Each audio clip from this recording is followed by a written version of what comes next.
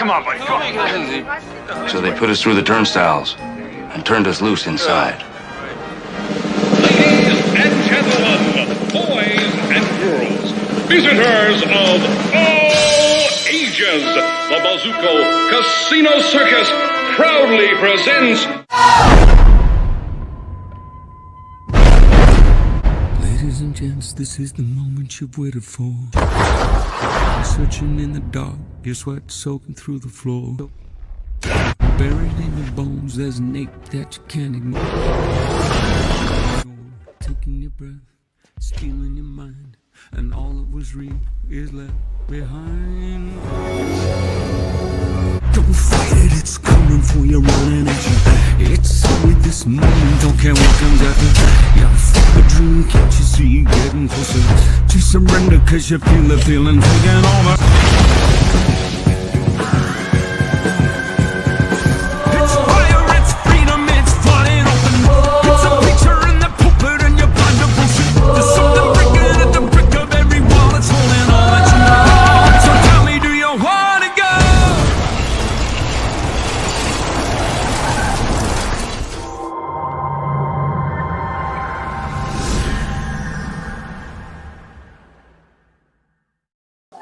Boom, just like that, we are live. I'm looking like I didn't sleep at all because I barely did. What's going on, everybody? Good morning. We're here at the shop today. It's hot as heck, but whatever, we're going to work it. We're going to work through it. It's a little slow at the moment, but that's all right, man. Say hi to a couple people. Las Crucias, how you doing? John, Big Daddy Ross, how you doing, Big Daddy? Beckerman, what's going on? And of course, Benny Compton, how you doing, brother? How's it going? Ladies, how are you, man? Good to see you as well. Fucking beat. Your sired kids, or the kids are around here somewhere. Good neighborhood watch. You know the ones. Hello, gorgeous. Hey, brother, what's going on? All right. Don't have any guests at the moment, but Beckerman will pop on once he's done running errands. I think people were up pretty late. CJ did a Insomniac stream that I wasn't a part of. Probably could have been, but I was not a part of. Mr. DJ Wise, how you doing, brother? Good to see you. And of course, Collecto6, Seppo, very good to see you this morning, sir. I hope you're all enjoying your coffees and your Sunday breakfasts and whatever else it is you do to relax on a Sunday morning. Should it be church? Should it just be hanging out in the yard? Whatever you're doing, I hope you're all having a good time. I'm here selling comic books, or at least trying to. We had the Band of Brothers auction last night. I think it was about 3 hours long, a little longer. Most everyone did pretty well. I didn't sell anything last night, but that's all right. We're not too worried about it. The auction was pretty successful. If you do go back and rewatch that, you can check out what we had. Contact any of the sellers. They're plus myself, and they're probably willing to make deals with you. Hi and stuff to Phil's Treehouse. Mr. Phil, how you doing, brother? Hi and stuff to you, too. I know Phil, he will be doing a show with K-pop, I think in Roscoe today. I think at 4 o'clock after church. That's where the party's at. And they're going to be discussing the My Pet Roscoe from C3 last year. In Phil's possession at the moment.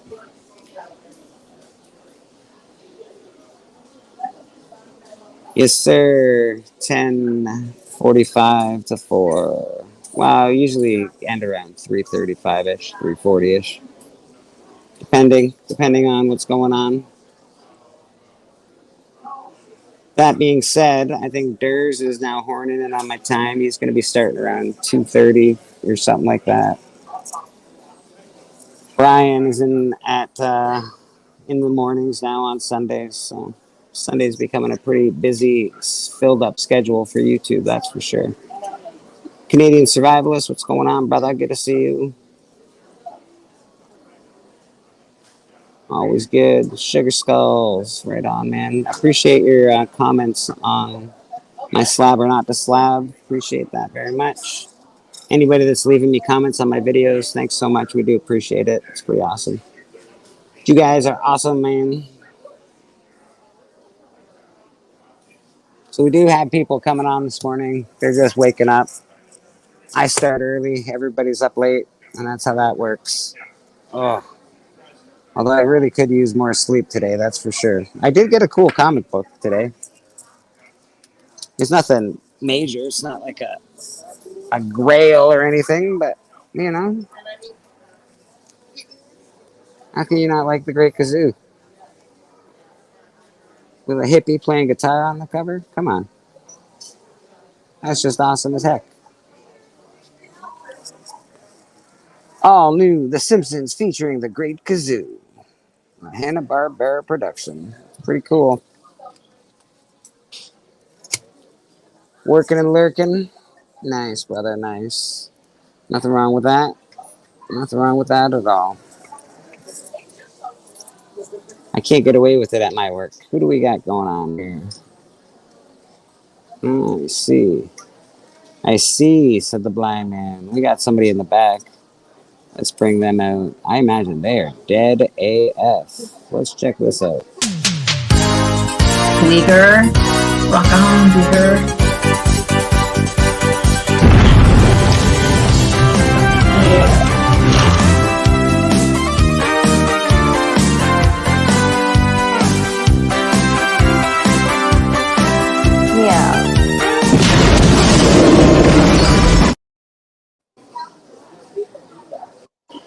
I'm trying to get my stuff to work. I'll be right back.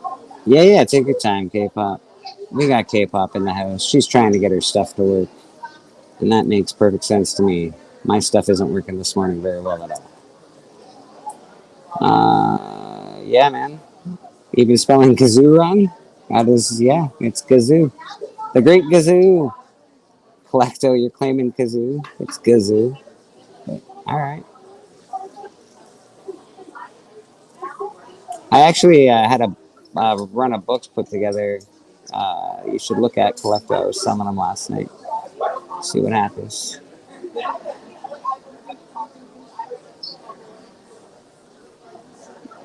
Yeah, it's a pretty dope comic, eh? I dig it. It's The Great Kazoo. I think it's cool. It's got the hippie on the front cover. Hitching a ride.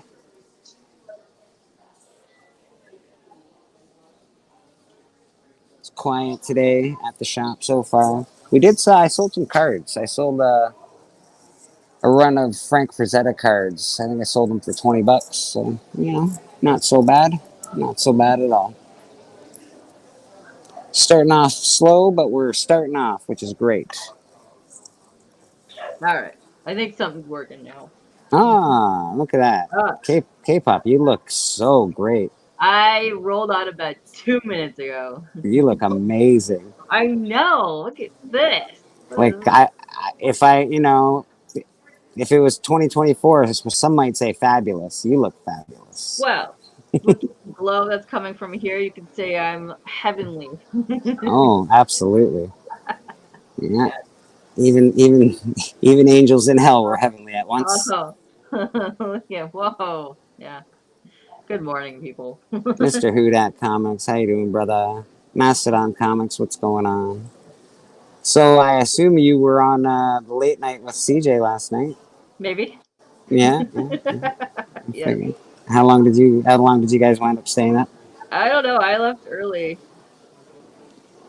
You left? Yeah, you left early. Okay. Yeah. Enough. I was like, we go. I gotta go. Yeah. We got someone in the back kicking with us. Let's get him something to bring him out to. Still searching for the proper thing, but we'll figure it out.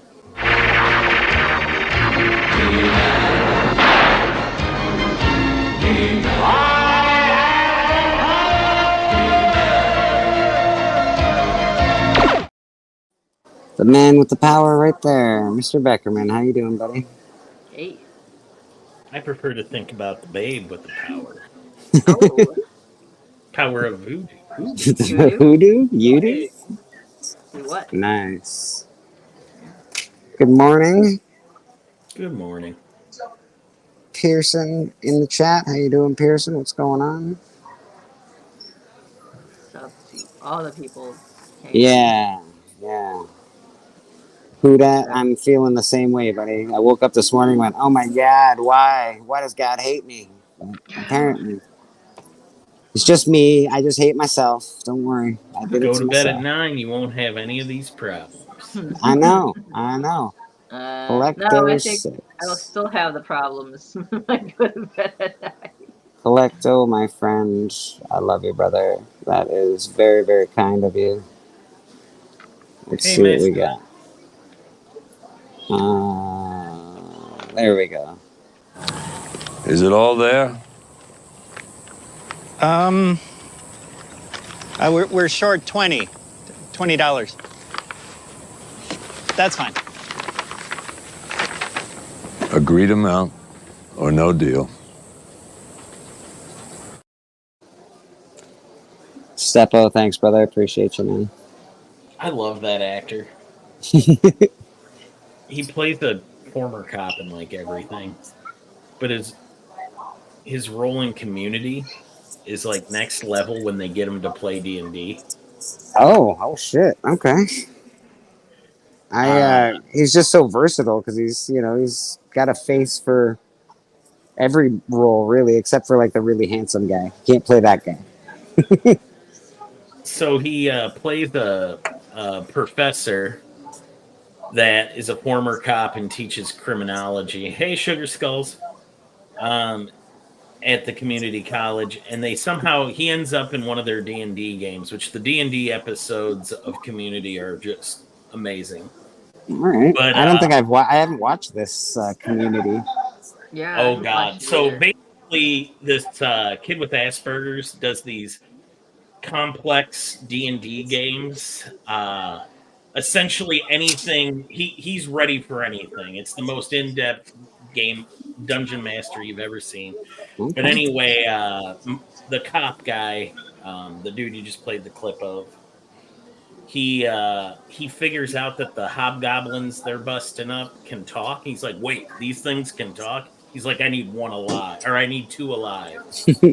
And when they have him strapped to chairs, he's like, hi, I'm Tiny Nuggins. Jesus. Every time. Yeah, I watched him in obviously Breaking Bad. I didn't watch the lawyer one. Was he in the Better Call Saul? He's in there. Yeah, the clip you showed, I think, is a clip from Better Call Saul. Is that a Better Call Saul clip? Yeah. Yeah, I didn't watch the Better Call Saul. I did watch Breaking Bad. It was pretty good. I enjoyed it. A little depressing after a while, but pretty good. That poor fucking kid. I've been hoping to find a weekly playgroup for Baldur's Gate 3. I've had it since launch and never done a group run. I've wanted I've wanted to get a group together for a while, but I never do it because it always ends the same way. It's so hard to get a group of adults that can meet weekly, and really to have a decent run of a campaign, you need to at least meet once a week. Yeah, there's a lot of groups that do them online through the StreamYard, which is actually pretty cool. I get it. And I'm sure I could get a group together, but again, consistently meet once a week for a couple hours. It's just tough. And then you need a good, experienced DM. Yeah, I don't know if I've ever, in the past 10 years, I don't know if we've ever had, you go to family occasions, there's always at least one person missing because you can't, even at Christmas or birthdays, so you got to work. Everybody's got shit to do. Yeah. Or some of us stay up every night, all night, and then just sleep all day, except for K-pop. Except for K-pop, she doesn't sleep all day. She's missing that part of the routine. Yeah. Exactly. But there's a lot of people in the community that play D&D that are probably looking to team up. We got DJ Links in the chat. How you doing, DJ Links? Good to see you, buddy.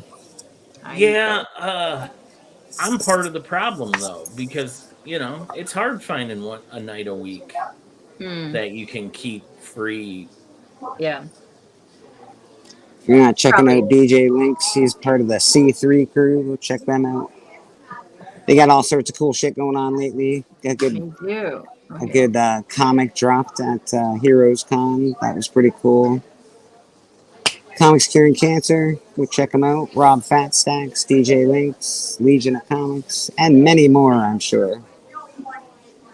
Yeah, I had a package from them waiting for from Rob Fat Stacks when I got home from vacation. A coin,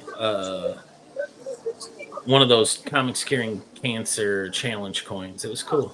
Oh, yes. Yeah, that's right, too. I forgot about the coin that I saw. That's pretty dope. I think he just mailed CJ one as well, or he's going to mail CJ one. Nice. CJ's been going live a lot lately. He has. It's certainly a nice change of pace. He hasn't gone live enough in the past couple of months, really. Right. You know. Well, and who else could go live in the last couple of weeks with Namen and all the rest of them? They every night for like a month they went live. Yes. I know. We kind of hogged up the. That's probably Cool too there. much. Yeah, thanks, K-pop. It's K-pop dropping that link. I'm beat, man. I'm beat to death today. I was supposed to go to bed, but I couldn't sleep last night. I was up till about 3 in the morning, and obviously I wake up at 7 to go to come here. And it's grossly hot. I feel gross. Yeah, I also feel Yeah, gross. no. My throat is like so sore because I woke up because it's so hot. I'm about to go get a bunch of ice here. We got Great Legend and Mastodon Comics in the chat. How you doing, Mastodon? And the Legend himself. Oh, dude, Mastodon. I've seen all the pictures from Heroes Con. You were running around having yourself a hell of a time, man. He's got to go to work. He's got to work overtime to build up for Heroes Con 2025. I agree, Yeah. bro. Me too. That's actually a real thing, man. Who that's gonna go? I'm really planning on going for 2025. So the plans are already in the works. So pretty cool.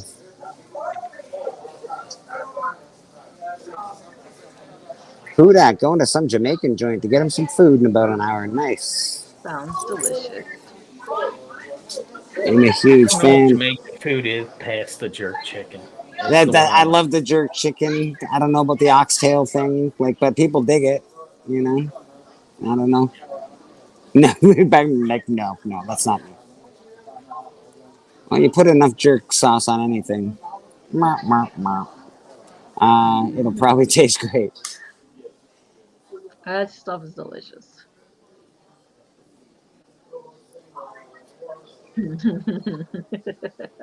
We need a Beckerman appearance. Had it last year. I was Yeah. there in 2023. He missed his first appearance. He missed his first appearance. So, you know. They're like, we need the Beckerman all the time. I don't disagree. We'll see. It's kind of just one of those things. It'll depend on what happens when it gets closer.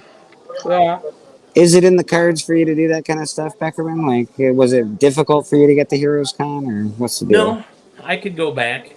Just depends if I want to. Okay. That's fair. It's a lot of, for me, I don't want to fly if I can absolutely avoid it. And Okay. that's a 2-day trip for me. 2 days back, 3 days there. So you're a drinker and a driver, not a smoker and a flyer. I get it. I've seen the commercial. I don't drink.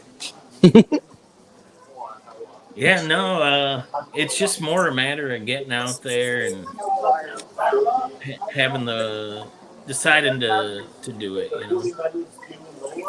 Yeah, it's going to be in 2023. It didn't work out this year, and I don't know. My motivation level is medium, so yeah. Yeah, it's expensive for me to do it for sure. It's going to be really expensive, but I really want to. So I knew a lot of people there. Yeah, that's the plan so far. So I'm looking forward to it. Again, I want to meet Houdat. Want to meet a bunch of people. Not CJ. I don't want to meet CJ. So CJ, you can stay home. I mean, you guys are pretty much living in the same area. You can just like throw rocks at each other and go to lunch. That's true. I could hop the border and just sort of like wait outside his house till he drives to Heroes Con. Saying, "Hi, you're taking me." Ha ha. Yeah. Yeah. Yes, Yeah. you got a partner. Yeah. Yeah, Phil, I don't really go to cons for books, but if I see something like I need, mostly sketches now, I'll grab it, but there's just so many stores around me that I don't need. You guys don't buy comic books? Jesus, it's terrible. No, because there's just so many stores right here. I don't need to go. They usually have That's all true. that in the store. I guess that's fair. When I go to cons, it's usually I'm trying to buy something that you don't see too often. So, Yeah. how you doing, my man? Good. Oh, Haya says he better go you next year so you can hold hands and skip through the con. If you guys do that, yeah. I will video that for you. Thank you. Yeah. Hi, Leah. I got no problem with that. I'm very comfortable. We can, wait in line with our arms around each other. It's gonna be great. It's gonna be great. I Mr. hope Brian he shows up Nelson. in his little undies, like he It's normally just- does. Yeah, we have seen High's arse. That's true. He does have a habit of showing his arse off. Brian LCS, check him out Sunday mornings these days at I think 9:45 my time he starts, so 9:45 Eastern. That's far too early, but hi. Yeah, he's got that Breakfast with Brian morning show.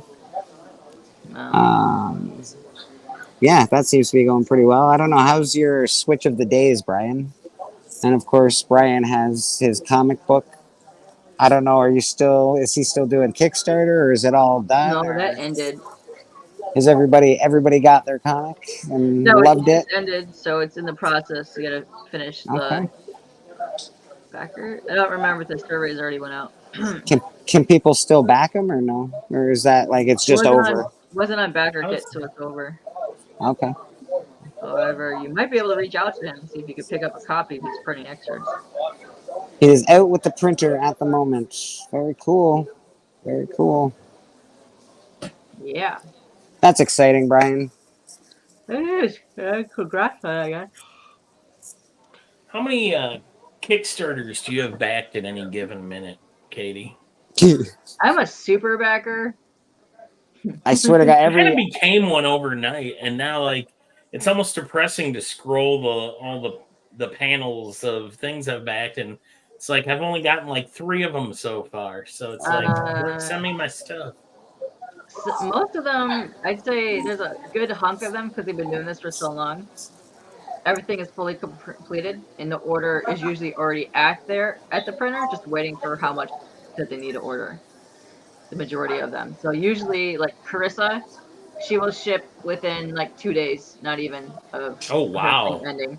And then yeah, she does advance, which is crazy because she started a year ago. She's on her 11th book plus a trade. Jeez. And she has been kicking so much ass on that. It's insane. And then there's a few other ones that will not even a week later, they will, because of how long they've been doing it, and they know exactly like their fan base, but they already know like trajectory of where their kick is gonna go. So that's been fun. Brian says there's still digital copies available, and of course, so we got Fish Cat Collectibles in the house. How you doing, Fish Cat? What's up, Chris? It's actually nice to chat with you in a chat where you're not being blocked every 4 seconds. Why is Fish Cat blocked all the time? Hey, folks, how Apparently you there doing? was a thing last night on Jig/CJ's channel where the mods were blocking anybody that didn't have a wrench. Oh, well, nobody has a wrench on here, so nobody gets blocked. See? It's that easy. Easy peasy. Yep, I took all your wrenches away, mofos. For this exact reason, yes. What if a pipe bursts? Oh. Well, I got a Okay, wrench. Don't worry. I got a wrench. Call Super Mario. That's right. Yeah. Actually, some young lad just walked in here with a Super Mario stuffy, so pretty awesome. Ooh, nice. I like this. Nice.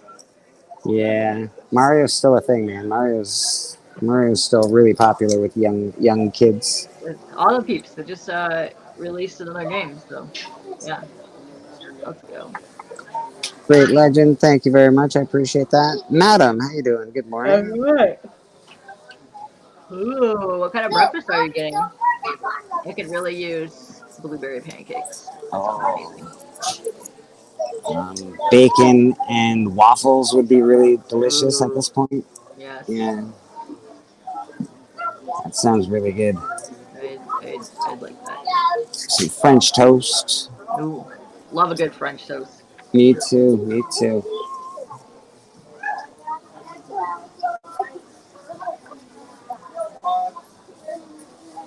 So what has everybody been up to this week? Beckerman, what have you been up to, buddy? Napping. No, a busy week.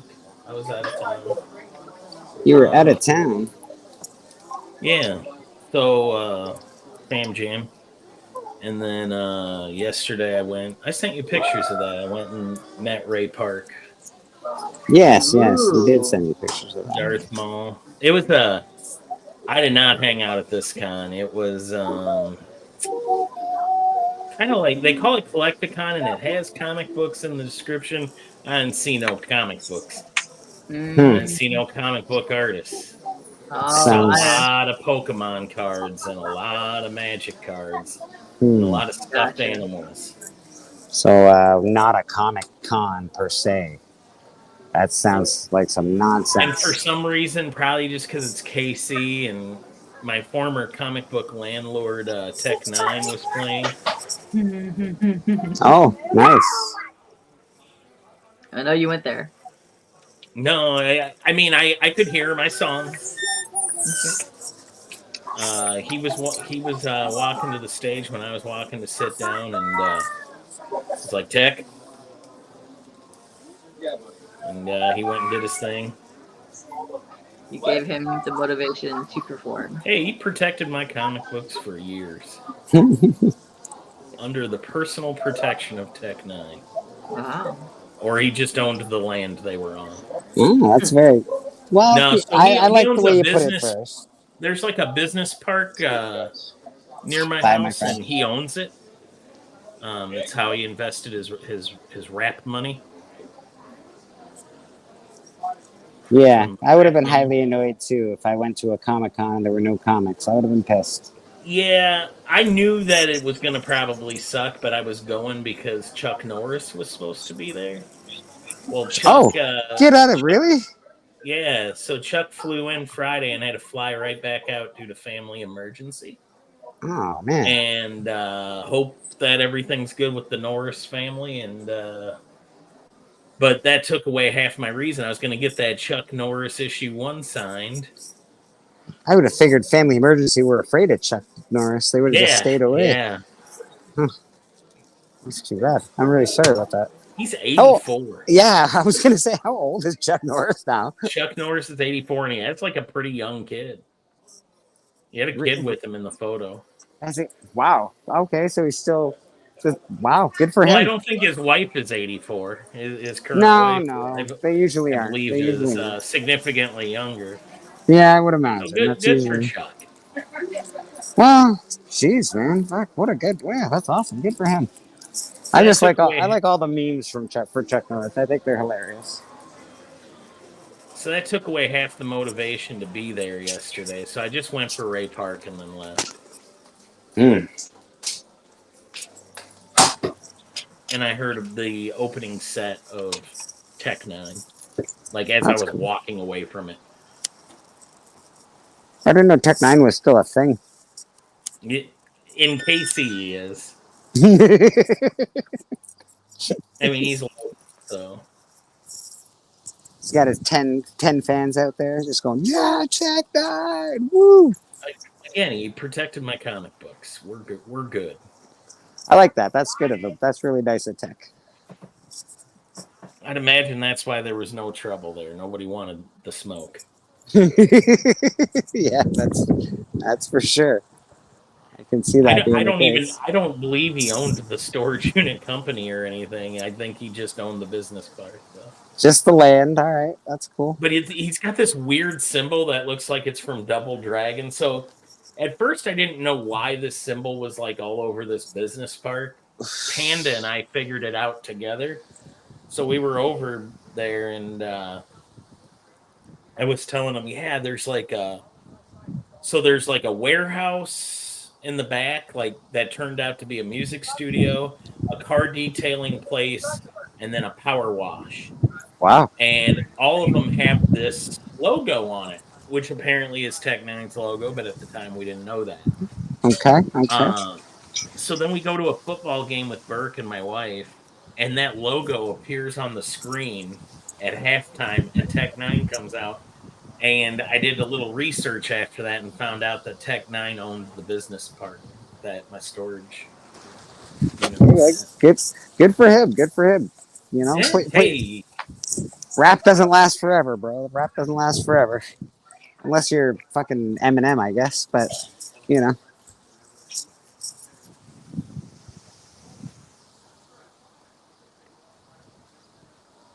Yeah. I don't know if I said hi to Frog Brawler, but hi, Frog Brawler. How you doing, babe? Yeah, that kind of garbage. Oh, did you get to see any of our auction last night? I popped in for a little bit. Popped in for a minute. Nice.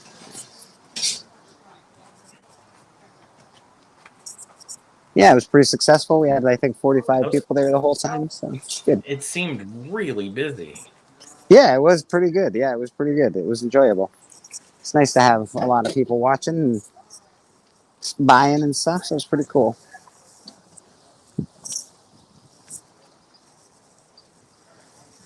I should have got to bed directly after, but I couldn't, so I didn't fall asleep till about 3 o'clock this morning. Maybe later. Around beat. Were you on CJ's stream at all? I didn't go on. I was like, no, I'm going to bed, and then I was up like an idiot, just sitting there, laying there, going do do do do do do. I wish I could tried sleep. Pulling a Beckerman to go sleep, and it didn't happen. Yeah, it didn't happen at all. It was lame. It happens to the best of us. I know, I hated it. I was upset because of the auction because I didn't make any money, and I was like, rah, rah, rah. I think I had too much animosity last night to fall asleep right away. So a couple of joints later, I fell asleep. Everything was fine again.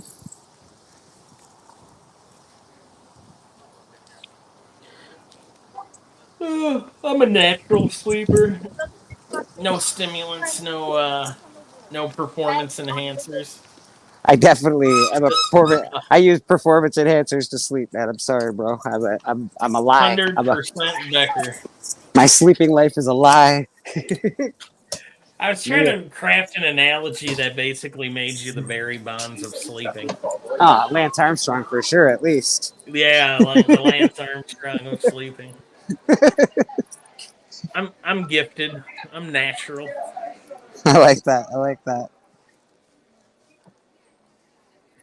I actually get really jealous of natural sleepers, man. I'm not gonna lie. I've dated girls that can sleep for like all morning and stuff. I'm like, no, how do you sleep that long? How do you get up and then go back to bed? That's insanity to me. I'll see you on the tour, Rook. Phil. I'm one of the champs. I'm a champion napper from way back.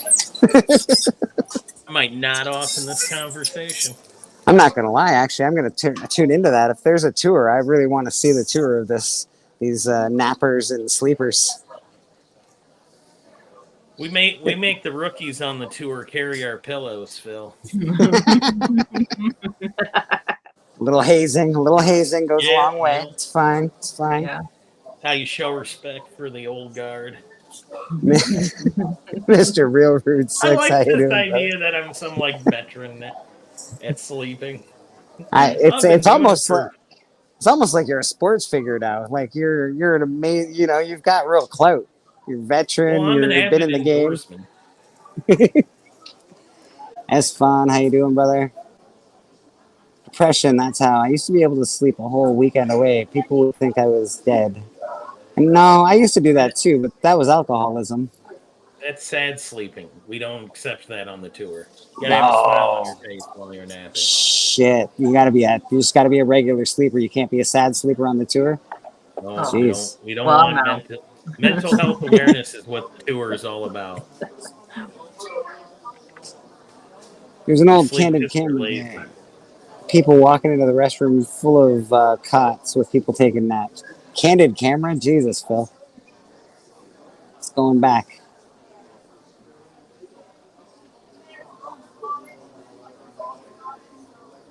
Yeah, I can sleep about 4 hours, maybe. I'm a terrible sleeper, but I get my sleep.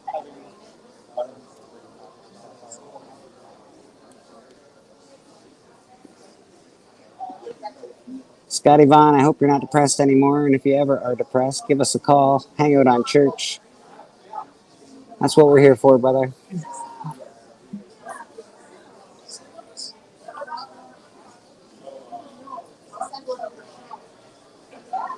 Skipping work today, not feeling it. Yeah, I did that recently myself. I was not feeling it. It was really hot. It's super hot here where I live, and it's been 95 degrees. I've been outside for 4 days in a row, and I was just like, nope, I've had enough. I'm done.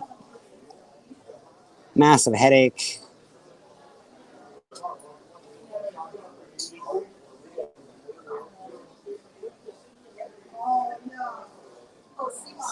K-pop, you working on your art over there? Or are you just No. chilling? I'm working on ice cream.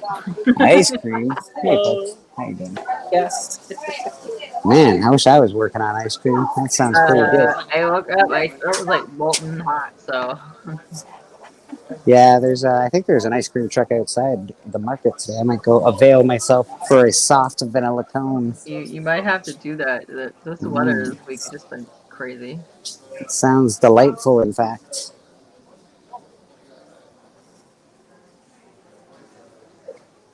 I don't know if my eyes are bad or my camera is really fuzzy. You look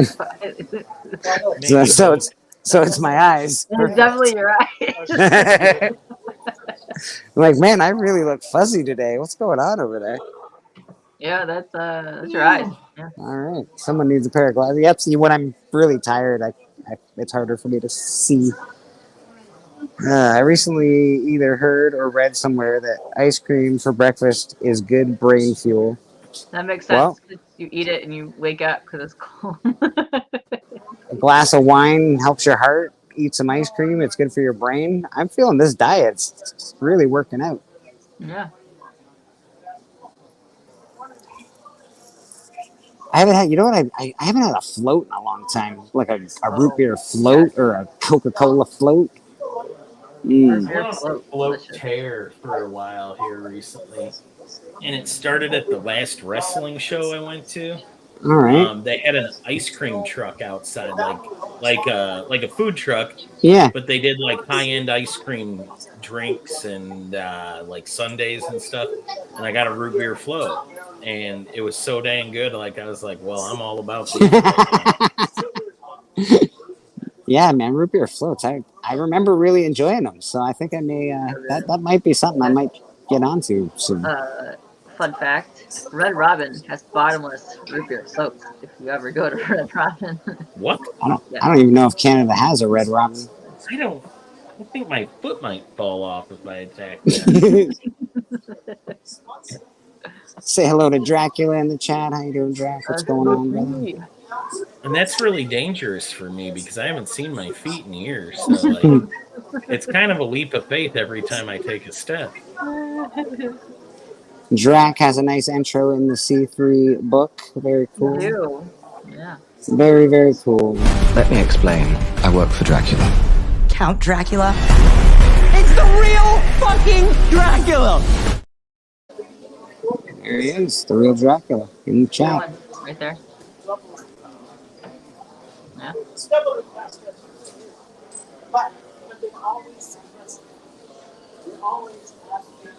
Got like a money guy across the hall from me now, and he's always talking shit to old people. It's like two people they'll just sit there all day and just talk shit about, I guess, coins. I Yeah. guess, I don't know, man. But Oh, okay. So he's like collectible currency. I was thinking yeah, like a bank. I was no, thinking somebody's no, got a bank at a flea market. no. He's got all sorts of collectible currency over there, and he's yeah, it's weird. But he's always busy. He's talking shit to old people. Like, Yeah. There's every old person in the market just hangs out and sits there for like 4 hours, and they Oh. just fucking talk shit to each other. It's weird. But now I want to be in on that. I want to be in on the shit talking table. We'll go over there. I Say know. hi. Hey, is this where the shit talking goes on? Yeah. They're like, I don't have any paper, but I have some coins. I got a Han Solo coin. Do you like this one? Oh, yeah. Show them that. I think they might be quite impressed. Yeah. It's true. I still don't understand loan sharking. Like honestly, here's my thing. So when check into cash does it, it's called finance, and when Yeah. Italians in tracksuits do it, it's called loan sharking. Yeah. Got it. Yeah. That about sums it up. You did a great job. You understand it completely. Yeah. That shark was smart. You know, the sharks get into finance. Yeah, it's very smart sharks. Financial sharks. Yeah. Must be the one that bit what's his name's arm off in the movie. Smart shark. Yeah. Samuel L. Jackson. You know, I thought he was going to be in that movie. No, he died pretty quick. Yeah. So you know if the movie's got sharks or dinosaurs in it, Sam Jackson's going down. Well, He ain't I know making that it now. So he's good with snakes. I know that now. Yeah. I didn't know it If, then. as long as the snakes are in a plane, he's great. Yeah. Oh my God, what an awful movie. I love that I mean, what a movie. great movie. What I a love great that movie. It's so stupid, but it's amazing.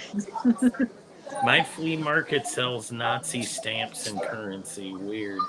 Yet you might have gone to a Nazi flea market. Yeah, you're in the wrong part of town there. That's fun. Well, he's in Tennessee, so Yeah, that's fair. Maybe you're in the right part of town. I don't know. Yeah. Yeah, I don't think we could get away with like that's like. I think you get in trouble for selling that shit I around here. think you were allowed to sell any of that. You can sell some of it. I think you might be able to sell a currency, but you certainly wouldn't be able to sell like Hitler Youth knives and stuff like that. I think you get real big shit about that. Flags for sure. Definitely no flags. That's a big all the no-no. times you need Steppo to explain the laws on buying Nazi stuff. I know. I actually just sent him Where is he? I sent him a comic, the Spirit Meets Hitler, because I was like, well, this seems like Steppo's book kind of book. I know it's a big no-no in Germany. Yeah. I mean, It is racist as fascinating, hell. though. What's that? I follow a guy on YouTube because I follow a lot of like metal fishing and like metal detecting stuff. And there's a guy there, he goes and metal detects a lot of the areas of metal fishes, and the amount of like World War II stuff that he pulled out of there, it's insane. But he'll do it, and he'll like he doesn't sell it, but he kind of like restores it, and then he'll put like history about it, where he found it, and then he'll do like just give it to people. Like you could do that kind of stuff, but it's just fascinating to see them like pull all this stuff out. Like still to this day, that's still in good condition. They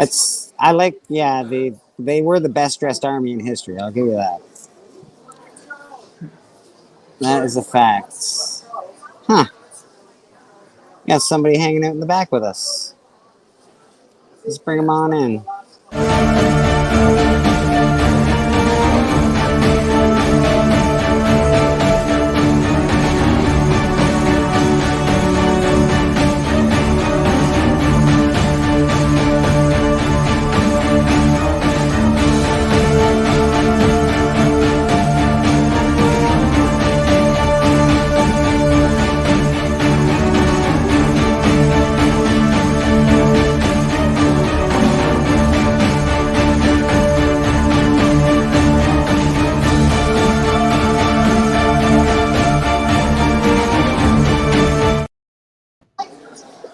There he is, Boston Chris. How you doing, brother?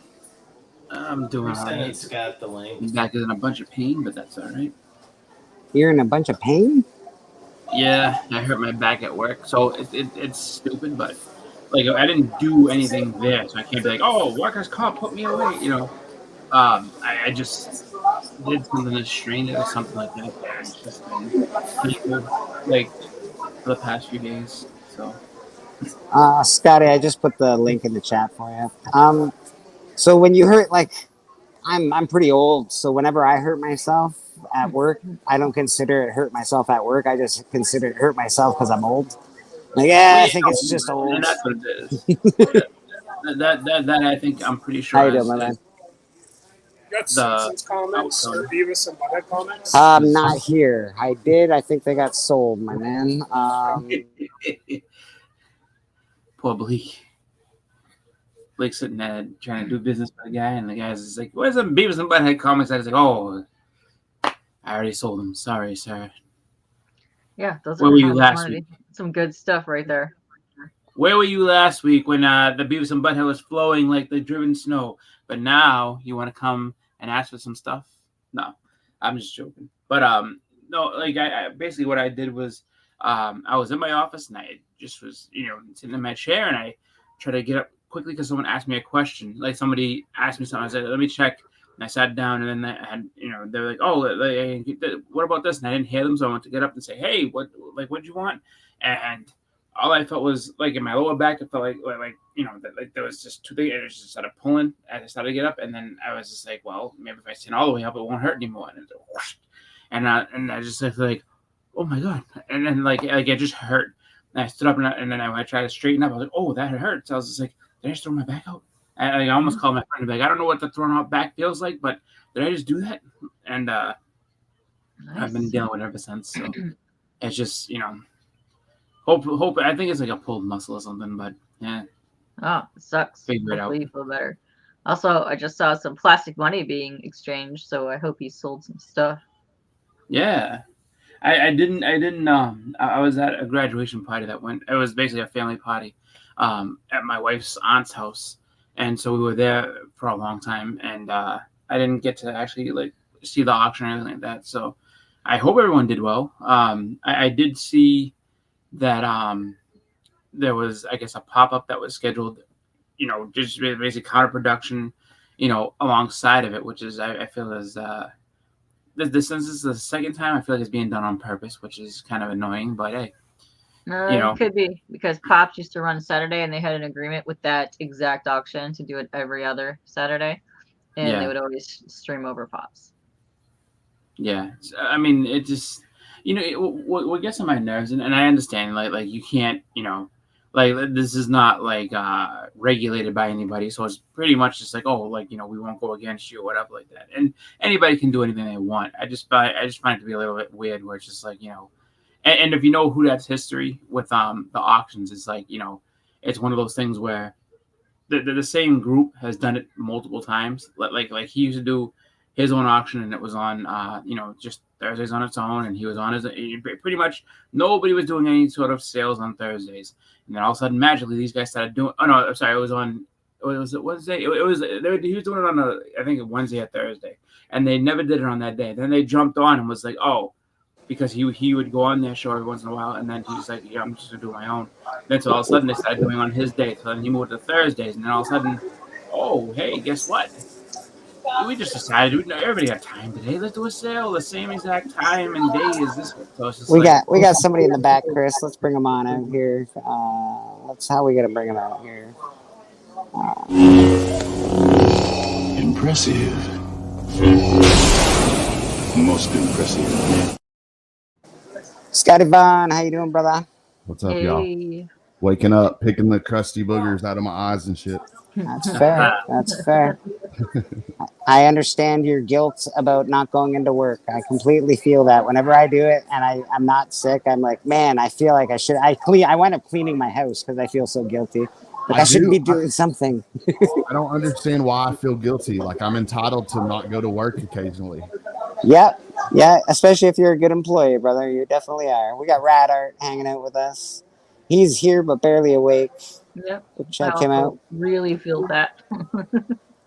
We got the Comic Book Community Awards coming on. Don't forget Rad Art for Community Artists this year. He gives out art. He does art. He does art for C3. The guy's awesome. So check him out.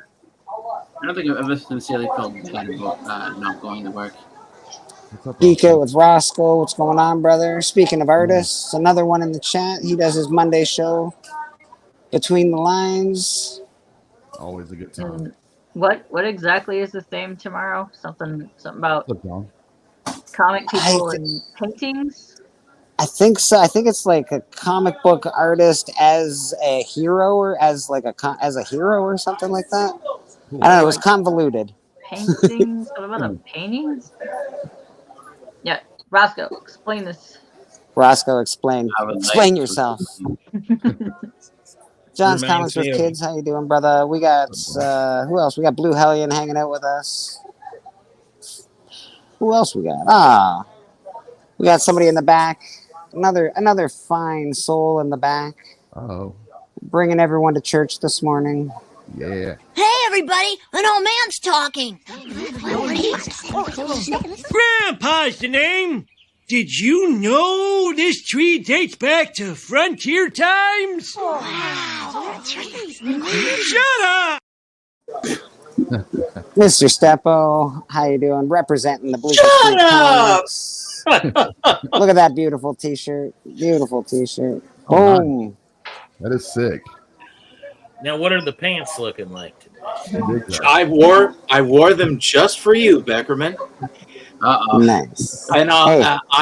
I tell you, I'll be sashaying around a little bit later, and just be calm, okay? Just be calm. Hold on, I gotta leave. I'll Yeah, be right you wearing back. the finest I need stretchier pants. I better go purge. All right. Rad Art Takes me a says second. famous portrait paintings as a comic character. Oh, that's interesting. Okay, so like, I don't know, Blue Period, all that stuff. We could just do paintings and add a comic book character. That sounds cool. Mona Lisa as Rogue, I guess, or Rogue as Mona Lisa. One that comes to my mind that I know was a comic book cover is the Senator Palmer and his wife. Like that was on an electric cover. So that's a fun topic. Good morning, gentlemen, by the way. Nice to see you all. Good morning, Steven. How are you this morning, my friend? I are well. Sorry. No, that's no apologies necessary. Things happen when they happen, you know. By the way, you will find that this occurs more often for you. I will confirm that for you. Tate Prime, good morning. Tate is he messaged me last night. He's going to be on our next auction, I believe. So Nice. get ready to see Tate on our next auction. We'll see what he's got to bring to the table. Now, Mr. Bleak. Yes, sir. You did sell something yesterday because you sold it to me. Is not true. every. Now, listen, it's not every day that I can buy a Batman 1 from someone, and I thought that you would make some sort of comment about me buying a Batman #1. I mean that. I'm stunned by that. And let me know what I owe you for Gazoo. All right. Well, because I am in earnest. I want that because I want to give it to Sue. Okay. All right. Because I think she got. My brother and I always made fun of Gazoo. Oh, Flintstone. Oh, you stupid old people. Hey, Gazoo, pull my ass out of the fire. Oh, Flintstone. You just had to mention to me it was for Sue. She might just get it. You never know. We'll see. She might.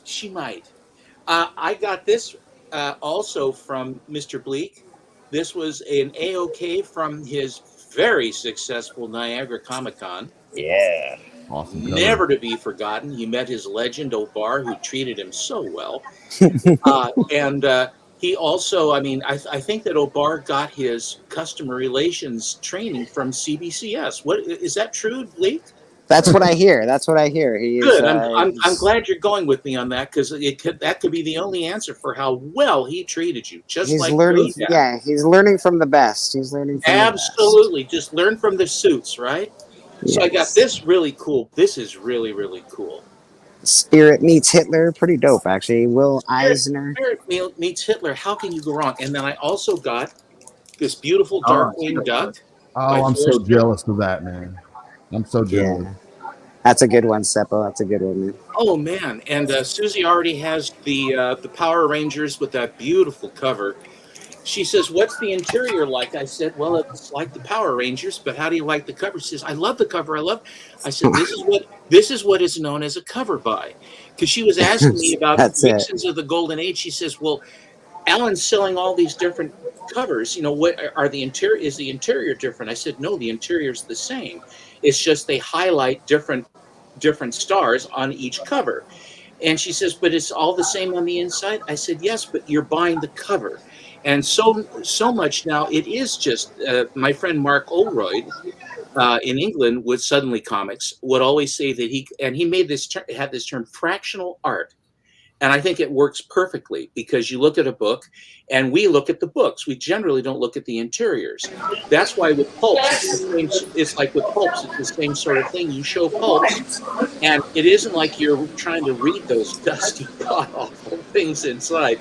Yes, it has Robert E. Howard. It does, but you've got to open up this moldering thing to read it. And it's all pretty and everything else. That's why they call it a pulp. But the covers are so lurid.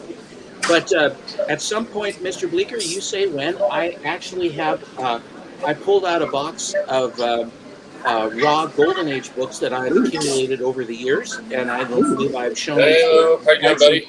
So you let me know. Hey, Steppo, does Susan collect Flintstone stuff? She loves the Flintstones. Okay, so a friend of mine and one of our frequent guests on 4C is Scott Shaw, who worked on the Flintstones. Oh, yeah, Scott Shaw, yeah. In 80s. Well, something he's offering, I'm just letting you know about it. Like, no pressure here. I ain't selling anything, but he does. And actually, the last one I saw him do was for Stan Sakai.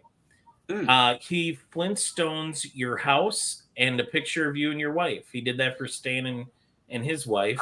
Oh, God, I'll have to ask her. It came out really cool. He actually Flintstoned me for a promo material for when we had him on the show. And the prices are very reasonable. And do you have it here? That'd be a neat little gift. I've got his contact info. We can chat on IG. Hit me on IG. Do you have that piece around? We can see you with Fred. I'll send you a picture of me that he Flintstoned, but I don't have the one he did of Stan on hand. I can ask my buddy for it, and I can get it forwarded. Hey, Beck. I mean, I would love to see it, but I mean, do you have an image that you could show us? Did he actually print that out for you in some way? Mine was just done digitally, but the one he did for Stan Sakai was actually like art in art. Okay, what would you say? Physical materials. Fair enough. Nice. Yeah. And Stan's wife gave it to him as a gift, and they framed it and put it in Stan's art. Oh, that's studio. Wonderful. Yeah, Stan I thought it was a really cool idea. Such a nice guy. Yeah, that was the night I said that I died and went to nerd heaven. Last minute show we did, and none of the regular characters could come on to co-host, so it was just me co-hosting Sergio Aragonis, Stan Sakai, Bill Morrison, and Scott Shaw. That's crazy. Oh my God! Couldn't you find anybody good? Right. At one point, Sergio called me his amigo Becker, and I was like, "Well, I'm done. I'm just gonna retire." Cut right there. That's cool. Oh, my amigo Becker. Can you put that comment back on the screen? And I was like, "Yeah, it doesn't get better than this." So, dude, okay, I got a story to tell you guys really quick. I'm newer into comics. I got into the hobby, of course, like 4 years ago. So I don't know the hobby as well as Beckerman does. I learned something new this past Friday at a signing. Certain writers and artists despise these paint pens. When you ask them to sign a book with one of these paint pens, Benjamin Percy looked at me and hesitated. He did not want to use this red paint pen. I didn't know that. I learned something new. Fair enough. Yeah, everybody's different. Has anybody encountered that before? Somebody just did not want to sign with the paint pen. No, I've never had that, but I have seen I've seen people that get a little bit annoyed with being directed where to sign and what to sign with. Oh no, I wouldn't do that. Yeah. Yeah. Well, like I've seen people that did that because some people will have a little box cut out and say, okay, fine, and then they use this color and they'll be like, all right, and then you see them sign it, and I think it's just because they get told, I mean, you go to a show and all of a sudden you have somebody that either has 15 books like that and like do it just like this every single time, or you have multiple people that have come up and like sign it this way and like this, and so. Yeah. But I've never had it. Like he You know what, Chris? It's interesting you say that. I've heard everybody say that Neil Adams was very irascible, and I think when he wasn't feeling well, he didn't. When he was basically dying, he was still out on the road and stuff, and he really didn't. When he didn't feel well, he didn't suffer it very well. I don't blame him. But when I saw him in 2014, I brought about 12 books, 14, 15 books for him to sign. I was a witness for the CGC for this signing at my friend's comic shop. And so we hit it off with old Warner Brothers cartoons. And he was trying to quote stuff and make everybody say, what's that? What's that? I knew exactly. I studied him as a kid. I knew exactly. And then I just came right in with him. It was the Dover Boys from old PU.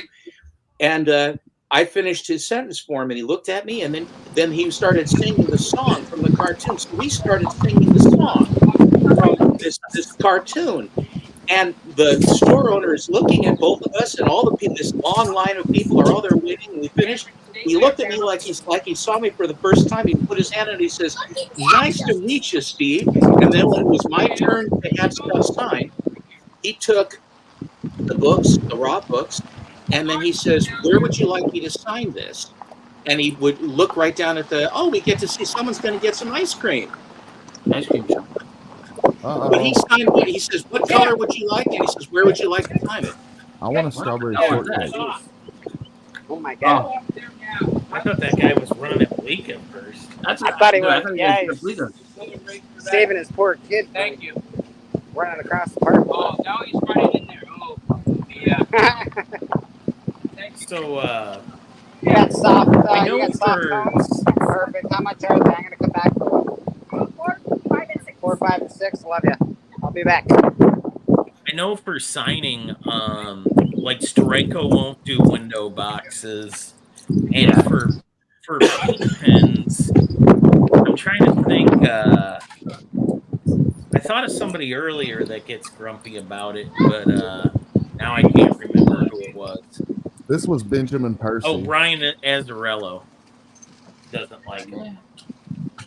I've heard of it before, Scott. But that being said, I've never heard of that. Most people I've gone to get signatures from usually ask me what color I want, and they're like, "Hey, what color do you want?" I've never had an artist say like, "Oh, fuck you." I don't know. That's weird to me that they would do that. Oh yes, you have. Oh yes, you have. His name was Obar. He had a black background. I remember that. He just wouldn't sign it. I think part of the thing that I've noticed with that is that it's people that they bring up a stack of like 20 books and like, all right, sign it this way, and then make sure you sign it right here or something. Because that's when they kind of like, okay, like what the fuck? Because like, I think at that point it's like, all right, so you basically have me do this to sell it, whatever. And so I guess maybe it's one of those things where I guess you kind of think that. So you don't even give a shit that I'm signing it, like the book that you made with you get a stack of books to go ahead and put on eBay with my signature on it. So yeah, you kind of I did 3. I only did 3 books. Yeah. Oh no. Yeah, I hear you. I think but I think that Steranko would be one that would be opposed to using the paint pen too. I think he'd just be like, no, I'm gonna sign it because Steranko is he's a super nice guy. The thing is that like when he gets he'll flip right away.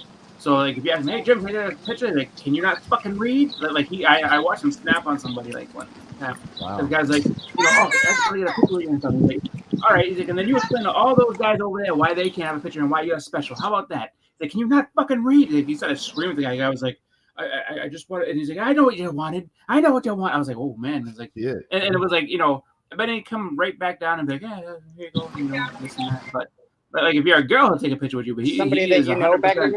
no pictures with guys at all. He refuses. Really rational. I believe it. Well, the thing with Jim too is like Jim is like old school, so it's like like pretty much it's just like one of them deals that like he's fine. If you get on his bad side, he doesn't play. He just doesn't care. I've never seen a Steranko signature that wasn't very gracefully placed in any of the things I've seen signed by Steranko. I think he's not one of these guys that takes a half-inch Sharpie and goes right across the image. He goes sideways on the side or over on an edge or something like that with a lovely signature. I've never seen one where he screwed up the cover. I just wanted to make sure that it was in red because it's a black background. And I was worried about how the other markers were going to show up. Yeah. No, I think you're okay to bring your own marker. In fact, the ones you have, that's what Bill Morrison signs in, and that's yesterday Ray Park had those same markers. Yeah, that's what most people do now. I mean, I think that's become more of the standard now because I think everybody pretty much has them, not just because of the fact. And I mean, when I go to most places, like most people have a multitude of colors, so they'll try to do their best to be like, all right, this is a black cover. I have a silver. I have a gold. I have this. I have that. Like that's like, that's what do you like? Would you prefer silver or gold? And where do you want me to do it? I had when he signed, I had him sign two Tomb of Dracula #1s, and he says, "What I like to do on this," and he says, "Well, he says, do you have a preference?" He says, "I'll tell you what I like to do if you want to do this. You see down at the bottom left of the corner all the kind of the waves and stuff that I have. I like to put my signature. If you've ever seen Neil's signature, it's a very artistic looking thing." Yeah. And so he says, "What?" He says, "I'll sign this one. I think you'll like it." And he signs it, and it looks like it's part of the water. So you look down. You have to look down to see it. It's there. It's evident, but it's not obtrusive. And so then it blends right in with the artwork. It's really beautifully done, I think. Nice. Mastodon says it's my understanding that Steranko damaged Chris the Comic Vet's book at Heroes Con. No. Didn't get a refund either. Wow. Well, for the $8 million that he signed, well, I guess there's going to be one or two that didn't quite make it. Yeah. That's part of him being kind of old school, where he's just kind of like, and because he's telling you a story while he's getting ready to sign something for you, so he's not really full of, and for him, like, he's not thinking, this book is worth a whole bunch. He's just like, you think it's for me. Like that. We'll try to find something cooler. So I mean, that stinks that he damaged the guy's book, but the last thing you're gonna win on is kind of tell him, like, you did something wrong to my thing. Like, no, I didn't. Like, yes, you did. No, I didn't. And if you don't like it, that's dressed like a Reno magician. I heard there's like a hockey player that does that. I heard there's a hockey player that does it on purpose. Like, he'll take your card and he'll bend it and then he'll sign it, which I think is terrible. That is completely hi, Matt. It's completely rude. Yeah, I think it's one of the old enforcers that's like, probably like, I'll bend your card right in front of you. Like, I bet you card. You mad? Like, no. I'm your biggest fan. I spent all that I had to get this card. Thank you. He says, great. There you go, sucker. Well, it's the same. It's the same thing as. Thank you. It's the same thing as a comic artist saying to you as soon as you buy their sketch cover for $100 or $200, and they go, "I better not see this on eBay." What do you give a shit? And if you don't want to see it on eBay, put the price higher. I don't understand. I don't understand that. It makes me mad at people that do that shit. Yeah. It's a weird thing to be concerned about. Now, if it's free, I get the frustration. Like when Ken Lashley gets annoyed when he sees stuff he did for people for free because they said they were such big fans, and then he sees it on eBay 2 weeks later. I get that could irk you. And then that's a reason not to sketch for free, charge people. Yeah. I'm fine paying for art. 2 years ago. It was either 2 years ago or something like that. I think it was like 2 years ago. Jim Valent was doing free sketch. I didn't even know that. I just knew that his line was humongous. I was like, oh wow, a lot of big Jim Valent fans here and everything. And I guess I admit that he was doing free sketches for anybody that would come up. And you know, somebody went ahead and was in a sketch group on Facebook and like bragged about, you know, doing the sketch and excited for it and can't wait to put it up on eBay. And then there's Jim in the comments like, just know that you know, this thing I gave you for free, you're just gonna sit there and just sell. That's just fun. Like he was happy with that. But you know, I you know, you can kind of get that, you know, if you've done it for free. But if you have somebody that did it, and unless you gave somebody a discount because of the fact that, hey, like you know, I love your art, like, you know what, normally I charge $200 for this, $100 today for you.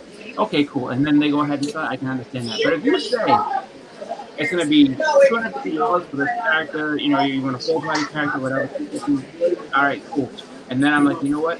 Got this, and I know other people that want this. Let me go ahead and put it up on eBay, and then, you know, people buy it, and it goes for more than what you know, what you had agreed to take on it. You can't get mad. It's not yours. You know, it's your art. It's not yours at that point. It belongs to that guy. If he decides to make $500 where, you know, you sold only charge $250, then up your prices. But that's the other double-edged sword of it then too. You can't complain about artists charging you more when they know that, like, look, I did this for you for $200 and you're selling it for $5. Okay, it's gonna be $350 for you know, art now because I need to get some of this money because apparently I'm just giving it away. Bleecker, do you sell comic books there? I do, sir. I do indeed. Would you go over to your Turok box and your Gold Key box, please? I want to do a little shopping. All right, no problem. You know what? That's a first. I don't think anyone's ever done that either. That's actually kind of cool. I want to see this. Everyone's seen this wall, and I keep saying I should go up there and do like this. And it's like, you know what? Cut out the middleman. Do like Steph-O's doing. Like, go up to this box and like, let's stop pulling some things. Yeah, dude. Let's check the inventory. I like it. Well, Steph-O's shopping. Can we stop looking at you though, Blake? I want to see. Yeah, really. I'm tired of looking at the ceiling. Have you passed out again? What is it? All right. What do we got? Move that other guy out of the way. Get out of the way, other guy. Hercules. Got Billy the Kid. Got the Rawhide Kid. That's the Western box. That's Western. How about Gold Key? It's coming. It's all in this oldies box. Rawhide. I took a lot of the Gold Key home because I was going through it for Sue not too long ago. What's that one? Is that HR Puffin stuff? The Croft Super Show. Dinkburger. Keep going. No Cowboy from Africa? Claim. I'll take it. Korak, son of Tarzan. I'll take it. You're in luck. There's a lot of Korak, son of Tarzan in here. I'll take it. Those covers are so nice too. Like those are nice ingot covers. Yeah, that was a cool one. Pass on that one. Pass on that. Okay.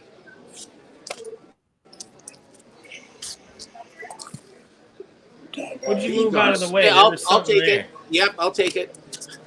I moved Lancelot and Guinevere out of the way.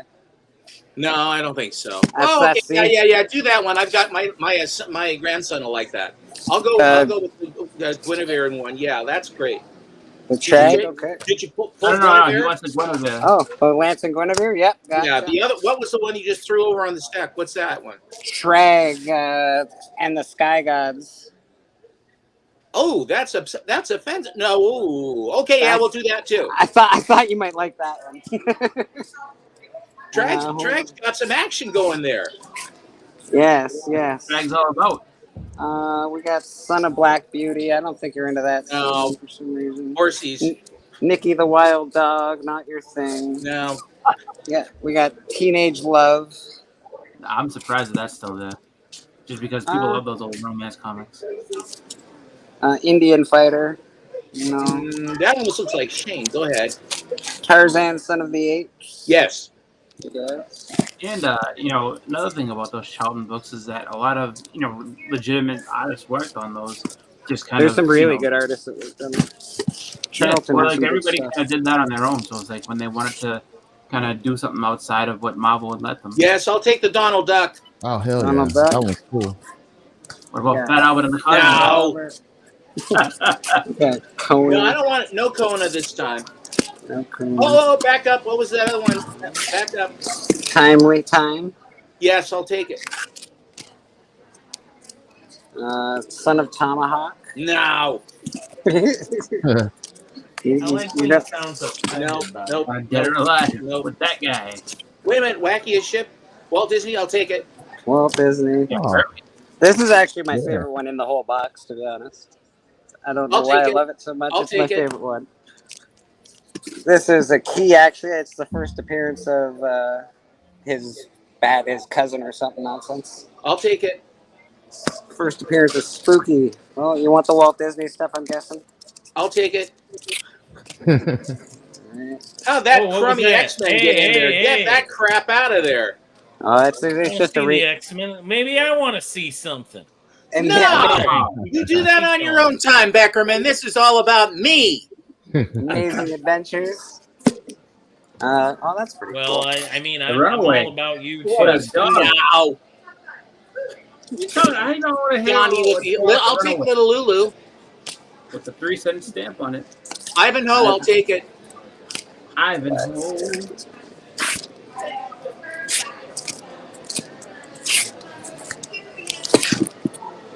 I'll take it. I'll take it. I think you already got that one. Oh, I'll put that. I think I did send that one to you already, Steven. No, I mean, I think it's already in the pile. Take it. Okay. He picked it up out of the stack already. There's I'll some take it. pile for doubles later. The Fun Phantom. Phantom. Funky. Yeah, I'll take it. Funky Phantom. No. Okay. Tono and Kono. Tono and Kono. Cinco. Kono no go. Twilight Zone. Twilight Man, Zone. Man, we'd love you to be able to buy these books, but unfortunately, Steppo is all about him right now. Brother, I like Brother of the Spear. That's cool. What are the prices on these books? Just curious. We're gonna find out. We're gonna find out. I'll pass. What about the woman from Auntie? Brothers of the Spear, I think you said. Yes, you I'll liked. take it. Yep. I'll take that. Look at that girl right on the cover. Gunsmoke. No. No. Okay. All right. No. I love it. Cheyenne. More Brothers of the Spear. Tono and Kono can bugger off. Cinco. I'll take it. Richie Rich. I'll take the two. Richie Rich. Gotcha. World's finest. Pooh. Poop. X. We heard all about that. Mighty Samson. Yep. $70. No, it's not $70. Jesus. Brothers of the Spear. Okay. More Korak. I'll take one more Korok. One more Korak. Korok! Oh, Korok! I want to live! Oh! Tarzan. One more Tarzan. One more Tarzan. I loved that book when it came Actually, out. I that's- bought that new. This book is so cool. I'll take it. You know- know, the Green Lantern right out the window. And then these are just. I think that's Random that's DCs. my oldies box. No. we got them. And the big No. Samson. All right. Do it right. All right, I got you. I think you wanted that Samson with the crab. Now I gotta figure out what to charge Steven. Take your time. Just enjoy church. I wanted to, Nolan, I want to see you get some action here, and hopefully people will see. that's a good the spot. kid, my grandchildren, and Susan. I give Susan first pick on all of these. Nice. And then the other one, everything is child friendly, and because we're all children here. And I think then what Sue thinks she would like to give to the grandkids, then we'll give to the grandkids, and it'll be a good thing. Awesome. That sounds awesome to me. I appreciate it, Steppo. If you get out of this layout. All right. Awesome, man. Steppo, you just bought. Now, Paul Beckham could do some shopping, but he did get accosted for it. Like, All right, give me 1 second, guys. And listen, this time, please, Bleak, don't sign all the books again. I don't want you signing none of my books. And also, your signature placement the last time on all of those really sucked. Terrible And don't placement. dampen my doorstep anymore. You don't want me to sign all over every boob? Ah, this is terrible. Wait a minute. Wait, let's go back on that. What's that?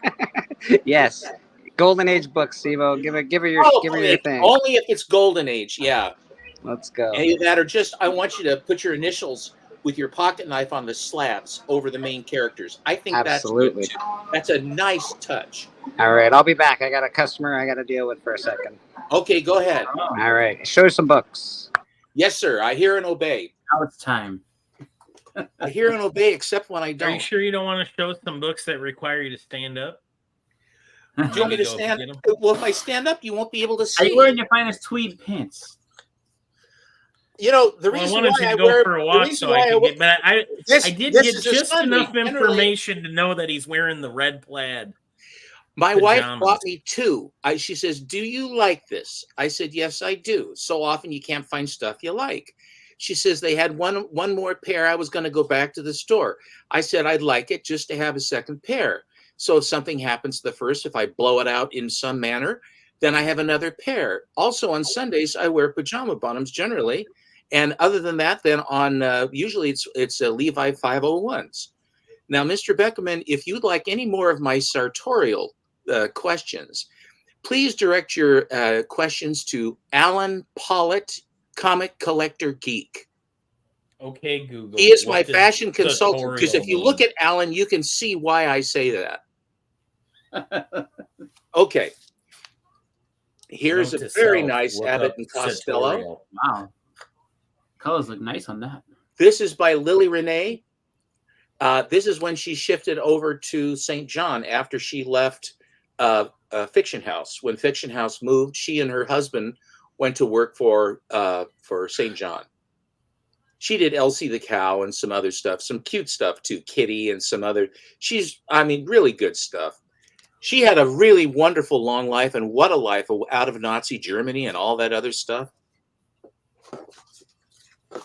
This one I got a while back from, I realized that it's an early code book. I got this from Bigby McFly, the comic guy, in a trade.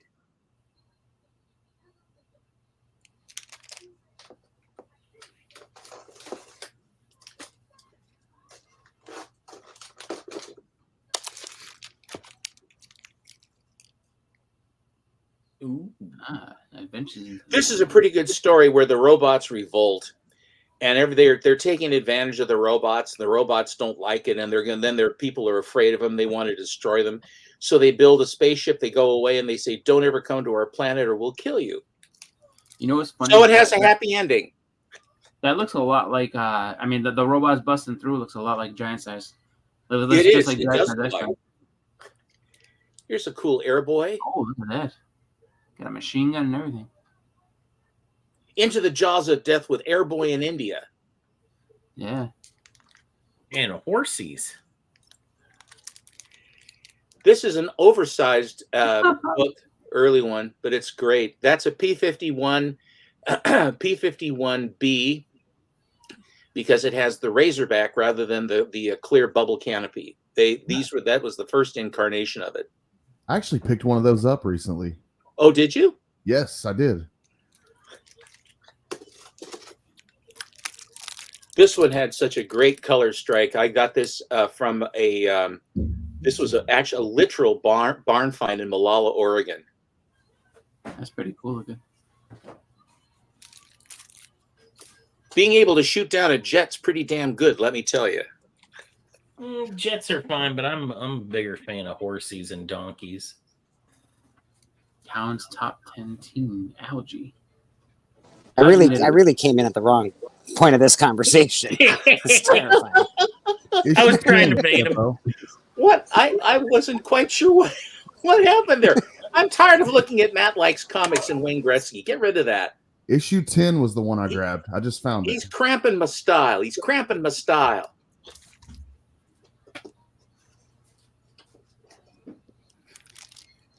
This is a Schomburg alley-oop. Oh.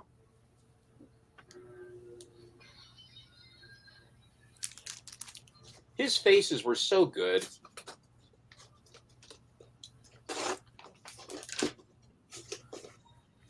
And here is another Schomburg alley-oop. That's cool. It's good to be oop. Apparently.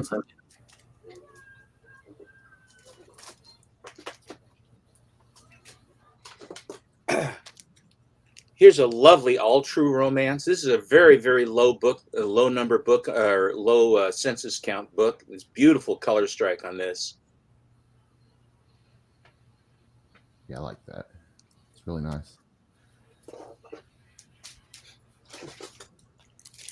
This has an Alex Schomburg story, an actual drawn story inside by Alex Schomburg.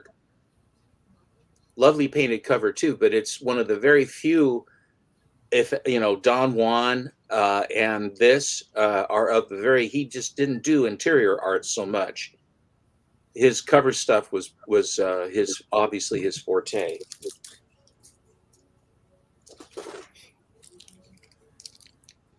Isn't that fun? That is awesome. The Secret of the Crater Man. He has a secret crater. Alan was saying he has this cover too, and he says, I think that the guy behind the gal, God bless you, looks like dang, Chuck Heston. Yeah. Okay. I get that. Guys with all the whips. Like, what is he The man who grabbing? killed the world. So you got that going for you. Awesome. Here is an Alex Schomburg painted cover, a airbrush cover from early in World War II. That is And awesome. this is very interesting historically because it shows a Grant tank, which was was our first heavy tank. These were air cooled, and they went over to North Africa and were there to help. The Americans' first blush with this was helping the British over there around the area of Tobruk. And this is the tank that Humphrey Bogart was in the movie Sahara by Vincent Corda. And it's a wonderful, wonderful movie if you haven't seen it. Dan Duryea, Bennett, Michael Bennett, all manner of good stuff. They have, I can't remember who it's called. Anyway, it's a really, really good movie if you've never seen it. But also, the other thing about it too is you'll notice the P-51 that's up above. You'll see that it has a machine gun on the top of the fuselage firing through the propeller. This is the earliest incarnation, and Schomburg was a stickler for details on aircraft, like his brother August was. He has. This is the very first. This is the very first version of the P-51 that went over to that they had. It had an Allison engine in it. It was a completely different plane. And then when they put the Rolls-Royce Merlin engine into the P-51, it changed everything. You can tell that this is the early one too because there's no big scoop on the underside of the plane back of the cockpit, which is very distinctive for the P-51 with the Merlin engine.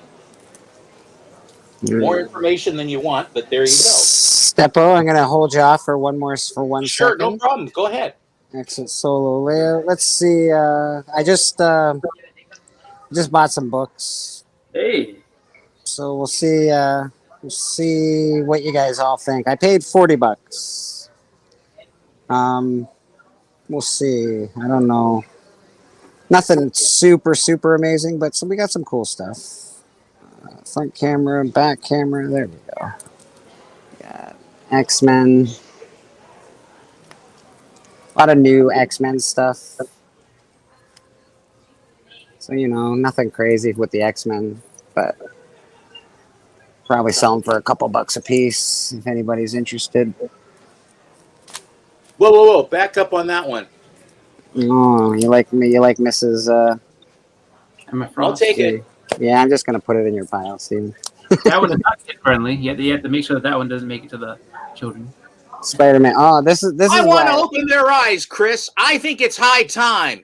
Their parents have not been helping them enough. This is why I bought the lot. I'm a sucker for Star Wars. I think I can actually make my money back just on the couple Star Wars books that are in here. Cool. Yeah, there you go. So, early Star Wars 14. So like, yeah, some good stuff in decent condition. That one's got I can fix that one pretty easily. So that one's easy to fix. All this for $40? I already fed him. Hold on. Yep. Yeah, I got number 12 was in here as well. Jeez. Actually, I did pretty well for $40. I'm not gonna lie. The 10. Here we go. Get into the first 10. And yeah, these are the first Here's the 10. number 7. Yeah, that's pretty good. That's pretty good. And we got Alpha X-Men. We got the Omega X-Men. Age of Apocalypse. We got X-Men Prime. Age of Apocalypse. That's cool. I actually really like that cover. That's got like a gold foily thing going on. It's pretty dope. Fallen Sun. The Death of Captain America. Again? Yeah, I know. He's fucking dies every 10 years or so. Kylo Ren. Oh, that's cool. Kylo Ren #1. I was never quite sure about that guy. I don't know. At the end, he sort of made it better. I don't know. I don't care that much for him. I thought I thought he was going to be better. Oh, look at that. That's a nice movie variant, a photo variant. So that's cool. I did pretty well for $40, I think. Good Lord, are you kidding? I think these I think these Star Wars books are going to sell. Like a lot of Star Wars. They look good. They look to be in good nick. Yeah, they're in very nice condition. Everything's in top dog condition. And they're bagged beautifully. Look at the bags on those. Yeah. Yeah, he did. I did really well. None of that rimply crap that you usually see. Oh, that's a cool cover. Someone will buy that for sure. Well, we might be selling Star Wars books at the next Band of Brothers auction, just so you know. Why not? Or a journal. I can't sell Punisher to save my life. I'm telling you right now. I don't know what it is. He's a great character. Nobody wants to buy Punisher comics. I thought the series on Netflix with that guy, I don't know who he is, but he was damn good. Bernthal, I think his name. Yeah. So very cool. Deadpool Carnage. That's cool. That'll sell for sure. God, for $40, you kicked butt. Yeah, it really did. Okay. I think he was, I don't know, he wanted a comic book, and I gave him a comic book, but wasn't really anything that I would say is, tremendous. But well, to him it was. Yeah, to him it was. That's what matters. Life. Yeah, I think that's the dupes of that are the same Fireface guy again. X-Men Battle of the Atom, okay. Bendis Garcia. All right. It looks like the Battle of the Atom run is in here. That's cool. Jeez Louise, you really killed it. Hey guys. Yeah, we got the X-Men in here. It's hard for me to sell this kind of X-Men stuff, but for what I think I can sell, I think, we did all right. Well, I think a bundle, that would be a nice bundle thing where you get the whole thing in one shot. Yeah, and since I got them at a good deal, I always sort of give out good deals, so we'll try and that'll be a first. Try and make it affordable for people, except for Steven. Steven doesn't get good deals. Let's just make sure this relationship the way it's supposed to be. Well, yeah, we got to keep things right. It's not. Although I'm gonna give you that X-Men book that you wanted, that Dark Phoenix saga with what's her face on the cover? Emma Frost? Yeah, I'm just gonna throw that in there for you, buddy. That's a freebie. Oh, I got a couple of these. I got a signed one actually, but nice. I can sell that. That's beautiful. Great cover. Beautiful. And another Star Wars one. Jeez. All right. I think I did pretty well. How about you guys? What do you think? That's good. Yeah, man. Very good. Good job. Thanks. Let me get off this solo thing. There we go. Let's get back to Steppo's beautiful comic books. If you like, or if somebody else can talk Hey, or can I show show- if you want to. Can I show you that book I wanted? You sure can. Please, You please. sure can. I just got the one I wanted to show you. Oh, I like that. Yeah, very cool, bro. I found it Very for $2. cool. Found it for $2 not too long ago. That's awesome, man. That's awesome. That's all I had to show. Oh, that's all right. That's a cool book. Yeah, I think so. Very, very cool. I don't find much Golden Age stuff, but It's hard to find Golden Age stuff, man. I find it randomly, but it's never anything that's like, oh, that's something. You know, it's just like whatever. yeah. Steppo has the Golden Age collection that everybody wants. Him and Alan, actually. Alan also is very good. Couching and Slouching, how you doing? Alan who? And if you don't watch Monday nights, Alan and Steppo have a show together. They do. It's very good. It's fun to watch. Here's a heads up. This coming Monday, I'm going to drop several bombs on Mr. Allen. Oh. I have a few things that he doesn't know that I got, and every time I show him, he says, "I want that book." I say to him, I say, "I'll give you an illustration." So I'll show a book like this, let's say, all right, and he'll say, he'll say, and he doesn't say, "Oh gosh, what a nice book!" He says, "Ooh, cool book, Steve, nice book." He says, "I want that book," or I had that in my cart. Did you? That's in my cart, Steven. That's in my cart. You saw that with me first. That's why you bought that. And I'm going, yeah. And thank you very much for the compliments on my book. He says that's the way I compliment you, by saying I want that book. I want that. I want that. I want that book. I love the guy, I really do, but he does have his ways. It says here, the tubbier guy that's on the top, he says, "Hey, anchors, you forgot trinkets and candy bars."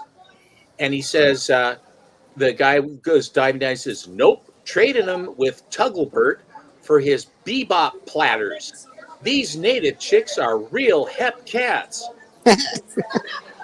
Matt Likes Comics. If you're not subbed up to Matt Likes Comics, go check him out. I don't know how to drop people's links. It's not something I do. But Matt Likes Comics. I think he's almost up to 100 subs, maybe. Yeah. Yeah, he's pushing the boundaries. He had a really nice interview today with Hall Ass Comics, or Hall. I can't remember the name of it. Nice guy, a new guy on. Okay. Has interesting books. Another bright, shiny face. And Mr. Matt is dedicated, and he has an incredible knowledge of stuff that I really don't. He knows storylines and all, and he has it right at his fingertips. He's very good. I find his DC knowledge is astounding. It's wrong. It's wrong. He knows. Wait, I think he knows too much. He knows too much. We gotta take care of that guy. Here's a really cool one: Atomic Attack. I love that book. Yeah, it's awesome. And you'll notice down at the bottom, the Gyrene has got a bayonet right through the chest of the red Chinese guy, and he's got a grenade in his hand trying to get him. I mean, and the color scheme on this thing too, it's top secret blandishments, man. The fact that the comics were so bright back then, the colors on them were great. They had good art on them, like a story was being told on the cover. Something about old covers draw are you just in. so good. Draw you in. The Korean War, which is pre-code, they had pre-code horror as wild and god awful and terrible. Right up to the end, they made it ratcheted it up and up and up. It's my favorite stuff, Stephen. Thank you. God awful and terrible. Well, which is why, hence its great charm. But you also have that the war books from the Korean War are brutal. They're much more brutal than the Golden Age war books per se. I mean, they're much more graphic. And the war books from DC are, of course, pasteurized with the comics code, but they're wonderful too. Kubert and Heath and all those guys. Just the stories were, again, you read a comic book now, it takes 3 minutes maximum to read a comic book that comes off the shelf. There's only 4 pages of art in the book. I know, it's ridiculous. The whole rest of it is ads, and and the panels, they don't give you 12 images or whatever, or 5 or 8 or whatever. They got 2 pinups, and then they have dialogue bubbles. There's almost no dialogue. I find like the dialogue in a comic book is ouch, oh, that's it. That's your whole comic book. The writers sure took forever to figure that one out. Oh, nice. That's cool. Bagley, just so cute. Back to Atomic War. Nice. That's awesome. This is an Ace comic, and it says here, the guys in the F-86s, his bomb missed, but even a near miss will get that red sub when I fire my atomic rockets. That would Doc used to collect his atomic bomb covers. That looks like something he'd buy for sure. Thank you, Batmite, for subbing up to Matt Likes Comics. He appreciates you, and so do I. Batman. I like the gal, the bag of swag, the bag of dough. The horse is smiling with pink lips. That's awesome. What is that? Well, and the guy's getting ventilated. The girl's not sure, and the horse is having a wonderful time. It gives a whole new meaning to putting lipstick on a pig, Stephen. That's all. It's lipstick on a horse. This book, I seem to see this book with regularity. I think there must have been some sort of a warehouse find or something at some point. But it's a great, great cover. Barbie? Barbie writers, and there's Hitler hanging on a hook. Ah, very cool. And of course, the dame is in nothing but trouble in her red dress. It's got to be tied up. We put her in a little bit more of a purpley red, just for a little variation, where the hunchback is going to start carving them up. Then we got the skeleton chained to the block of stone, and it is shocking how many red dresses and blonde girls are on the front of old comics. It's a fiendish plot.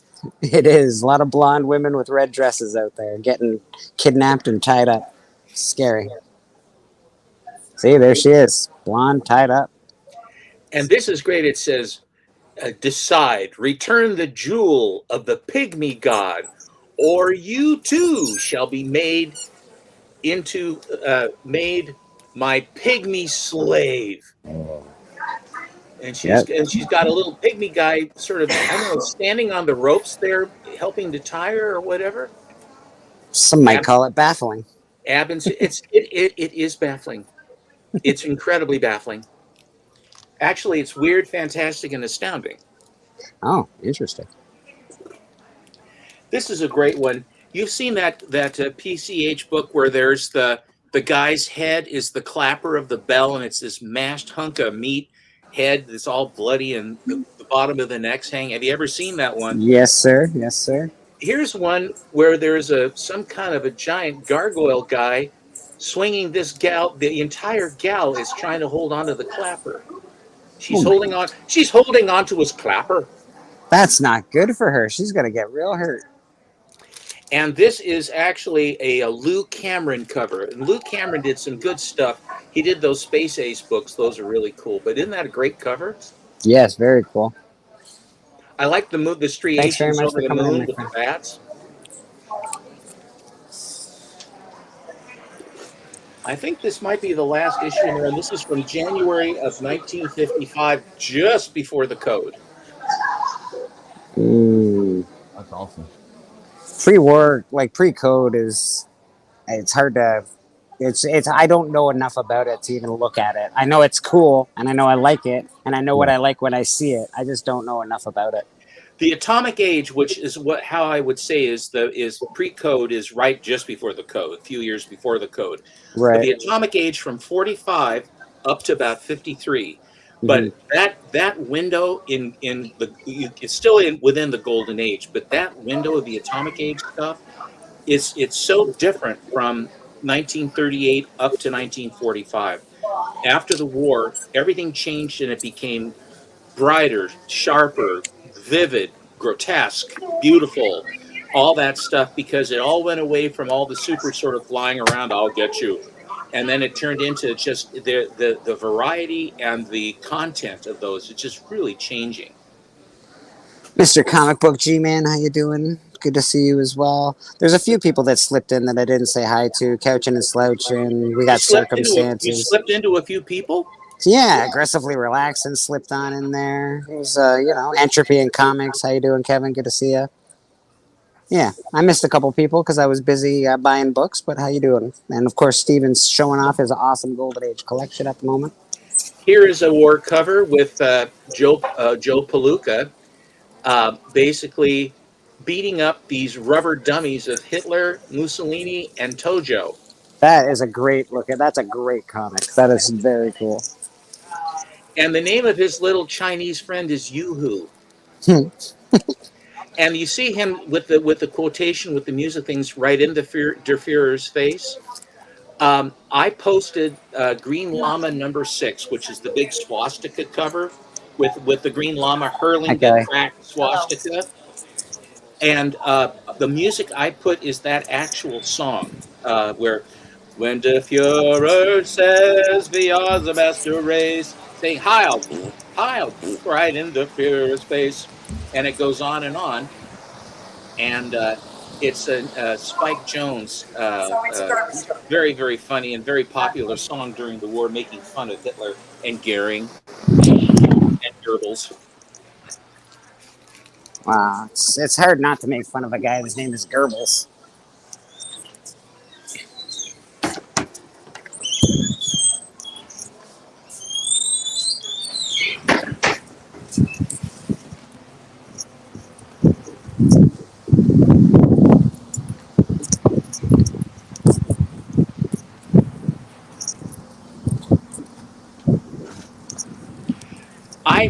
When I posted this book, I didn't really track on what the best part was, and one of my friends says, "I love the post of that book." He says, "I think it's a great cover. You know why?" I said, "No, why?" She says, "Look where her right hand is."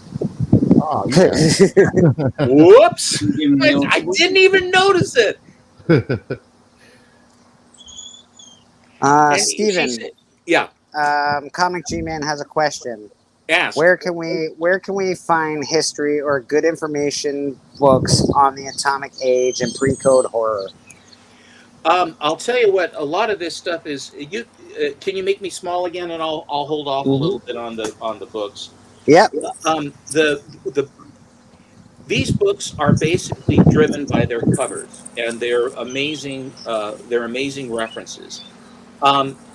If you want to get a reference that shows you all of these covers, where it's easy to just have, like, for example, like a book on a computer, you have to know what you're doing. But the Gerber Photojournal they're still available. The Gerber Photojournal is a wonderful reference to then just leaf through and see all these Golden Age covers as far as what they are. There are various. There's a Frank Frazetta book that does the same for Frank Frazetta's art as well. It tells you all the albums that he did and all the covers he did. Okay. And the other thing too that you can do, there are various sites that there are various Instagram sites and there are various YouTube channels that kind of specialize in this. I will humbly say that my Instagram, Collecto6, on Instagram, I have an enormous amount of Atomic Age stuff that you can see, and I give all the history I can find on them and have fun with it and appreciate the times in which they were coming. And I tease about Alan, the Comic Collector has a lot of this stuff too, as far as that goes. There are various channels that can show you these things, but as far as one where they actually have it just book and verse and all the way through, there is so much Atomic Age stuff. If you want to have Good Girl, if you want to have crime, if you want to have pre-code horror, and the Good Girls kind of petered out when they kind of petered out about 1949, late 48, 49, instead of them being just standalone Good Girl books, all of them sort of fanned out into pre-code horror, westerns. So the Good Girl stuff, they all went onto the covers. And so stuff from 49 up to 53, 54, that vintage, if you search for books that are I'll tell you, if you go on eBay, for example, and then they say Golden Age, as far as the books you went to look at, go to Golden Age, and then when the Golden Age comes up, then go sort lowest first, and then you'll be able to see all manner of Golden Age books that are reasonable that you can then pick up, as far as those sorts of things. But the Atomic Age, in my parlance, starts at the end of 1945, starting in 46, after the atomic bomb dropped, the 2 bombs dropped over Japan. Well, that's an interesting history lesson. I'm sorry. No, not at all. We appreciate it. That's exactly what we're looking for. Thanks, G-Man. I have a huge collection. Just wanted more information. Cool. Thank you. Kind of was what I was thinking. Looking for reference books, etc. Yeah, watch Alan and Steppo on Monday nights. You'll get a lot of information. I've seen people say they've been collecting Golden Age books for years and learned more in 1 year watching Steppo and Alan than anybody. So check them two out. What happened in the old days. In the old days, a lot of guys would hold on to this knowledge and not share it, and so that they didn't want people to know what they should look for. That's why the Gerber Photo Journal was so amazing, because you can actually see the books and see what find what you like and then look for them. But then you find out how tough that stuff is to find, and it's not the most inexpensive thing to do to collect books from 46 to 54. With variations. Also, the romance books started coming out then too, which are also, it's another, all these different genres that went away from just Supermen, men in capes and tights flying around. You had crime, you had westerns, you had horror, you had good girl, you had science fiction, you had all this stuff, and all of these different genres took off. And the market just went wild, and they one up themselves as the code started to become imminent. And of course, there was a reaction from others who didn't like that. Hi, Comic Vet. There was a reaction to this, and the mothers and everybody got real bent out of shape, and they had book burnings and all manner of stuff. All the paper drives when the mothers got rid of a lot of books. Johnny, let's be patriotic, and they would give the books away for the war effort, quote unquote. The war effort was getting those damn things out of the house. Just like Papa Wheelie's mom, it says, "Yeah, I want to get that stuff out of the house." He did pretty well last night, Papa did, actually, for his I think for what he was giving away. Alan stepped up for Papa. I like that. Gotta say thank you to Alan for hanging out in there and spending some money. Thanks, Alan. Even though you never watch my show, it's fine. Yeah, why isn't he here? Where is he? He's probably this is his sleeping time. Apparently, he's always busy at church when church happens. He never sleeps. His hours are ridiculous. I think he's printing money again. He must be. He must be. He might be hanging out with his wife too. You never know. It is Sunday. Let's not lose our heads here.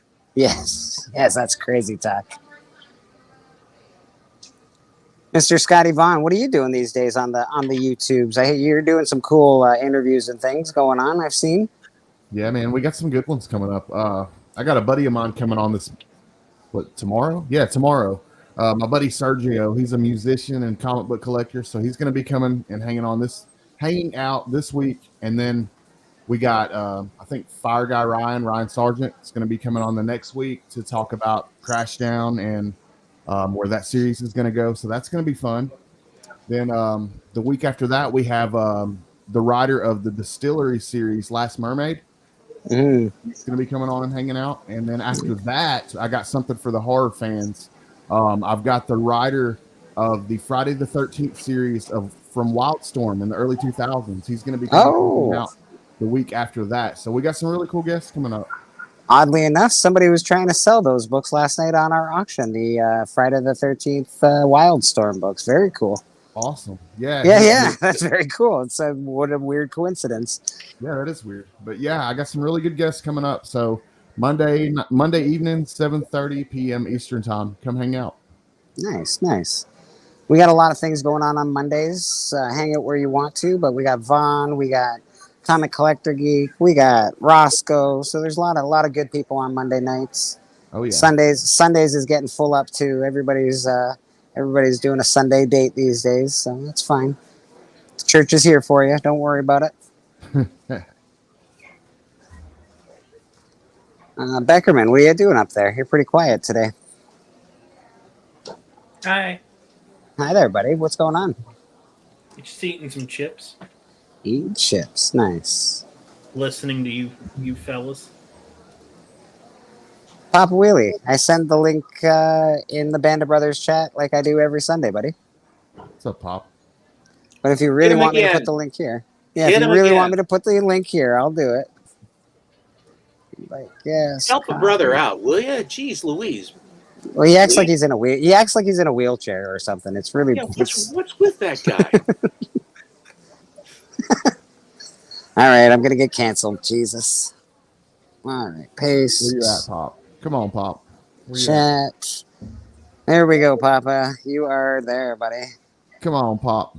Oh, well, if we're going to bring in Papa Wheelie, he's probably going to do this to all of us anyway, so might as well just get him going. Where is he at? Where is he at? Track. Fingering. There he is.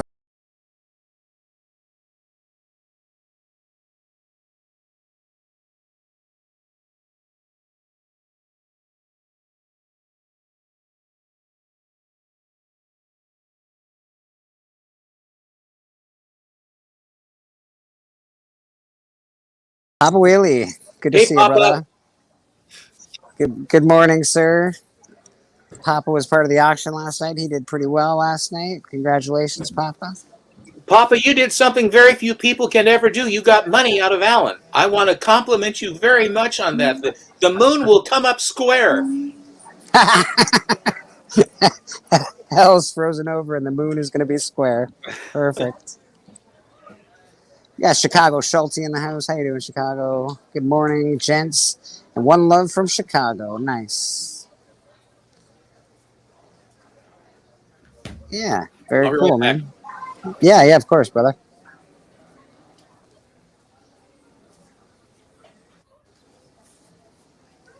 Papa Wheelie, did you go on to CJ's last night? Were you on the you were on the Insomniac late night? That's fair. I couldn't do it. Even though I could do it, I couldn't do it. I didn't want to. I was trying to sleep and then couldn't sleep. So I was watching you nerds though. Oh, CJ, nice. CJ, this is the best version of you. You're so not talking. You're so less talkative. Not so angry this morning. Boston, did you have a family occasion last night? We missed you on Band of Brothers auction. Yeah, we went to my wife's cousin. She graduated high school, so went to her graduation party, and basically, it was for her, cousin to graduate and everything. But then we just kind of, because it's a family party, we just stayed, and just my wife, when she gets around her family, just loves talking. So we just kind of hang out there all day, and by the time we got back. I missed you telling everybody how good my books are, so we need you back next time. Hey, come on, people! These are the greatest books of all time. What's wrong with you? I mean, it's not that like I mean, I just think that sometimes people it's hard to gauge what people are looking for, and I think that it's just sometimes people might not know what something is specifically, and it's just good to have somebody then that will go ahead and say, hey, look. Like this is, I mean, like whether something's a good deal, whether it's a good book, what the whole, reason that it's being sold is for. Yeah, so, man. Yeah, brother, I had banger books last night. It was a good one. Thank you, Matt. I do my best. I haven't made much content in a while, but I get back to doing that. But yeah, like the last thing that I made that I remember, it was just me basically saying bye to TiVo. But yeah, I haven't gone ahead and made any videos in a while. I just it's been a while. Like I mean, I can say part of the reason why it's just kind of I was very consistent for a long time until my daughter got sick when she was a baby. And then I just kind of like fell out of it and just kind of did my best to kind of get back into it, but then just never really found that same groove again. So I gotta find my groove. Chris lost his groove, man. No, cool, not cool. I did. I had a good groove going for a while, and then all of a sudden it's just like, just kind of it was a weird time just because of the fact that I mean, getting back into it was hard just because of the fact that at that time I was like, my daughter's sick. Like this means nothing compared to my daughter's health. And then after that, just trying to get back into it, and then actually having a baby, because she was a baby at that point. I was like, oh, this is not the easiest thing to make content with responsibilities, So I bet. But now she's a little older, so the hot part with her is now that she wants to be like the queen of YouTube. So she'll come on and she'll be like, "Hi, let me tell you something," and then she'll sit there and dance, So that's awesome. Like, I mean, you guys have seen her, and she just does that all the time. So it's, the tough part with her, like, I wouldn't mind doing a show with her. The tough part though would be that she doesn't really know much about the books, and I could try to tell her, but she'd probably be like, "I want to take this book out." Like, no, you're not taking the book out. Just show the people. She doesn't quite get that. Some of these are expensive, and some of them aren't. And so it's just like, But and I did do an experiment with her once. I should have taped that. Or I should have recorded that when I gave her the Previews magazine. Like, this is your comic book, and she was maybe about like 4, and I mean, she's got it, and then as she's opening the cover, she just rips it right off. Oh shit! I was just like, all right, so no comics for you. But she just ripped it. She's like, Spider-Man. I was like, oh wow, okay. Wow. I was like, well, you don't know how to be gentle with these things, so you'll never touch any one of them. She has gotten the I forget which book it was. It might have been my Iron Man 55. She's like, can I see the book? I was like, no, not at all. Even though it's lab, I want nothing to do with no. Nope, it's gonna stay right here. I actually want that book a lot, so don't let her touch that. Don't let her touch that. Hey, Pop, I got the Gumby books out this morning. Oh, Gumby. Shit. What do we got here? Gumby's I just dug my Gumby books out because I knew Pop was coming off. Pop actually gifted these to me. This is Arthur Adams. Yes. Special. He also sent me the Winter Fun special as well. For such a mean, ornery fucker Papa is, I've seen him gift a lot of people comics. He'll buy something in an auction. He'll give them away. Yeah, man. Pops is all right. But I love Gumby. Gumby's the childhood favorite of mine, and he was nice enough to send me those 2 Arthur Adams covers. That's awesome. Freaking amazing. Like, I love these books. That's wicked, my man. That's wicked. Yeah. So I had to show those off. Here. Absolutely. Pop, thank you. If you love Gumby as much as you say you do, then that's proof that you're hot. Gummy's the friend for you. That's the stupid theme song. Does anybody else think it's weird that they would have like Arthur Adams draw something like? Yeah, and I don't mean this as a slight against Gumby, but a very simple image. Like Arthur Adams drawing Gumby is like me using Mjolnir to hammer in a nail in my wall. Like it's just overkill. Like you don't need it. There's no Frank Frazetta Gumby covers. What do you mean? That's crazy. That's not a slight, but I don't think a lot of people understand. What kind of talent people have used to express Gumby outside of his actual show and stuff like that. Because you think about it, well, Adams draws him on the cover, right? Who played him on Saturday Night Live? Eddie Murphy. Eddie Murphy brought Gumby to life. That was hilarious. Like some major people have had their hands in Gumby. Welcome back, K-Pop. I love that character. What's up, K-Pop? Hello. But yeah, I love Gumby. Such a cool character. I trust you. You got your chores done. No.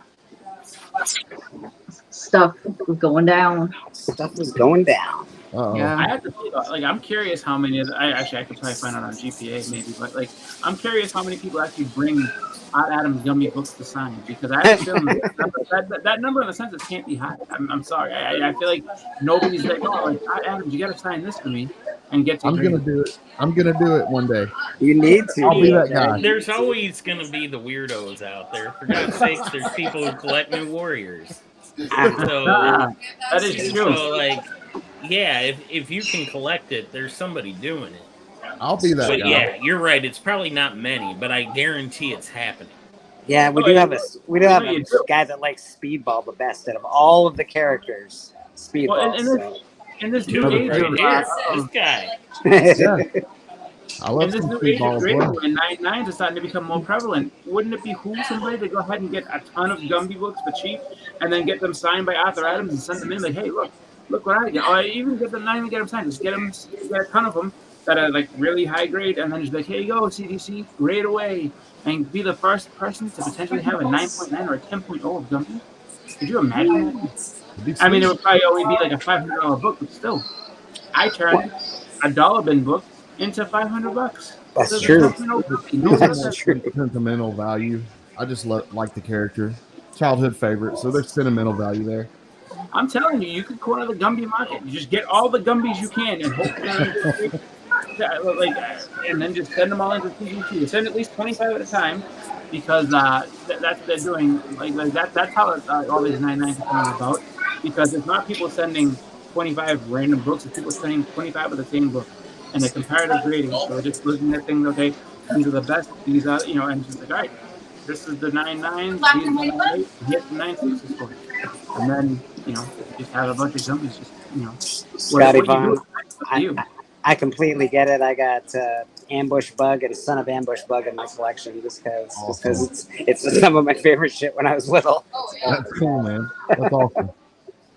I actually have something I want to discuss. If I send you a picture, Blake, can you throw it up on the screen? Sure can. All right, I'm sending it to your IG. Have you gotten the Ambush Bug action figure yet, Bleak? No, I haven't.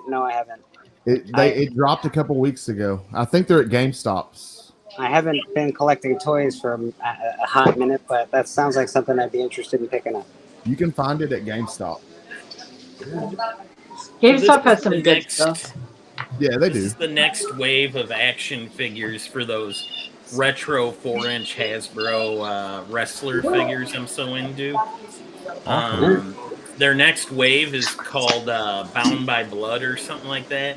But there's a figure that I really need you guys to see, especially Boston Chris will appreciate this as a wrestling fan. Pop will appreciate it. Yeah.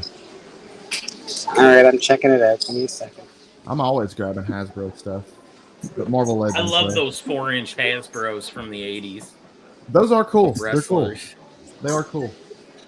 So yeah, there's a company called Zombie Sailor that makes a retro version of them. This is One Man Gang. Yeah. Oh, that Wait, one's hold cool. on. Put up now. There you go. Can you put the picture up? No? Those are I don't so know where cool. he's at, but Oh, he disappeared. What's that? he probably Oh, went to yes. go get the picture. Yeah. Yeah, I don't know how to put the picture up. If it's on If the I send computer, it to you, just Katie? yeah, send it to me. Yeah, send it to K-pop. She's Or you could just hit the present screen. Or you're on your phone. I'm on Put my it on your phone. He's overlay. gonna set the technical wizard known as K-pop. Go ahead and I don't know. Luddite guy. I don't even know where the present button is on my phone. Oh, that's true. It's StreamYard is really weird in mobile. You got Yeah, it, you know what? Katie. I have a hard Bleak time when I'm on my confuses mobile. Bleak confused. He sees the button that I don't see a present button. I see a present button. I still haven't got my goddamn present. Oh, that's nice. Boston. Oh, that one's I cool. like that. That one's awesome. Yeah, I have two Andres. That's the blue suit, and then they've got the black suit. Oh, Different that's head great. sculpts too. Are they basically just like statues, or can you move the arms and such? Or? Oh no, the arms move. Oh, I can imagine. Oh man, put that up on a Here, desk and like check this close out. them all. Yeah, that'd be awesome. Oh, look at the Okay, flare, the bloody so flare. yeah. look at Abdullah the Butcher. That is the best Yeah. Abdullah man boobs I've ever like the most Oh, yeah. accurate The of what he man looks boobs are like. better. That's side boob. They're like going. Okay. Yeah. But that's what he looks like. So The yeah. fact that they have an Abdullah the Butcher is just amazing. That's fucking awesome. So Abdullah the Abdullah, Butcher. Tajiri, That Mike looks that way. Awesome, Bad News Tajiri? Allen, and Ric Flair with the blood in his hair. that's crazy. I like. I I mean, got the whole so set. Yeah, it those looks are like great. they're solid You gotta get plastic, but then Tajiri. it doesn't, because like their clothes, like his clothes, look like they're actual like spandex. Yeah. Yeah, they did a good job opening these. And Is then- it plastic or like a rubber? Because it looks like it looks really good. They Well, the look great. clothes usually feel like clothes. So, like with Raven, he's actually wearing a leather jacket. The one I have. That's of him. awesome. Yeah, they It's like a tiny cool. little leather jacket. Yeah, Like his So- red armbands and then his red, like the tape and everything, looks like it's actually on the figure, not molded to the figure. So when they're That's doing awesome. little details like that, they're using real fabrics and stuff. What does that do Hi to there. the price point of the figure? Like, what do they cost? $40. 40? That's not bad. Yeah, that's And then pretty. if you buy the whole set, they basically give you a free one. Oh, that's even better. Right. Coach, Buy a reduced price or whatever. Coach Well, says he's that's sorry he missed you, K-pop. He went to Michigan and he missed you. Oh, next time. We're gonna have to come for a con one day. We're having Motor City's coming back in November, and we're kind of starting to get a little meetup thing happening. Got a little Nice. Kazar. Very Ooh. cool. I Finally got a comic book Icarus. Yeah. Nice. And then we got Kazar. Really cool Kazar. He looks really good. I like He does yeah. look good. Yeah. If you were in the Band of Brothers auction last night, the first appearance of Kazar was up for sale. Oh no, he's headless. Oh my god, they killed Zabu. It's You the gotta build buy figure. I more have a figures and torso. finish this damn can. Yeah. So. Yeah, Oh, that's good stuff. Do you have to buy figures to get the pieces to the Yeah, cat? to build a figure. Yeah, I'm building him. I only got 3 so far, so I got to get the head and the legs. So do they force you to open your figures? I'm an If out you of the wanna box build them. collector. So they did that with the Batman one too. Like you had to build, you had to get all the pieces to build one of the other Batman guys. Was it like Solomon Grundy or something? Oh, I like that thing. Yeah, that one's a good one. Yeah, that's a good one. Nice. That's a Marvel I like Select, the, right? I like the actual Rocky details on his body. That's Oh, my hold favorite. on. That's my favorite thing. When you see the old school comics that look like he's made of rocks and not just like one solid flat piece. Holy Wow. shit.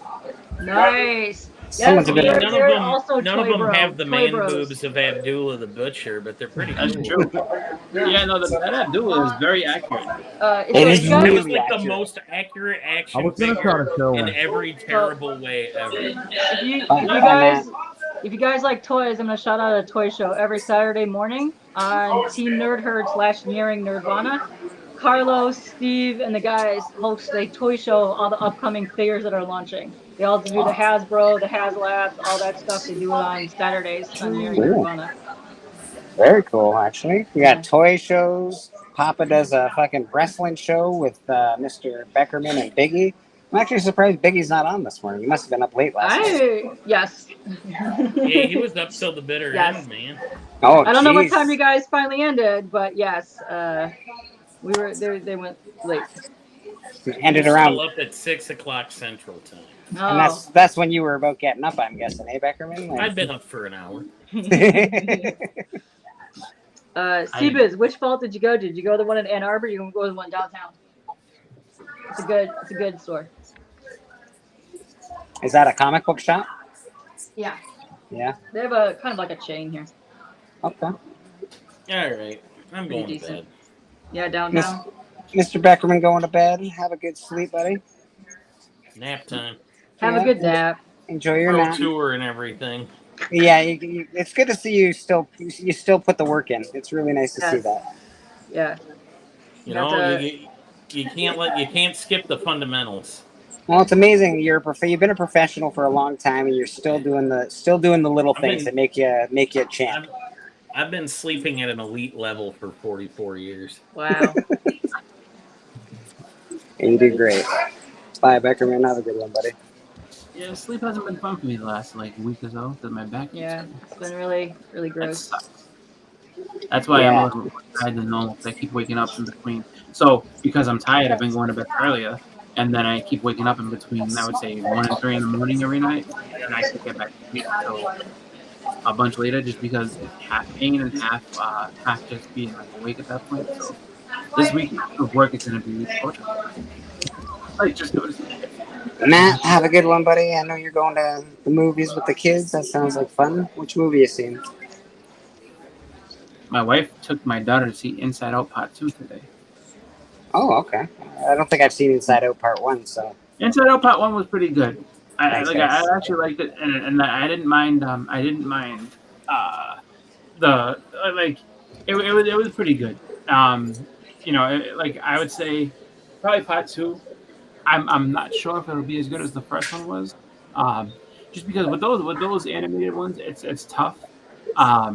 Like they hit a good stride with Toy Story. Toy Story did really well, and then like it's just like one of those things that sometimes you kind of can tell so much of a story right away, but I guess like the girl who the emotions live inside is getting older now, so they're going through like junior high, or getting introduced to junior high. Like that. So it's like, Hey man, you know, I still dig kids shows, dude. I like watching cartoons and cartoon movies. I don't mind. Like, I think that they have some really good animated movies and stuff Clearly. like for the most part. I Yeah. haven't seen too many I don't like. Clearly, K-pop likes cartoons. The toys, the cartoons, the No, she hordes of doesn't. makeup. It's all makeup right there. Yes.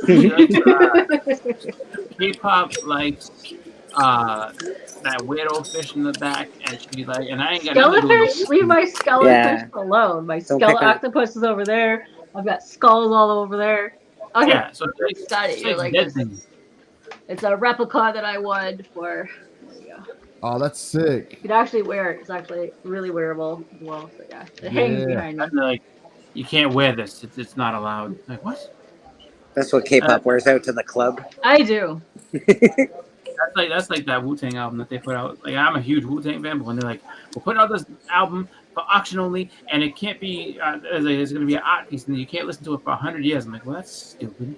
I was like, Yeah. I mean, and then so they put out like a 5-minute snippet though. Whoever owns it now is like, yeah, I'll give you 5 minutes. I was like, why don't you just spit in my face? 5 minutes, a whole Wu-Tang album. What am I gonna do with that? Yes. Like, this is how the first like 12 seconds of every song sounds. Oh, thank you. Yes, when her and I write on this channel, we're both Bleecker Street Comics. I can't default back to my own thing while I'm on here because of the auction stuff. So if you see me usually typing stuff, it's usually me. Yeah, Martin Yeah, he Shkreli, did. he did buy that album, but then I think when he got arrested, it basically ended up being one of the things that like had to get taken. Like they basically like put some court order to get it taken away, and they put it back up for auction again. So some other guy owns it now, and he decided that he's going to put out like a 5-minute like just kind of sample of the songs itself, but not listen to the full album. You know, where everybody can hear it. So he's honoring the he's honoring the agreement that Wu-Tang had with him, with whoever owns it, which is like I guess you can't play the album in full for 100 years, which is weird because like Because you're gonna be dead. You're gonna be you're dead. dead before anybody gets to, before you can actually play it for everybody. It's kind of So weird. I just paid $1 million for an album that I can't listen to. No thank Or you. that you can't listen to. He can listen to it all he wants.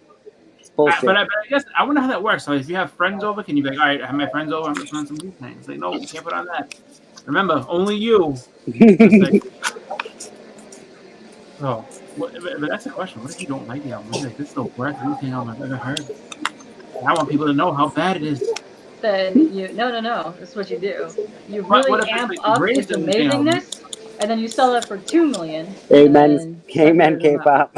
Amen, K-pop. Oh That's no, how you like, do it. I bet you it's really good. I mean, like I'm sure it's actually really good. It's just one of those things where it's just like, you know, you just kind of sit in there like, I wonder how good this album could be. And it's just like, you know, I think that you know, it's the one that they put the most time into. So it's probably like one of the best ones that they did it. One of the best you know, albums they've put out in a long time. Which is why I think like, a few of them were kind of pissed off when they found out that's what was going to happen with it. You know, I'm mad at this guy is getting sobering. I like the Wu-Tang. I like the Wu-Tang TV show. I thought that was pretty good. Yeah, that was good. It was good. You know, it was just one of those things where I think a lot of people found out a ton more about Wu-Tang than they figured. I mean, even though there's definitely something that's, you know, overdone here and there, but like, you know, but the whole thing between Ghostface and Raekwon was real. Like they did not like each other in the beginning. Like, and you know, and here it is, you know, RZA, and a couple other people that just like, knew everybody. That like, you know, RZA is Ghostface kid. I guess a couple of Ghostface kids, his actual niece and nephew. How crazy is that? Like, so it's like it's a real family. Yeah, no, I found it very interesting. I didn't know fuck all about Wu-Tang Clan. I listened to Wu-Tang Clan, but I didn't know much about them. It was interesting to see where they came from, and they did a pretty realistic job of it. So I thought it was pretty good. Yeah. You know, I'm sure it was worse to live where they lived than they showed, but still pretty good. Yeah.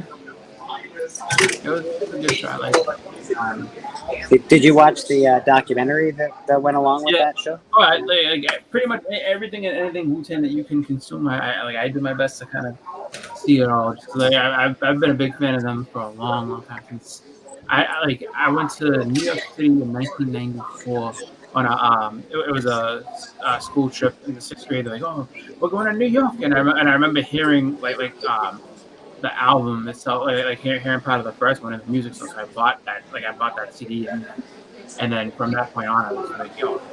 Have you ever seen them in concert? Yep. I saw them in '97 with Rage Against the Machine. Oh, so that would have been a good one. That would have been a good one. I saw them way later. It was 2000. I think it was 2008. It was either 2008 or 2006. I forget when they were doing the Rock the Bells. And I saw them in Randall's Island in New York. And it was them and Rage Against the Machine. That was probably the best concert I've ever been to, as far as like, you know, just the amount of people that were there. Just because it was like, you know, they were the headliners with Rage Against the Machine. And then there was like Public Enemy was there, Cypress Hill was there. Oh, jeez, a lot of good ones. They had Redman was there. Cypress Hill would have been awesome. I would have loved to see it. It was nuts. It was just like pretty much every like just about every 90s act that you ever wanted to see was there. And then on top of that, it's just like, you know, and then you showed up and the show started at like, I want to say like probably like 10 in the morning, and like, you know, there's people already doing stuff. Wu-Tang's weird, man. I'm telling you. When I saw them at a show called Riot Fest, so it's like a punk rock fest show. Yeah. And they're always like, it's just the weirdest spot to. I guess Wu-Tang's playing. What a weird thing, and it was awesome. The show was fucking amazing. Did you see Corey Feldman? No, Riot Fest. I didn't see Corey Feldman. No. That would have been hilarious. He's been touring like crazy, so I know a lot of people have his tour on their bucket list right now. Yes, I have to see Corey Feldman perform. I can't do it, man. I can't. It's a train wreck, but I can't. It's like, you gotta like see. Every time a video of that pops up, you're like, "What?" And then you kind of gotta watch it. Yeah. Yes. When he Jackson moves. Yeah, when he smashes his face with a microphone and shit. It's like fucking Corey Feldman, Jesus. Oh, poor Corey. He's funny. I don't even know if he can sing well or not. Like honestly, he just does his random like weird dance, and he just like kind of yells in the microphone and stops. And then he's Michael Jackson personified, bro. He's like I love it when he dances. It's amazing. Like Michael's dead. I'm Michael Jackson now. That's it. Pop, you're the karaoke king, man. What are you talking about? Oh, we really need to do karaoke day again. We do actually. Day. Yeah. Yeah. No, I think you're right. We need a karaoke stream. Maybe next church we'll do karaoke. Next church. All right. There's gotta be a way to get around that. If you're just doing karaoke, they should let you do it, not get like, oh, it's copyrighted. Okay, more top 40. I got you. If you do not know, Pops here does an amazing lip sync video series. Yes, I'm also voting him for best hands. Let's go. Pop, show off them hands. Let's go. Yeah. There we go. Yeah. Oh, gotta do it again. Yes. There we go. Boom. Double finger. That's what I'm talking about. Can't mess with those hands. That's the best.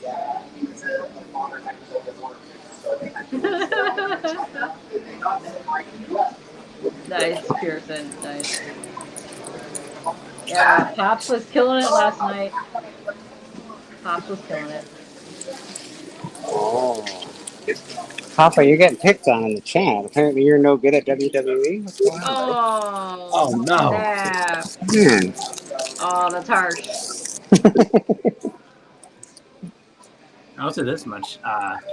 If you're looking to improve in WWE or get better at, the controls and stuff, look at that goddamn My Faction mode. That shit is tough.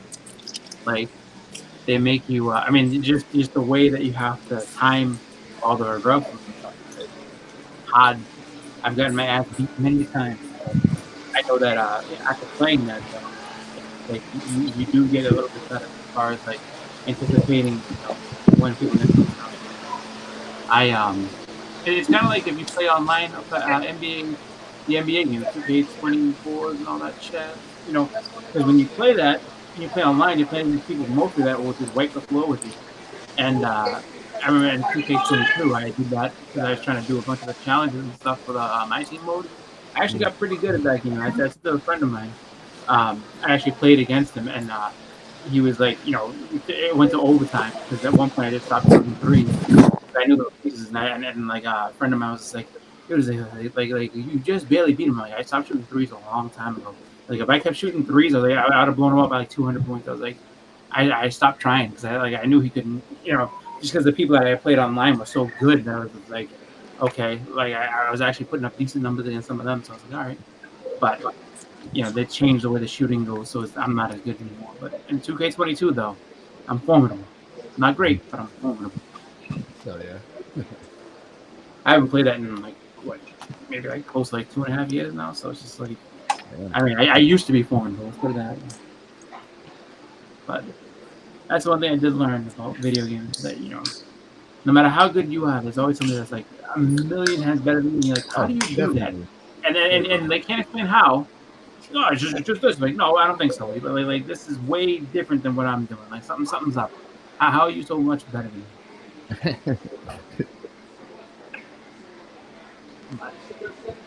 I used to actually my one claim to fame as far as video games, when I was a teenager, for the most part, into like my 20s, was Street Fighter games. I was very good at Street Fighter games. Did you see the Street Fighter Capcom or Marvel vs. Capcom, whatever they just announced?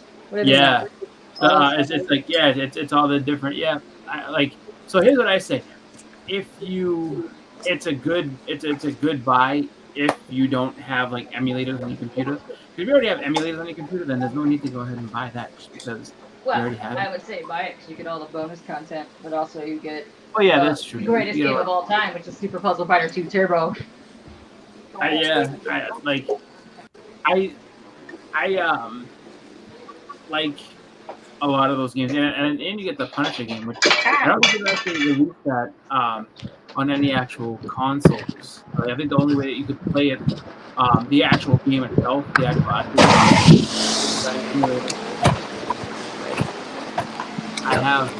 I had the Capcom collection that they released for PlayStation 2 a long time ago. Go with that. I had that on there because I remember that Ryan character. Someone's breaking stuff. I don't know. I was really good at the FIFA soccer game. What was that? I can't hear you with his wind. Wind? You put a WH in the wind? I did. Yes, I did. Yeah, I was always really good at the FIFA soccer games for the original Xbox. FIFA, I was really good at those. But I haven't played much games since. I was never great at those, but Street Fighter 2, the Marvel vs. Capcom, and Street Fighter 3 was a little different. Street Fighter 3, I think you had to be more precise in what you did. But the Street Fighter 2 games, I was good at those. The Marvel versus Capcom versus Capcom versus SNK. I was good at those. I was good. Hell yeah! All the good stuff.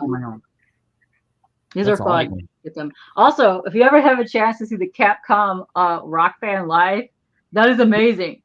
It's amazing. Like that. So good. I saw them at Otakon. No, Youmacon a couple years back. They were really good. I've been picking up some of the Street Fighter comics lately. Nice. Yeah, those are good. I want to get some of the blanks. I grabbed a couple of blanks. I grabbed a red one and a white one. Nice. Yeah, I like the Street Fighter. I haven't gotten any, but I would pick up some just because. I mean, you got to figure out how many cool characters you can get on there. Especially if you can find the swimsuit specials. It's all right. Do me Chun-Li on this one, and can you do whoever on the next one? Yes, Shelby and JB doing all those. It's amazing. I want a Blanca cover. Ain't that his name? The green dude. Yeah. Yep. Yeah, I want one of that. I want him on a cover. Nice. That would look awesome. Actually, if you do it right, I can't see, but he's right there. You see a little greenish Right. blob right there. If you do it right, and if you get enough of those covers, and you just basically bring it to somebody to do one character each, you can kind of set it up like the character select screen, like on your wall.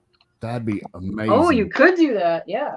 That's a great idea. And and that would just be all headshots. Like, all right, I just need a headshot of this guy here. Well, yeah, you could do them line up. You could do like whatever they're. Yeah, you could do like a fight thing.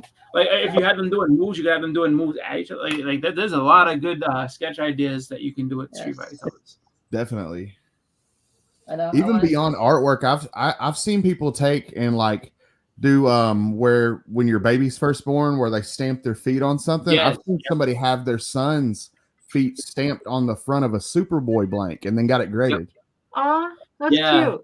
Yeah, I didn't do that for Allie. I saw that idea after she was born. I was like, son of a bitch. I know, it's such a good idea. It's a really good idea. Oh, that's cute. I like that. Yeah.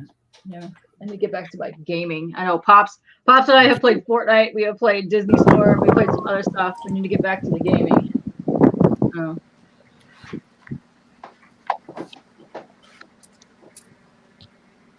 I keep looking over at My quad of games. Just I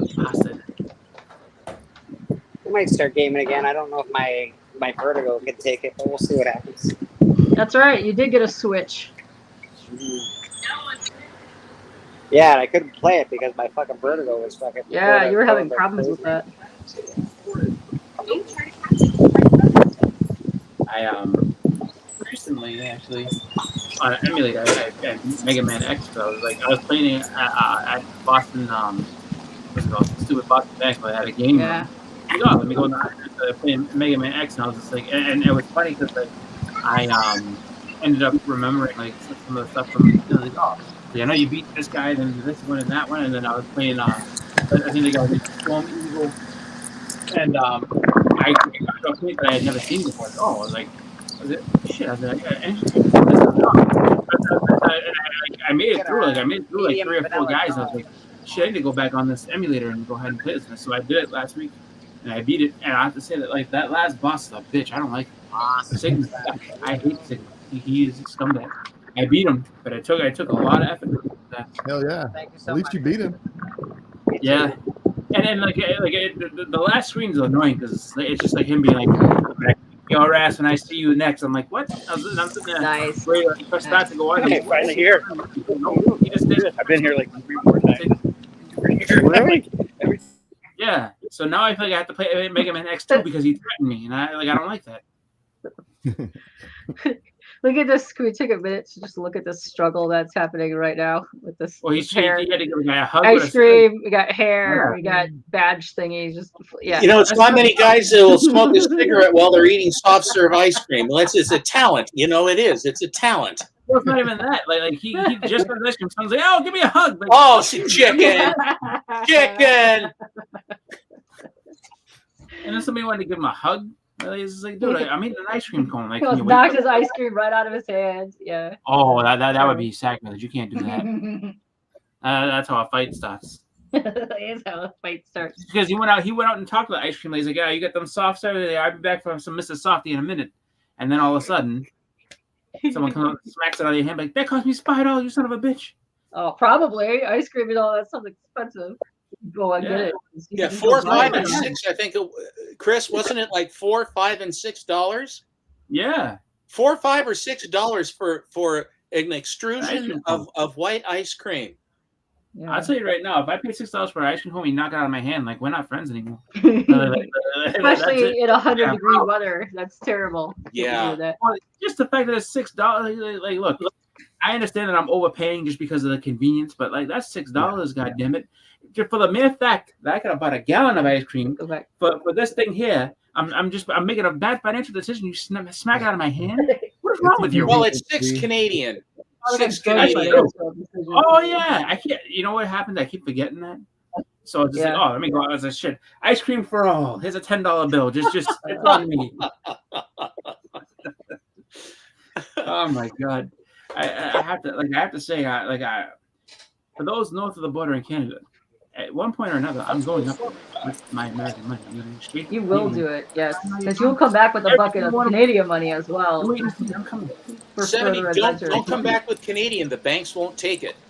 And they're like slugs. We'll take the There's coins of course here. our coin is that too. But right now the exchange rate for Canada, 72 cents on the dollar.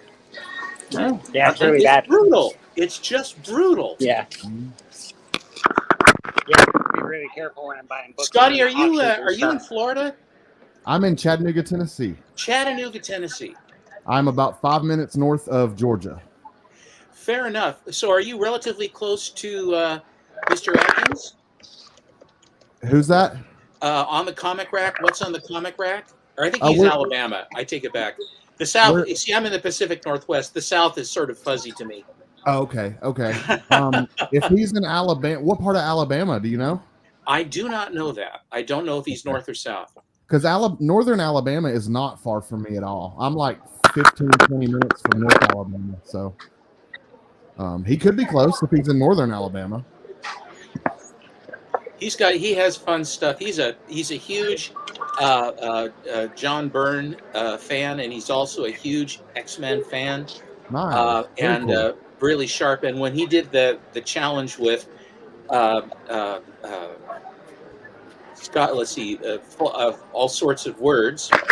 When he took on that other guy, he should have won. His performance was bravura on that one, and the fix was in. I think he had more followers than the other poor guy, and the other guy got more than he did. But he brought the house on that.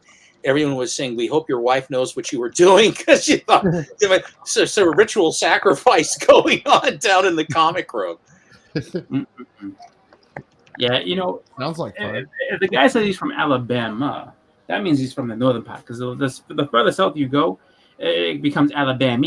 Somebody says, "I'm from Alabama." You go, "Oh, it gets scary." It gets scary. No, I'm just joking. I remember somebody called up Howard Stern. The guy was like, "How dare you talk about my precious Alabama like that?" I was like, "Alabama? Oh my god!" Like, what part of Alabama do you live in? Gentlemen, I would like to make an observation. You'll notice I've heard about having your brain freeze with eating ice cream, but this is getting to be a bit ridiculous, don't you? Wait a minute. Yeah. Oh wow. Oh, there we go. Jesus, that cone had nothing. He killed that cone. He was frozen. He was frozen for a minute with that. I mean, talk about Yeah. a brain freeze. Wow. My God. Must have been really All right. cold. He literally just got that. He just got that cone like a minute and a half Really ago. It's cold. already gone. Yeah.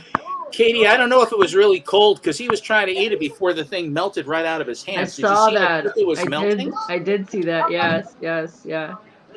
Yeah, we've actually It apparently was got a very little bit good. of a boost from the heat. I had everybody else has just been getting like basically roasted. But we actually had a little bit of a break from it yesterday and today. It's actually like not terrible, but like all the rest of last week. So from basically like last Friday till about yesterday, it's just been inferno every single day. It's Yeah, been like it was high gross. 90s.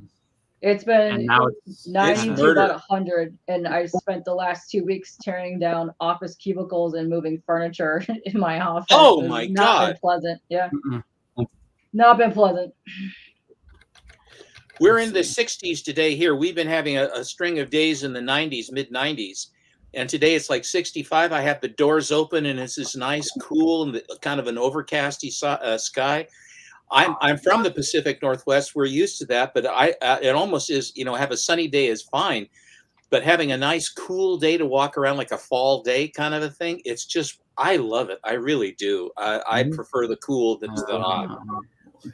Me too.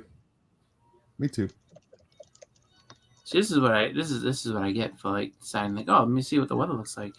And I don't know what the actual temperature. So the high today is 89. But then apparently 24 minutes ago, the National Weather Service issued a goddamn tornado warning, which we never hardly ever get. Tornado. Wow. Yeah.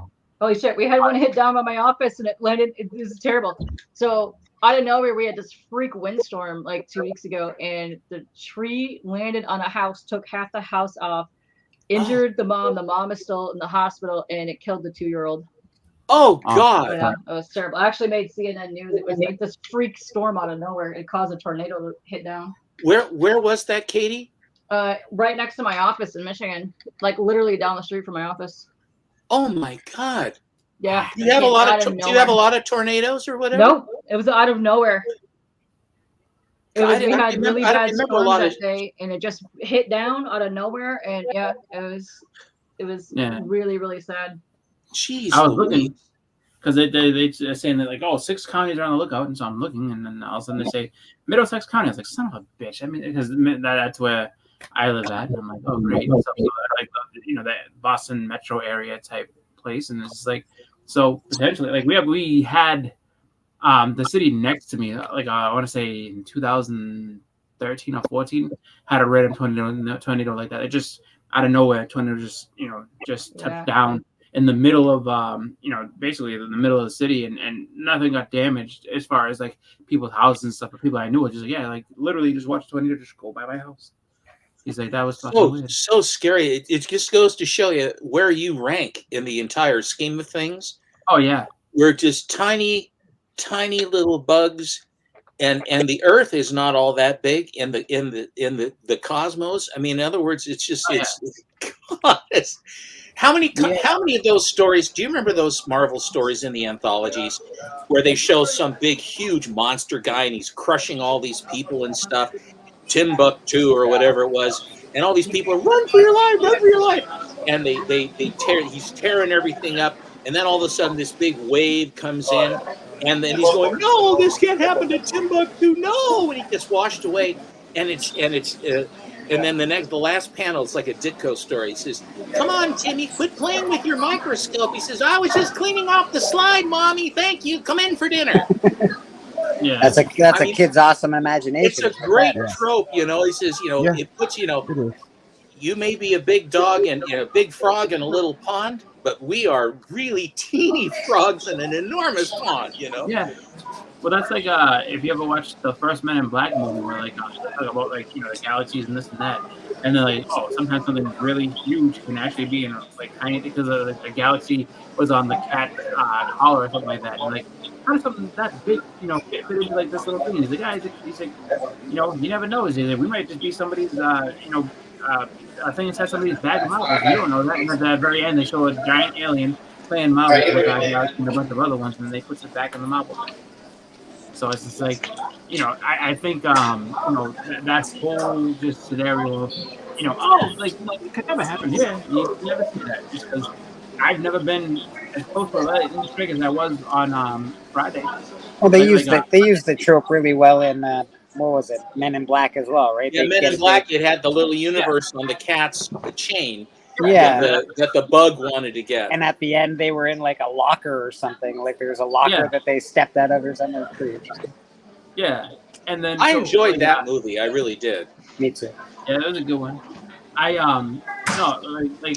Friday night we were everything was kind of fine. The next thing you know, there was a very loud. Like I was sitting on my computer and there was an extremely loud lightning strike, shook the entire house and everything like that, and I didn't see it. But like I was asking, I was like, where was that? And my wife was like, that was like literally like at the end of the driveway. I was like, so lightning struck literally like 5 feet away from my house, and I've never heard anything that loud. And I mean, my entire house shook. I was like, whoa! I was just like, lightning never strikes like that. Well, thank God it was at the end of the driveway, not actually. I'm gonna go look now. Wait, where's Chris. What I always did, because my dad, when we would be up at his house, was kind of up on a top of up in the Portland Heights, and when we would have lightning storms, we don't have a whole lot of thunder and lightning here, but when we do have it, we do get it. But you see the lightning strike, and then you count the number of seconds before you hear the report of the thunder, right?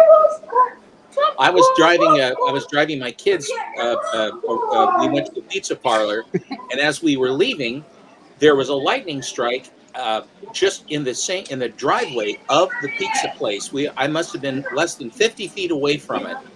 And of course, I'm on rubber tires in my car, so I'm insulated, so it wouldn't hit my car. But it hit it, and it flashed purple. It flashed hugely bright purple, and the report it moved my car. And the smell of ozone, we rolled down the windows. You could smell the ozone in the air. That's the closest I have ever been. That's as close as I ever want to be. Like with your house, you know, that close. That is just too freaking close. Oh yeah, Way too close. like literally, like I felt the entire room and my whole, like everything just was like, I was like, oh wow, like you felt the whole shockwave from it, and there was no Scary. counting. It was like all of a sudden you just had, it sounded like something exploded. I was like, oh my god, It does when it's that close, and it just the windows are shaking and stuff like that in their casements. It's again, we find out just how big we are. Timbuktu. Yeah, I went and checked because my daughter has actually like sensitive hearing, so she can hear things like that's why it's like one of my secrets is that I never have to really yell at her because like if I raise my voice, she like freaks out because it's much louder in her ear, so I try not to be too loud around her. But like when that happened, I was just like, and so I expected her to like be like attached to the ceiling because of how loud it was. And then so I came in the room, and I was like, "Are you okay?" She was like, "I don't like that. I don't like that at all." I was like, "Yeah, me neither." I was like, "It's okay though." It's part of nature, but if it's far enough away, Katie was saying this. K-pop was saying this. That thunder and lightning, of course, where she is very common. And she says it's sort of reassuring and it makes you feel better when you have the lightning and the thunder going. That shows you how tough the Chicagoans are. I like the thunder and lightning. I like the devastation.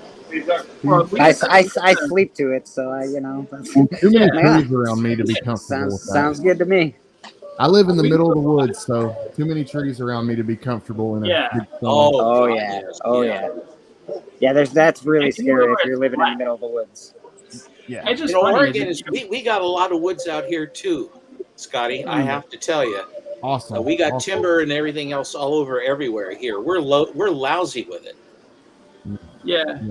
It's wonderful though because when the wind goes through the trees, the sound of the wind going through the trees, the sound is like music.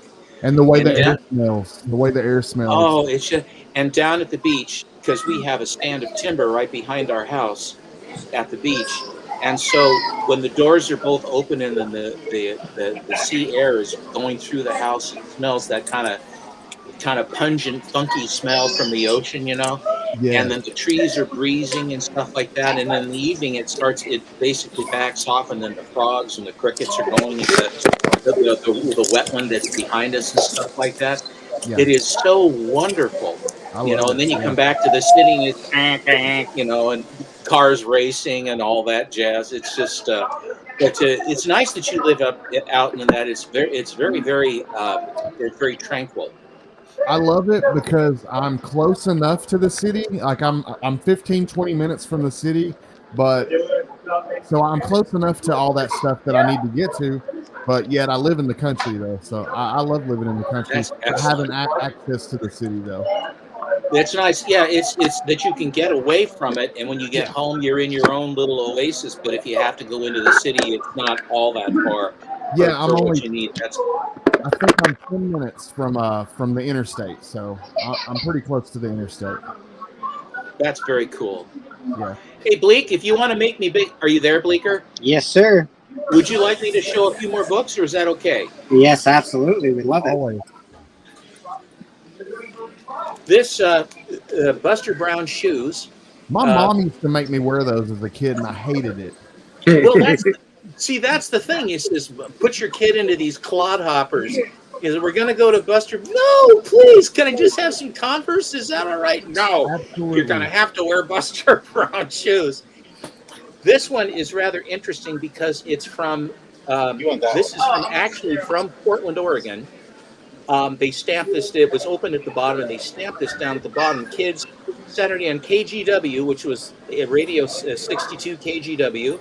Littman Wolf was a company that was a department store for many, many years, and they had their shoe department was up on the 4th floor. And so, in other words, you had everything. You could actually buy firearms at some of these in the early 60s. You could actually buy firearms at the department store.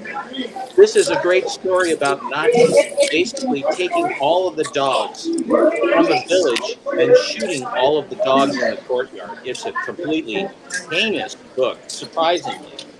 Wow. Just a nice good girl cover. Oh, I love it. That's awesome. It's a beautiful cover.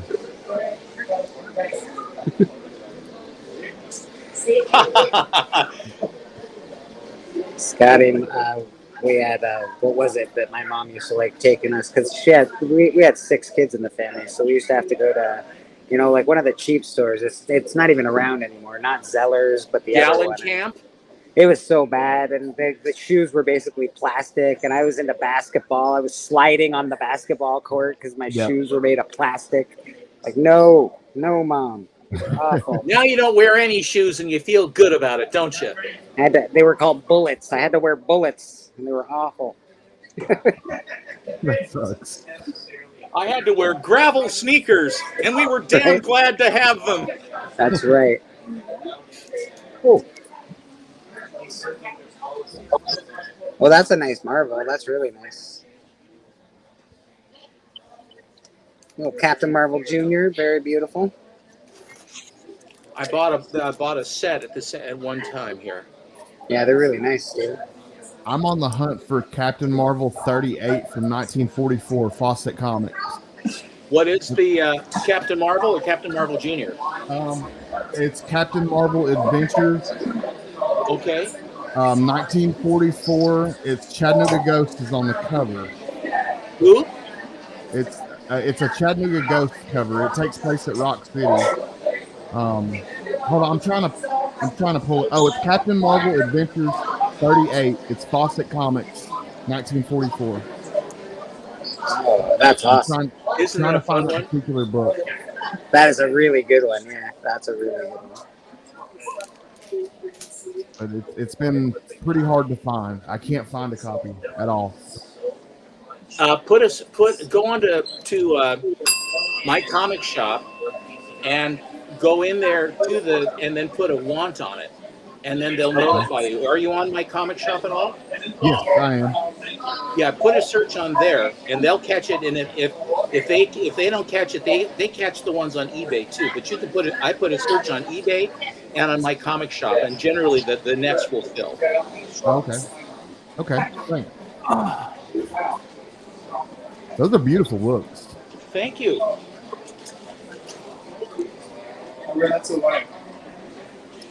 Oh, the bubble helmet. Is that bubble helmets? Yeah, those are totally bubble helmets. I'm a sucker for a bubble helmet cover. I can't help it. Yeah, they're awesome. I'm a sucker for bubbles. Ah. This is a great one. Oh yeah, that is great. The Shark Pirates of Pisces. Awesome. That all goes together as it should. Shark, pirates, Pisces, all together. Look, you got a red gal and a blonde in a red dress, and you got this this monster's got forceps and stuff holding onto this giant serpent, and it's got the red kind of rheumy, R-H-E-U-M-Y, rheumy eyes. What the hell's going on here with a cracked skull? Just a service warning for women out there. Stop buying red dresses. You're getting tied up and put on train tracks and stuff. It's terrible. Yeah. They love it. Here's a nice Chamber of Chills. Oh, yeah. Thank you, sir. That's beautiful. Look at the colors on that. I know, it's beautiful. Thank you.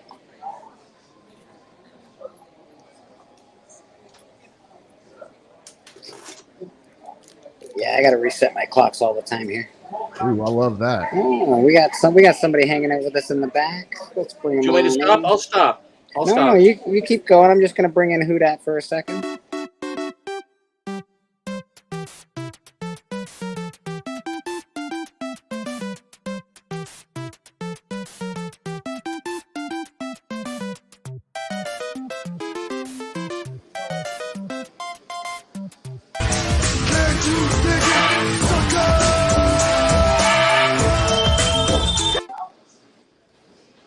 There's the man.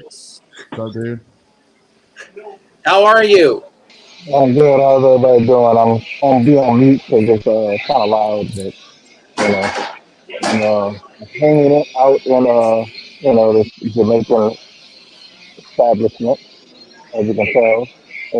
Yeah, you got them Jamaican bar. Yeah, how was the Jamaican food? Had it last night?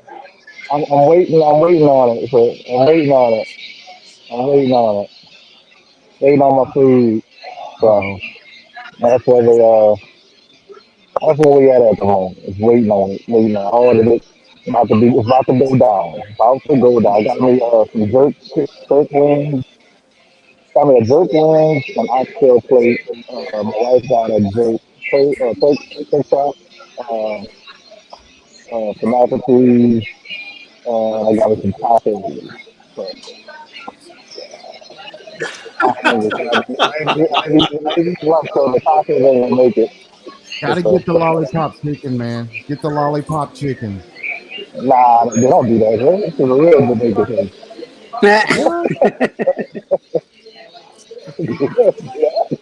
So it's all goat. Oh man, I might get kicked out after something like that. Goat oxtail. Oh, they got curry goat. They got curry goat, curry chicken. I don't really get the curry stuff. I just get the stews, like the chicken stew, oxtail stew, beef stew, stuff like that. Yeah. Good to see you, Huda. We appreciate you stopping by church. No I know you had your problem. family today, which is cool. Yeah, I'm on the road. Got my shirt on. Got my best shirt on. Since we got you on, are you guys doing a graphic content this week? If Chris is available, yes. We'll talk. I'll talk Dallas Fan Expo. I'll talk more about CGC, CGCS ins and outs of what went down. Some more information that I'm freely to talk about because I signed no NDA. Did you sign an NDA? No, I didn't. Did not. Oh, good. No, they didn't give me anything. I didn't sign anything. I'll talk about how they gave me my book and I didn't sign a receipt that I received my book. We'll talk about that.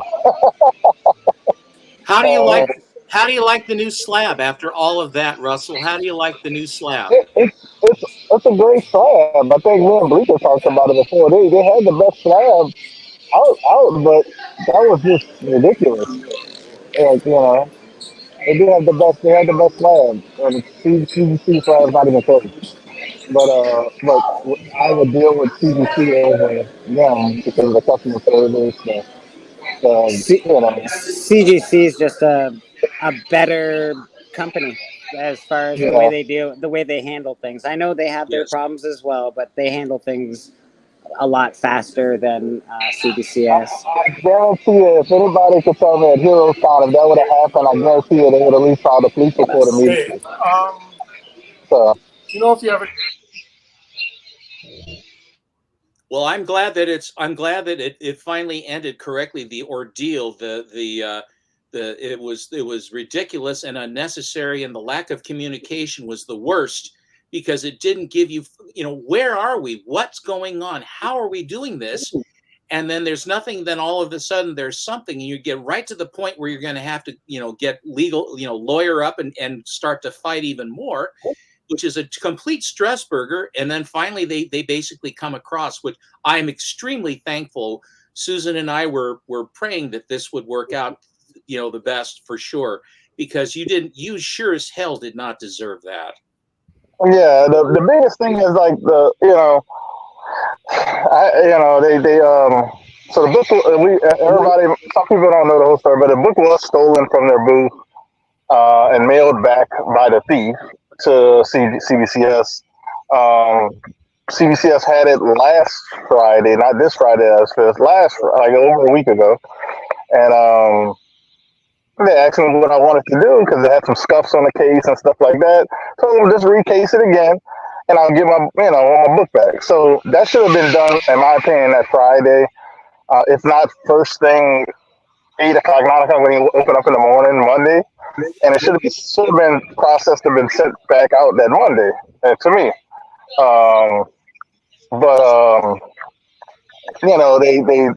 They slowed down. They said, "Can we use your police report? Can we, and that was all of. They contacted us. Wednesday about that. I was like, no, you can't use my police report. I want my damn book back. We agreed. He actually wanted to do. I said, recase it because it was kind of messed up. I said I should have had my book back by now. It's Wednesday. So, But the yeah, idea so is they're acting like this is something that's never ever happened before. You've got to know that it's happened before. yeah, they. I'm not saying I don't think I don't know. They don't know what to do. I'll just say it. They didn't know what to do. I agree. I guess it's never happened to them before, but I guess they never had anything stolen from them either before because they really didn't know how to handle it, which is crazy. It was just, yeah, it was just sad. I Yeah, would it's not really hard to stop. know how to handle an inside job. It's very difficult when one of your own employees is stealing from other people. It's very, very hard to handle that situation. Yeah, so it was. I would say, yeah, they really don't know how to handle inside job because they know it's an inside job. Yeah, man, You they know know, what happened. They know that's nonsense. They fucking know. it got mailed back to them from the same state, from a post office, from a location that's 4 hours away, but it was dropped off at the Houston post office. I never told that part. Um, so the address they used was like 4 hours away from Dallas, but it was weird. It was very weird how everything. So you got somebody in that tent going, "Hey, bro, you got to get over here and grab this book. We'll get it out of this tent." And then all of a sudden, when it gets so hot because You everybody called knows them who up that, and said, everybody "Send knows it your back. book. We can't handle Yeah, the heat." we need that book back. So there's one here. And then somebody probably Googled how much time you can get to stealing something with $10,000 worth. So that might have been everything too. But I'll never we'll talk visit. about I that. will Talk never about do Dallas. I had a good time in Dallas. I know Chris might have another convention he wants to talk about. We can talk about some other stuff. But yeah, anybody's welcome to join Wednesday. Since we're gonna be talking about Dallas Con and probably Terrific Con and stuff like that. So we'll talk convention talk and maybe early pregame for Heroes. So, but that's what I want to do Wednesday. I'm just gonna mute while I'm in here waiting on my food. But yeah, and I'll hang around and I'll chit chat when I get my food. Might show you guys the food. Might show you guys the food when I get it. Thanks, Russell. All right. I'll tell you, I will never ever do business with them again. I used when Borak was there. I had some stuff done, but I'm here to tell you, I will not patronize them for what their treatment unacceptable and could have been easily avoided. I'll be very curious to see. I would like to ask them, but next time you guys go to a con, if CBCS is set up to do this grading thing again, I will be very curious if they have more people in the booth, if they have better security, if they have a locking cabinet, if they're more careful with the stuff at all, and if they aren't. If that doesn't happen instantly, based upon what happened to Houdat, then you really have your answer as far as who these people are and what they're Oh doing. yeah. I'll be at Dallas. I'll be at Dallas next year. I'm going. It was a great family trip overall. So we're gonna continue to keep that going. I mean, we can get a flight for like $50 one way, so it's worth it to just have a little, So I'm gonna go again. I'm definitely gonna videotape that. I can tell you this. I'll say this. I think it's going to be the downward, and not because of my experience.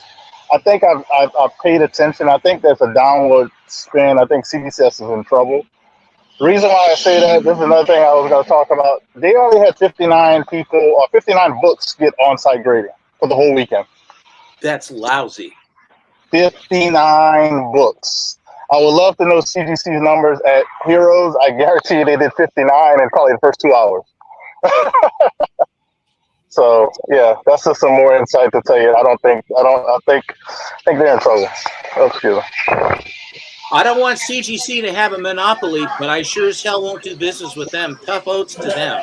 How much you asking for the Grimlock? 65, but I'm pretty flexible on it.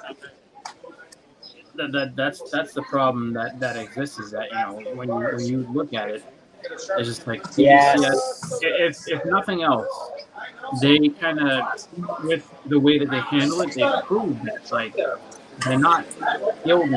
Inept. They're inept.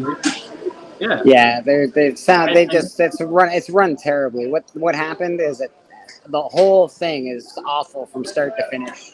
Yeah. Yeah. Well, and who are they putting it? And Russell's the guy, and his whole family is being put through this for their screw up, for their employees stealing it. Well, yeah, because you know that his wife, like Russell, like Kudat, hasn't been sleeping very well. You know his wife's been on the phone constantly. Bonnie hasn't been good about it either. They're all freaked out, and I understand it.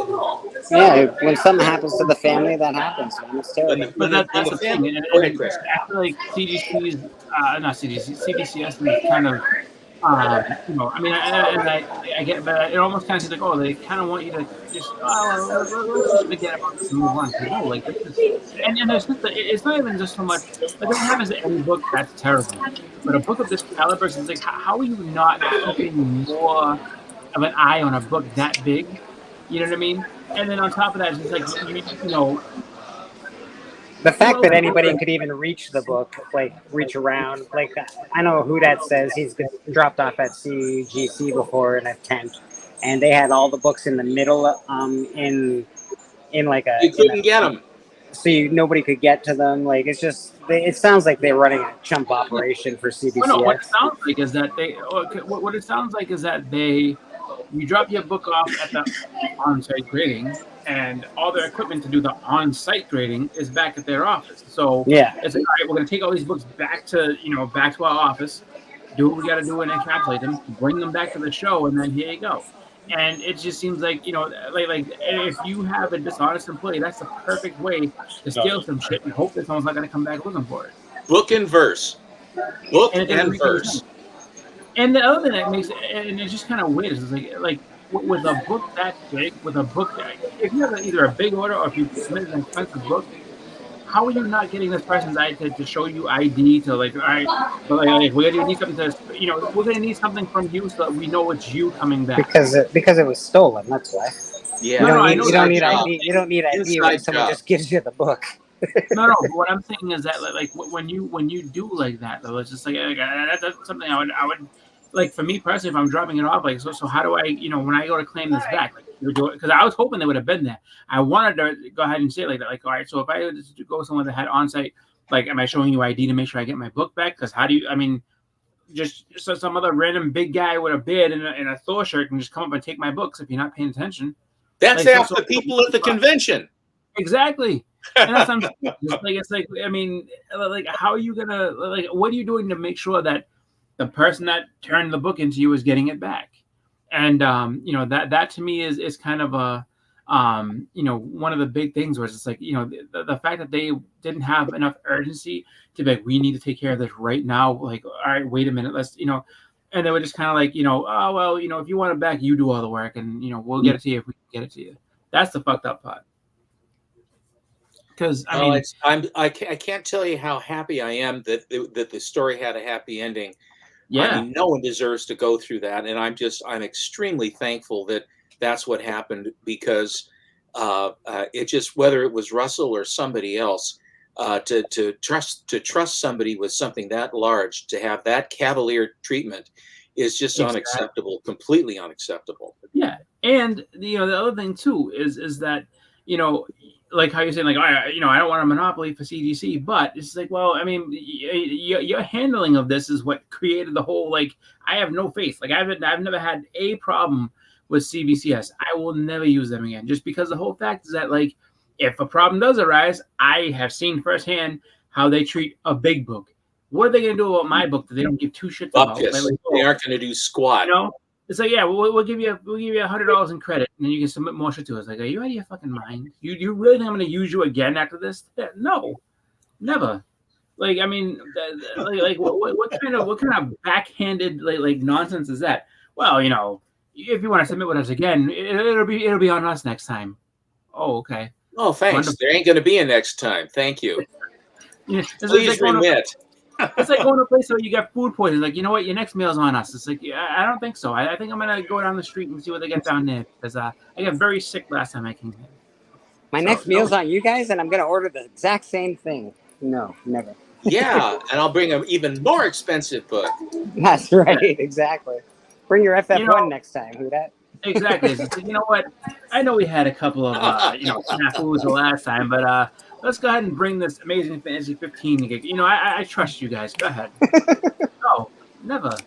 And really, one thing I will give, I'll give CGC the high road on this one a little bit because I'm sure that they knew about it. I'm sure that we made enough big of a stink that they at least would have been aware of it. Holy shit, this is what happened over here. And I know they've had their own controversies, but they are taking the high road. Be like, hey, you know what you can do with us that you can't do over there? You can give us an X-Men 1, and we won't lose it. We'll give it right back to you when the time comes. You just gave them their next ad campaign. And you know what CGC also wouldn't do, Chris? They wouldn't lose an X-Men 1 and then 2 days later try and sell an X-Men 1 on Instagram. Yeah. Ridiculous. Oh my God. That I thought was so nasty. I couldn't believe what I was looking at. That's like putting a thumb in the eye of the. That's ridiculous. Yeah. I mean, Russell's already bleeding on the floor, and then they flag that on Instagram. Like, give me a break. Like, how are those wounds? You want a little salt? Here you go. Yeah, here, a little lemon juice on that. They have some books that they're gonna show you, and it was like they didn't even mention it. They didn't say like, oh, they're like, we're at this comic shop and they have these great CBCS books. Check them out. They have this book over here. Meanwhile, everyone's zoomed in on the 6.0 X-Men 1. How the fuck? And I remember I responded, how do you know that when literally like, you lost one? You lost one 2 days ago. Like, what are you doing?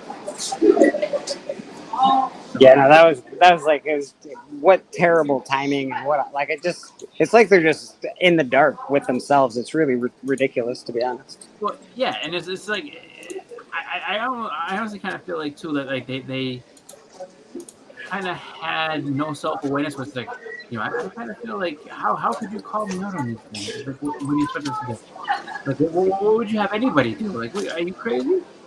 But CGC, from what I heard about their on-site from I was watching Bubs, and the biggest thing that he had happen was he dropped the CGCS to do on-site grading at HeroesCon, and got him back, and then I guess like he went to check the certification numbers to put into whatever he has like a competitive database or whatever like that some type of thing that he puts it in like on their site, and he just couldn't find the certification numbers. He's like, well.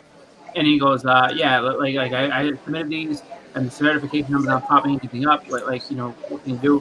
He said within 5 hours they had it done. He was able to put his books in, see them, no problem. I was like, see, that's the way shit goes. But the same day, hey, look, I got a problem. Okay, let's look at it. A couple hours later, problem solved. K-Pop, do you have that Lois Lane book? Nope, I do not. You do now. Wow. Well, thank you. I will say to the congregation, I want to go up and sit with my bride. I'll watch you upstairs. But it's been a pleasure to be at church. And Mr. Bleak, if you will work up a price for me on all of that goodness, absolutely. And I will look forward to it. And I will, and then I will remit.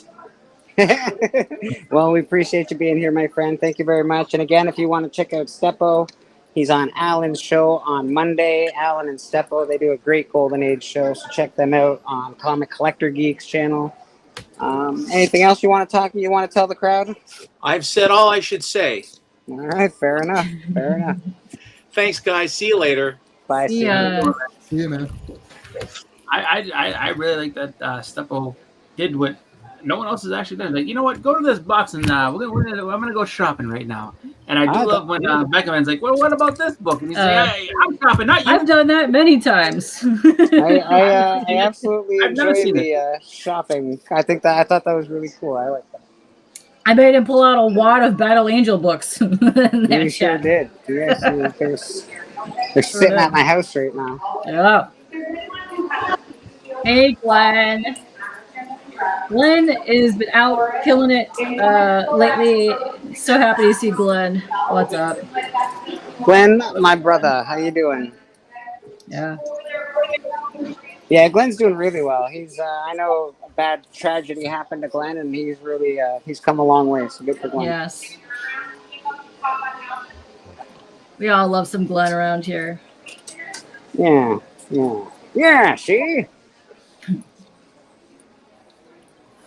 Hey, Bleak, I'm gonna hop off, dude. I gotta get some sort of something accomplished today. You're accomplishing the greatest thing you need to accomplish. There's absolutely nothing, my friend. I'll see you guys later. It's been Yeah. fun. Cheers, brother. We thank you, don't- Scotty. Don't forget to go, check him out Mondays. Check out Scotty Vaughn Monday nights at 7:30. Is it, Scotty? Yes, I believe so. You gonna leave us all good? 7-ish. Yeah, 7-ish. Yeah. Go check him out. He's got a cool show. I was on there. Bleak was on there. A bunch of us been on there. Go check it out. Alf with the X-Men. The X-Nomen. That's fucking hilarious. That's awesome. How are you doing today? I've been kind of running around all over the place. Doing all right. Everything's decent. We're making a couple bucks today. Nothing crazy, Oh, but people all right, are buying all some right. books. I bought That's some good. really good books. I did do a good buy today, so we're pretty Nice. You know, it's good. I sold some books to Steppo today. He bought a whole pile of Korak and Turoks and all Some sorts good of things. stuff. Yeah. Yes, yes. So that's fun. Thank you, Steppo. We appreciate you very, very much. I know. I went to order food, and the food place doesn't open until 3. I was like, dang. The food place doesn't open till 3? That's correct. Yes. So I was That's like, right. man, I know. I kind of needed that now.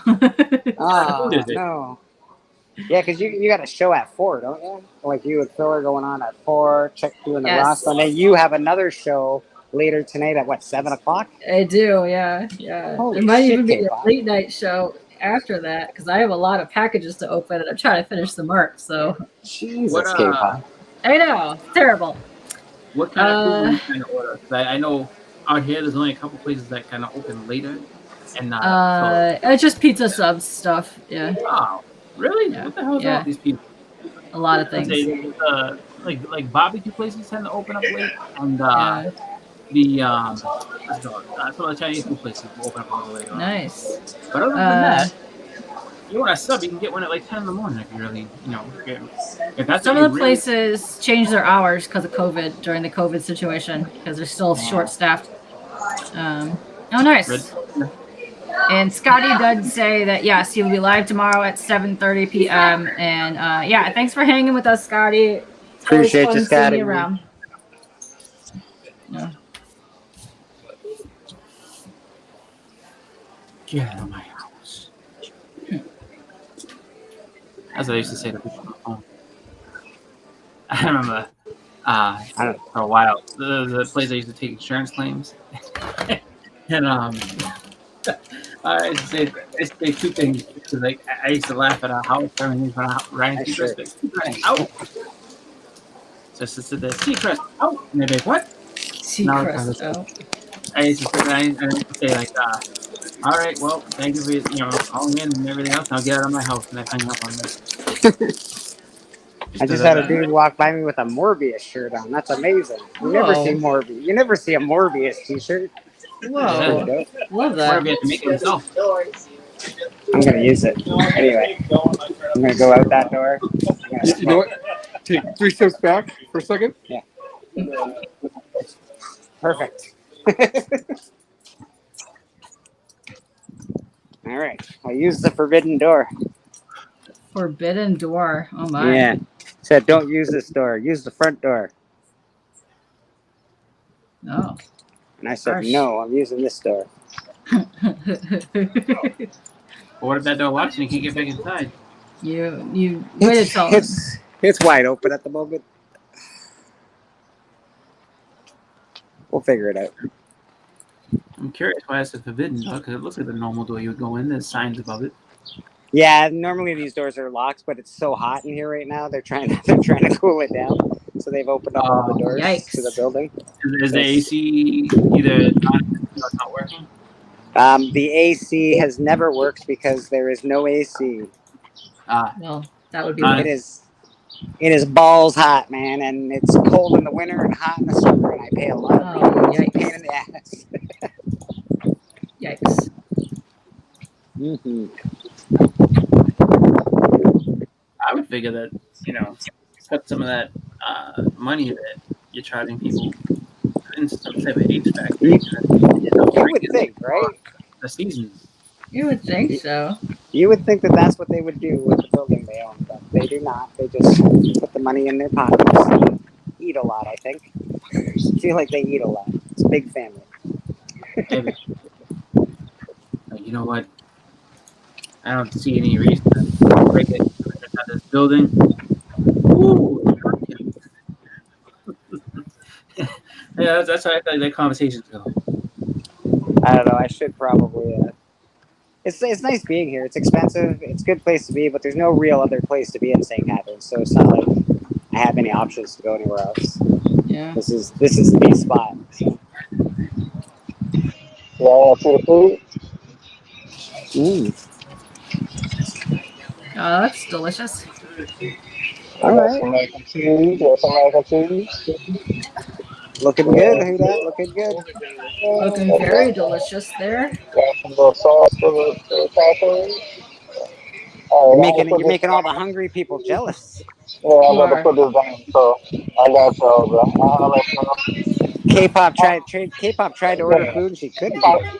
She must be salivating right now. I am. It's quite torturous. Thank you. Hello, Trev. How you doing, brother? Check Trev out Hi, tonight Trev. with Evil Mike. They do a show. I think it's on at 11 or 11:30 or something like that. Could be 10:30. I don't know. But I usually catch it late at night, so catch them on Sunday nights.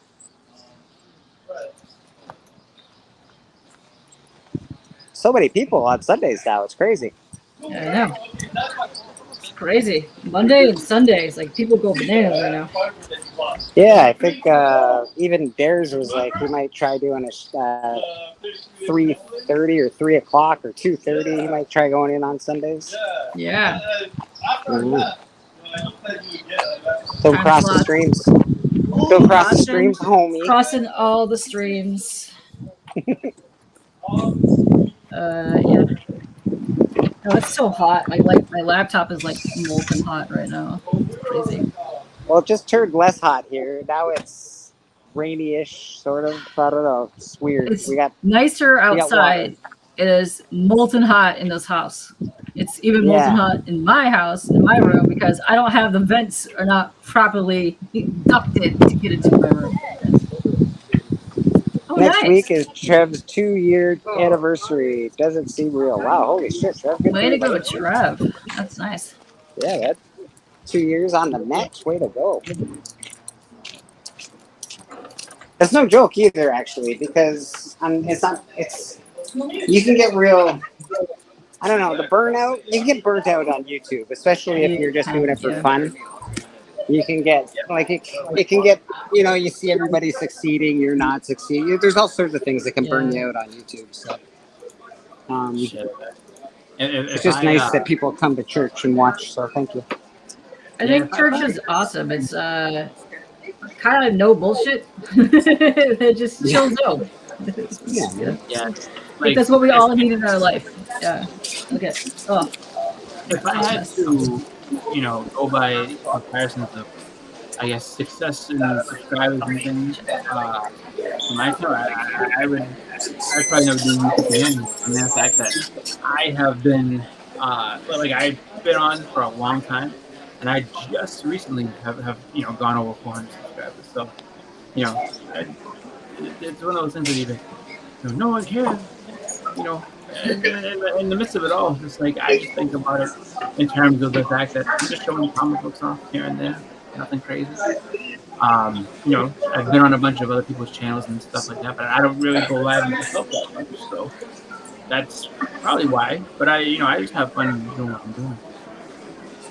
Yeah, man, church is a special space. We try to keep it cool here. Everybody's welcome until they're not. Exactly. And K-pop, this book's not in very good condition, but I'm gonna give it to you anyway. I don't care. It's a 12-cent Lois Lane book. Really cool. That's lovely. Thank you. She's just like, give me my present. I don't care what. I appreciate all of those, even if they're beat up, because I kind of appreciate the beat up ones more, because that tells me they were loved. Well, so the traitorous subject refuses to marry his queen. Off with his head. And Superman Poor Lois. When the blade shatters on my invulnerable neck, the shock may destroy her mind for good. Oh man, this looks serious. Oh, It's a serious one. like I said, it's a beloved book. Somebody must have really liked that. Superman has a very, very high opinion of himself. Oh, when the blade just breaks, what's gonna happen to Lois? She's gonna shit her pants. Fuck you, Superman. The Lois Lane books are amazing because it's always Superman getting wrecked. Oh, yeah, same with Jimmy Olsen. It's like, it's like Superman's friend Jimmy Olsen, and Jimmy Olsen's always fucking him over. Jimmy Olsen's like, yeah, shoot that man. He's like, what? You're It's terrible. It's terrible. I love it though. It's amazing. That's what makes me wonder. It's like, did they make these books just because like people like the actual creators would be like, you know what, fuck Superman.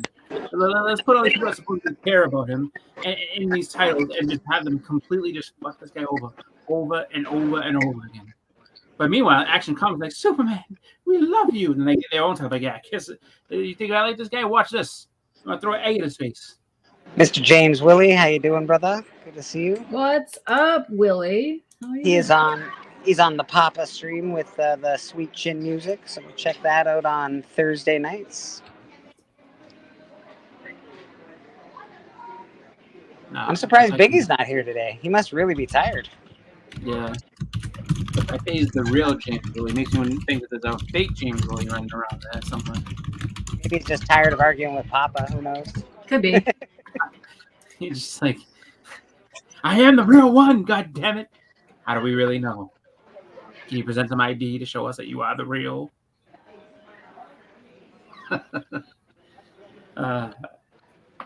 Sure, James, you're the real one. Sounds like something a facsimile would say. I like that. That's what everybody started doing way back in the day, like that Twitter stuff. I am the real Jason Bateman. Like, oh yeah. Says who? Please stand up. I started following Jason Bateman on Instagram, 3 months ago, and he's the exact same person. He just really likes a bunch of different stuff, and then just some random girl will sit there and say, "Hey, I'm Jason Bateman's friend. You should follow me too." And I said, "Why not? You seem reputable." And now you start getting weird emails all the time. Well, it sucks when people steal your handle. You have to be the, Bleecker Street Comics 1 or 2 or Bleecker Street Comics 777 or whatever. Well, that all goes. You know what? All that goes back to websites because people try to get ahead of everything. I had a friend that did that. He bought a domain name for Granger.com, and Granger's like this company that does like I think it's like landscaping supplies and stuff like that. And so he went ahead and he owned, because they didn't have a website at the time, so he owned Granger.com, and he basically tried to hold them over a barrel and said that, he wanted something like $180,000 for it, something like that. And they was like, no, we'll just sue your ass for this thing. Like we have way more money than you. Like, we'll give you, I think they originally offered him like something like $1,500 for it. And he was just like, no, I want $180,000. He's like, you can go fuck yourself. So he ended up taking, the $1,500, but he almost got sued though, almost, because it was just like, I mean, you don't have no right to that name, and so we will just, go ahead and win the court case, and we'll just make you pay a whole bunch of legal fees. So that's what he did. Say good morning to Mr. Biggie Shack. How you doing, buddy? Hey, what's up? We were just talking about you. I was wondering where you were, because I imagine you were up very late. Yes, very late. I bounced late, and they still stayed on. So, yikes. Yeah, they were up to like 6 o'clock in the morning or something nonsense. Probably. Brutal. It's rough. Yeah. Not when you Comic Journey. Comic Journey just keeps that going forever. Yeah. Do a show. He said something. He said something a while ago. Like, I can't believe that you do these shows. It's crazy. And he's like, you can do anything if you believe. Anything at all. You want to do a show at 3 a.m? You can do a show at 3 a.m. You just have to believe, and anything is possible. I was like, what the hell kind of this inspirational nonsense is this? It goes like this. Journey, I stay up late, so that's how he does it. There you go. I am rocking Comic Journey shirt today because I grabbed something from my drawer and I was like, "What the hell is that shirt?" And I was like, "Oh," I put it on. and then Journey's funny because Journey be sitting there like, I like when Journey does those ones where he has to punish the audience, and he'd be like, "You know what? I'm gonna sit there for the next half hour and not say a word. He's just sitting there chilling, and people keep on typing in the chat at him, and he's just like sitting there quiet. He's hilarious. Hi, Doreen. I do the thing where he'll like read a book, and then if somebody does something stupid, he starts back at the beginning. Like he's just like you know what? We're gonna read Oliver Twist today, and so they get like paid 100. Like, oh yeah, well, now we're going right back to chapter 1. It was the worst of time, and it's actually not. So, I liked Oliver Twist. It was a good book. We got Madam in the chat again. Hi, Madam. The real James Willie had someone steal his identity on Facebook. The video messaged his mother-in-law a pic of their junk. Jesus, please. There you go. I bet your mom was she enjoyed that. Your mother-in-law was probably pretty happy that day. Got a little pep in her step. Like, James, what are you sending me? It wasn't me. I know. Well, Well, somebody else. his last name is Willie. So. Oh. Ooh. Fat Mike is just throwing people under the bus because apparently Madam's like, I don't get hots. Like, oh, now she got her hots. There you go, Madam. You got your hearts. Now it's up to now. You didn't get a bat though. No bat. That was an awkward combo. I bet it was an awkward combo. Well, you know what you have to do at that point. Yeah, but like she's like, it was you. You definitely like. It wasn't shit. Did she want you to verify? I'm not gonna lie, James. How do I know it's not real? I have my two nieces on my Facebook, and I have to completely ignore everything that they put on Facebook. I'm like, I can't even. They're 20. I'm not, and I look at their Facebook. I'm like, Jesus, stop it. One of them just got married for like the third time recently. Yeah, they're engaged again. I'm like, I can't deal with this Facebook nonsense. That seems like a lot of weddings. Oh my God, they're young girls, and I just, I can't fucking listen to that shit. Not with my family. I don't have, like, I have two nieces that and I think they're both 15, and I'm not friends with either one of them on Facebook. Like, you know what? It's like, I mean, and they're both good kids, so it's not like anything I have to worry about. But I'm just like, it's just like. I just don't want to see somebody like, oh, like, look at you looking hot. Like, look at you looking like you went to prepare for a funeral. I look like I'm prepared for nothing. I look like I'm prepared for sleep. I roll out of bed. I didn't brush my hair. I did change my shirt though, so there's that. So I'm prepared for a funeral or a 70s porno. So I'm prepared. Either way, I've got this. You were invited to an orgy last holiday. I was invited to an orgy last holiday. It was New Year's Eve. So there's gonna be a party. There's gonna be some things that are gonna happen. Keep the stash, because you'll probably be invited to about 3 more. Just saying. Yeah, I can't even, John. I wouldn't even be able to imagine that, bro. When they're talking all, like kids, like I can't deal with that. Nope, I can't deal with it. I would hate to have daughters. I'd be that dad. I'd be that dad that's terrible dad. You can't go outside, put on different clothes. Doreen. Yeah, it'd be awful. My girls would not love me at all. They would hate the shit out of me. So it's probably God's will that I don't have daughters. Yes. I remember I lucked out not having the children. My niece Justine was, I think, 11, and there was some kid that is a friend of her parents' kid, and they was like, oh, like what's it called? Such and such likes you and this and that. I turned right to him. I was like, who likes what now?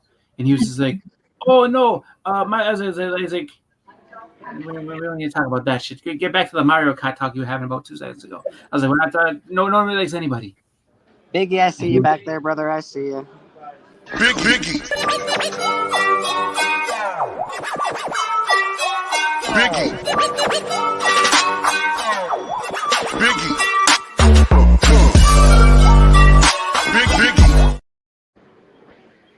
Morning, Biggie Shack. How you doing, brother? Morning. Good question, GT. Yeah. But if you are in the St. Catharines area, Bleak knows a guy. and the guy came right up to him at the thing. He's like, "Look, he's like, here's what's gonna happen. He's like, we got a party. You want to go to? It's one of these things here. There's a secret knock. So here's the instructions of the knock.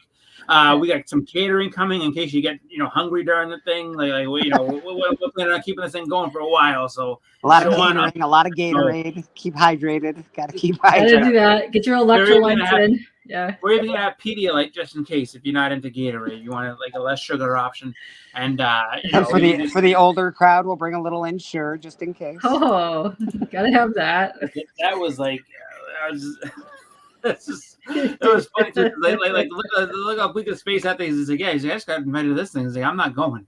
And then Jenny was all mad. I said, what do you mean? Get yourself some honey goat weed and you go. The lady to dude ratio is staggering. Yes, that's the problem. The ratio was not very good. Ratio. Super different. Most prices are negotiable, guys. They trapped some girl in their house and like, you know what? A lot of people are coming over. You have to entertain. It's like, no. Mm-mm. I bet that poor girl had no idea what she's in for. Like, there's going to be about 44 guys here. How many girls are coming? You and whatever friends you bring with you, and it's going to be a good time. Like, no, it's not. Well, listen, if two hot women came up and said, do you want to go to an orgy? You say yes. When a dude comes up and says, do you want to go to an orgy? You say no. That's also, how that works. You went and asked the ladies in the market if they were asked, and they all said no. So that was kind of sus as well. I asked all of the ladies that were pretty in my row, and they were all like, no, we didn't get invited to an orgy. I was like, I'm not going, man. This is bullshit. I think it was an orgy of one. I think it was a trap. That might have been. Oh, did you ever ask the meat guy if the meat guy got invited? Oh, meat guy wouldn't go even if he was invited. Meat guy doesn't do that. He's a classic Italian. He could provide the catering. He could provide the catering. That's funny though. We didn't get invited. Did they seem offended, or they just like, no, we got the bullet here. That's fair. That's fair, Batmite. I appreciate that. That's what we do at church. Now we teach life lessons for the geeks that we are. Upcoming generation or something. Yeah.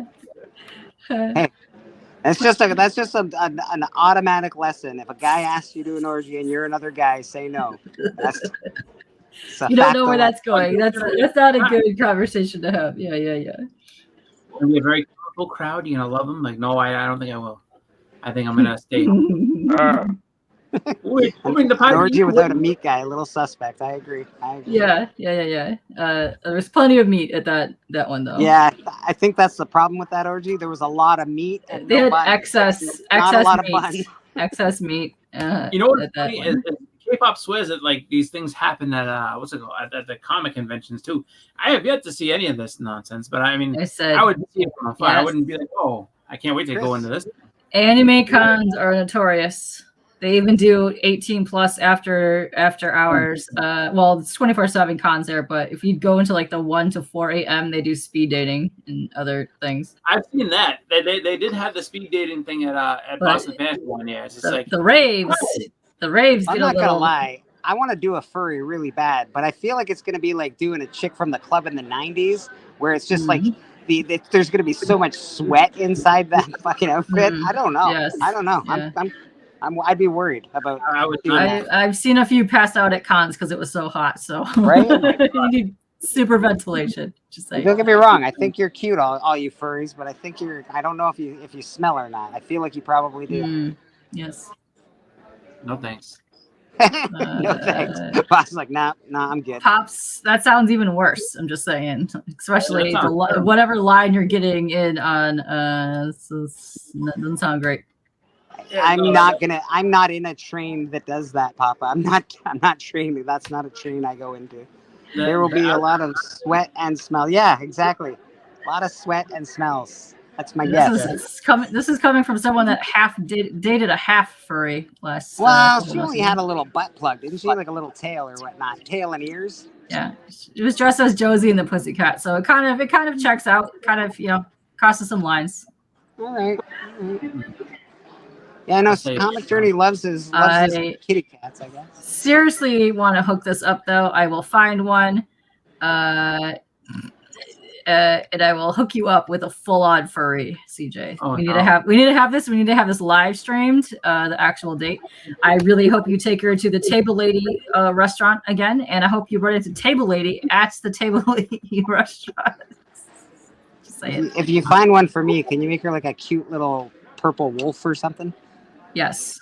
All right, thanks. I can do that. Yeah. Thank you. The closest I've experience I've had to anything like that was there was a guy who was in my dorm in college, and he came to the college Halloween party dressed as goddamn Scooby-Doo. So he's a Scooby costume, and inside of Scooby's mouth is his face. And he was a hockey player. He ended up banging some girl with the Scooby costume on because he's like, and he was a weird kid anyway. He was a very weird kid. His name was Matt, but he was just like, yeah, he's like, we banged this girl here, and then I was like, what do you mean we? He's like, oh, well, me and a couple of hockey guys, and I'm like, yeah, whatever happened. That's all you. He's like, yeah. He's like, but I had the costume on, and that was fun. I was like, if it makes you happy. But yeah, I'm good. There was some weird, like the hockey players that lived in my dorm were fucking strange. I saw John's Comics with Kids do a video, and he expressly asked people that went to cons, please wear deodorant as a public service announcement. And I would like to piggyback on that public service announcement because I'm not a tall guy. So I'm like 5'8.5". There's a lot of tall people in the world, and I'm at I'm right at armpit level. So fucking wear some goddamn deodorant, people. It's terrifying. What's wrong with you? I don't know what it is about some of the cons. I think people are so amped up and hyped up in what's going on that they forget about some things that you kind of need on a daily basis. Yeah. One of the things that drives me nuts is especially if you're somebody that goes all 3 fucking days or whatever, however long it is, and it's just so you mean to tell me at 10 in the morning, you stink at 10 in the morning, that's how this is gonna work? Because they didn't sleep and they stayed up the whole time. Yeah, but that's the point. Is go home, or if you're staying at go to your hotel room and change, do something. So a lot of them get dropped off Thursday and then they get picked up Sunday. Sometimes they just stay wandering around inside some of the rooms. They don't even have place to stay. GT Key, I don't know if diseases transfer from furry to human. So you could be safe. If they're furry and you're a human, they might not. They might not cross over boundaries. I'd say they cross us over. Yeah. I believe Lysol. I believe CJ was spraying Lysol at some people at the con one time. Yes, he was at one con. I didn't see it, but I know I've heard you guys talk about it. Oh, poor Doreen. I'm sorry. Oh my God, Batmite, I understand. I'm so sorry, man. I get you. I understand you. The one thing I'm thinking of someone else. I don't know. At the Boston Fan Expo, one thing they had a ton of the hand sanitation stations. So I use those all over the place. Just because I was like, you know what? GT, that's always a good idea. If you're getting involved with a furry, buy an extra flea collar. Always a good idea. Just being safe. It's just being safe. It's like wearing a condom, but it's just it's for furries. Just got to play safe out there, people. Playing it safe. Lysol and flea collars. Yeah, dropped off and picked up by their moms. Or Ubers, either one. Oh, that poor Uber driver's probably like, what the fuck going on in there? I want nothing to do with this.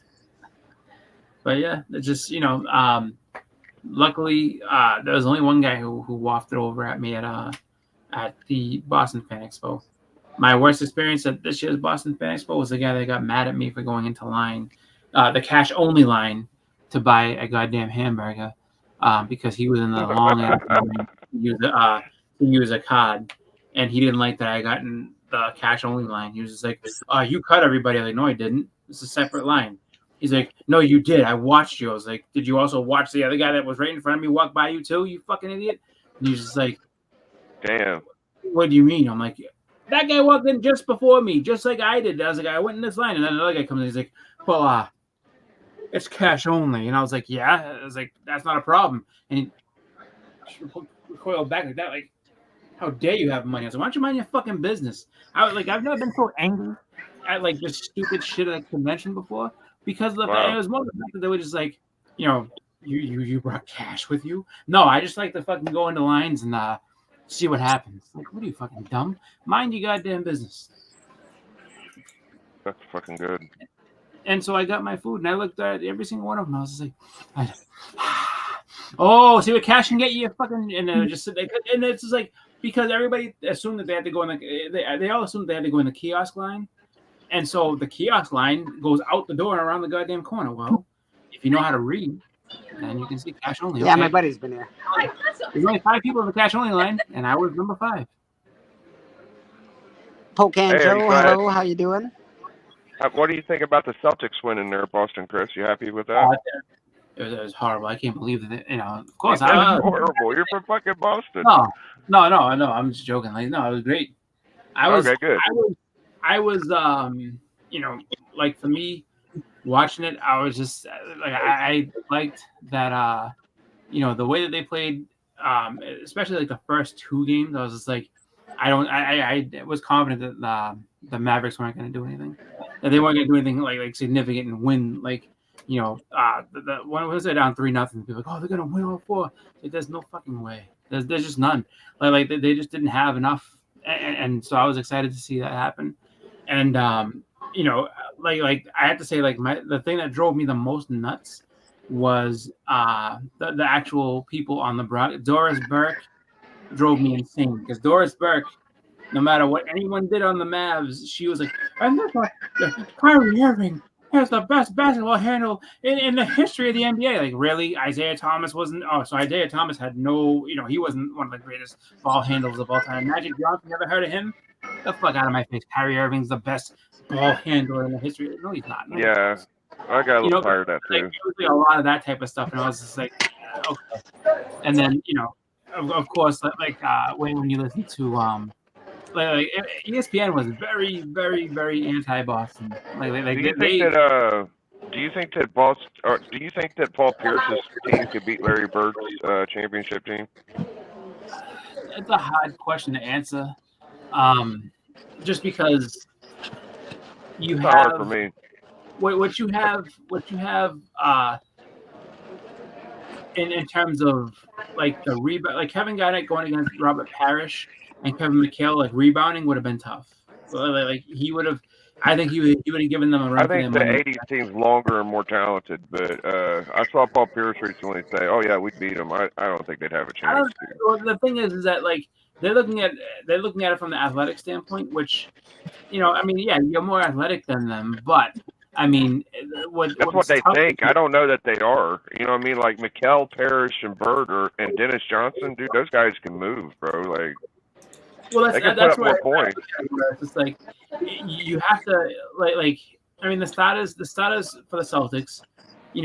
Like you said, you have Dennis Johnson, Danny Ainge, Larry Bird, Robert Parrish, and Kevin McHale. It's like, so. I mean, McHale versus Garnett. I think Garnett. That would be a fucking dream match. Yeah, that'd be the best. Oh yeah. One of the I best. think McHale. I think that Garnett slightly edges out McHale because of the fact that he's more athletic than him. But Parrish versus Perk is no fucking comparison. Parrish would have eaten Perk alive. Like, Perk had nothing on Robert Parrish. Jaguar, how you doing? Good to see you. Peace. And then if you look at like Rondo and Dennis Johnson, that's a wash. Johnson kills him. Ray Allen and Danny Ainge unfortunately comes. Ray Allen. That's the only advantage to Pierce. Yeah. So as I say, it's a hard one in that case, but then the benches are kind of like the benches would have been tough too, just because I think that the 86 teams bench was probably deeper, and they played more together than the Garnett's team did. So like I said, it would be close. I just don't know who I'd really pick over one over the other. Most prices here are negotiable, my friend. If you ever find something you love, we're pretty easy to deal with. At least we try to be. Glad for Jason Tatum and Jaylen Brown, just so that everybody can stop with the whole. Because Jason Tatum, they crucified him, losing the finals. Here, go on, on my phone. I'm just chat on. I got a live YouTube. it's definitely good to see that they got a championship, and hopefully they can build on it. If not, or if they don't, if they don't repeat, it's not a big deal. All right, Pop. I think that we have a good team to go forward with, but I think that the NBA is in a good place. So I think it's good that they're getting back to more team basketball rather than just superstar driven basketball. So that's good. I think I got about an extra $80 for a book. I'm trying to think of what I want. I kind of like She-Hulk 1. Yeah, She-Hulk 1's not a bad one. Not too bad. I think that, especially now too, you could probably get a really decent grade for not too much. I think that you could probably get, if you really wanted to, I think you could get a 9.8 for around $250 maybe. Mm-hmm. Whereas I don't want a raw copy. I wouldn't care if it was slabbed. Maybe even Submariner 1. I already have a Submariner 1, but I would like another one. I think Submariner 1 always kind of strikes me as a weird book, just because I feel like it gets undervalued a lot, and it's just like I think that everybody will look at it and say, well, it's not his first appearance, his first actual solo book, but he's got all these other appearances throughout the Silver Age that are bigger, but it's still a good book to have, and nice cover and everything like that. Like you don't see too many of those sky blue covers, so it's just like definitely it is a book that sticks out a lot. So I would say that's a good one. Trying to think what else is kind of just a good, if you don't have it now, one to pick up.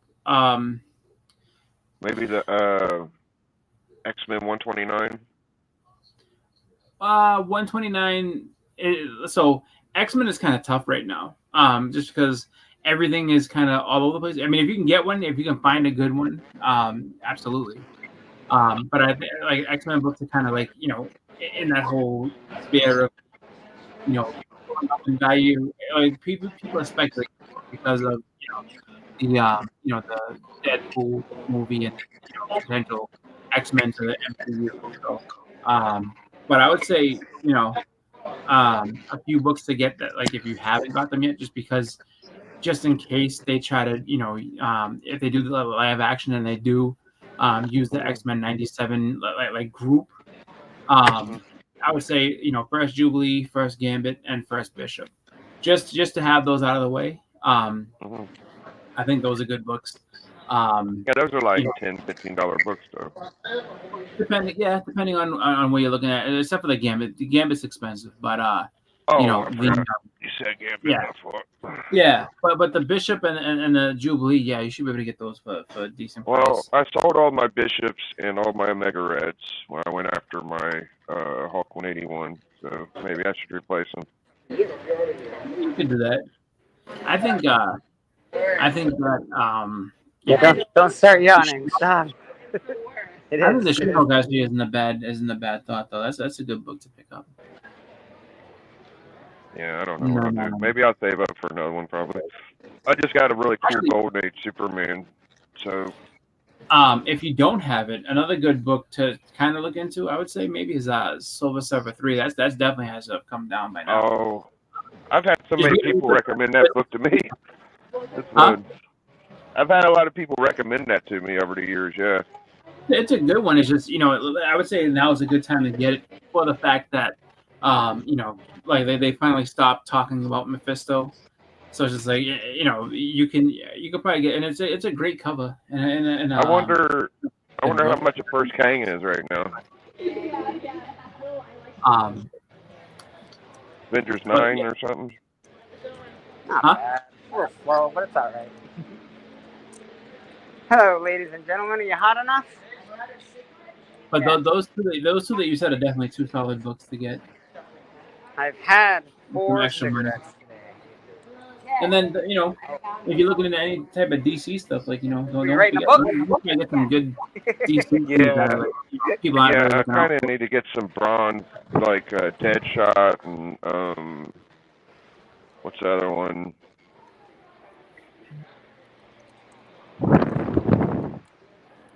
I've kind of been looking into the Ra's. Oh, you left. I've been kind of looking at the Ra's al Ghul books here and there. Like I just like the covers. It was just like really good part of Neil Adams' run there that Ra's al Ghul comes in. So I like those books. And then there's a couple of green things I like to get. Not really a Flash guy, so I don't really have. I wouldn't think I would get Flash books, but Green Lantern, some Batman. Those would be cool. It's nice to have the fucking soft vanilla ice cream here. I had one of those. When sitting on my- Biggie comes back, Yes, please, I'll take one of those. we gotta put Cheeky Keys comics on the screen so you can see it because you're selling. It's actually not a bad book to sell at all. Yeah. Sorry, Chris. It's hard for me to hear. It's hard for me to hear when I don't have my headphones in. Oh no, that's fine. I was just saying out loud because Biggie was talking about books that he wanted, and I noticed that GT Key is saying that he's telling us. So, but yeah, those Neil Adams books, like the Ra's al Ghul ones are good, and I would say everything from like the 230s, like somewhere all in there, like those are all ones like 251 is just that Joker cover is one that everybody loves, and the Fresh Ra's al Ghul, the one where he rips off Batman's cowl. That's a good one. Are you talking about all the Adams covers? Yeah. I was saying, like I was saying, for me, that's really the DC that I wanted to pick up. And then I was saying, there's a few Green Lantern books that I really want, like Fresh Star Sapphire. I got the Dark Side. That makes me happy. Yeah. We got a guest in the back. Who do we got in the back? I think is Biggie popping up? Yeah. I don't know if you saw JT's comment. He said that he is selling his first Jubilee. So if you're looking for a fresh Jubilee, GT Key Comic is the guy to talk to. It's not a super expensive book. It's actually pretty good one to buy if you are buying Key Comics. Jubilee is actually a really good buy. Yeah, that's what I picking up just in case, you see the just in case, like they decide that they're gonna use her in the live action film. Like I would pick up to be able to say, hey, look, live action Jubilee's coming, or live action Jubilee is coming back to the MCU, I guess. She's definitely coming. She's definitely going to be there. Yeah. And it's like, I think a copy of Jubilee is like $25 right now, $30 at most if it's super high grade. Right. Yeah. Yeah, I got an A-OK Jubilee to me, so I've kept the same copy. It's pretty high grade, probably a 9.8. Yeah, it's a nice grade. It's pretty good. Actually, in the tradition of villain books that go up and then come down real quick, if you don't have a Fresh Mrs. Sinister, get a Fresh Mrs. Sinister. Oh, yeah, I got that. Yep. That is true. That one does go up and down quite a bit. Yeah, and I'd say the X-Men book I don't have that is most important besides. Well, I'm actually going. My next goal is X-Men 1, but besides that, X-Men 4. Like those two are the ones that glaringly I don't have. Like those are the fucking ones. Yeah, X-Men 1 would be nice. That's a big book. What are you looking at, a 1.5 kind of thing, Biggie? 1520 kind of deal. That's about cool. $4,000. Yeah. It's no joke. Yeah, I think I'm ready though, man. I think I can do it. I mean, the Hulk 181 experience, I didn't lose anything that made me lose sleep. You know what I mean? Yeah, no, you did good. Yeah, so if I go after this X-Men 1, I'm gonna have to lose some shit that might make me lose some sleep. But I think getting the X-Men 1, I'll sleep pretty good. Just don't sell your Dracula again. I mean, I think really, it all depends on how quickly you're Dracula's a trying pretty to. shitty copy. What are you saying? It depends on how quickly you're trying to get it. Like if you don't, if you are building over time, you can definitely grab that and probably not necessarily have to sell anything you don't want to.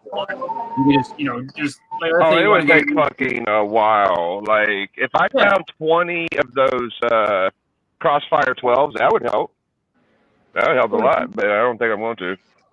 Well, no, but the thing is, you want to see what I got for $40 today, Biggie? Yeah, man. I didn't get. It's not nothing crazy, but I got some comics for a little bit for a cheap. I heard first Dark Side. I'm hoping that's what you got. No, I didn't get the first Dark Side. I already have the first Dark Side. Oh, good. I just got some Star Wars comics and some X-Men comics, but they were pretty cheap, so I bought them. I don't like locking the door when I'm by myself, but yeah, let's see what we got.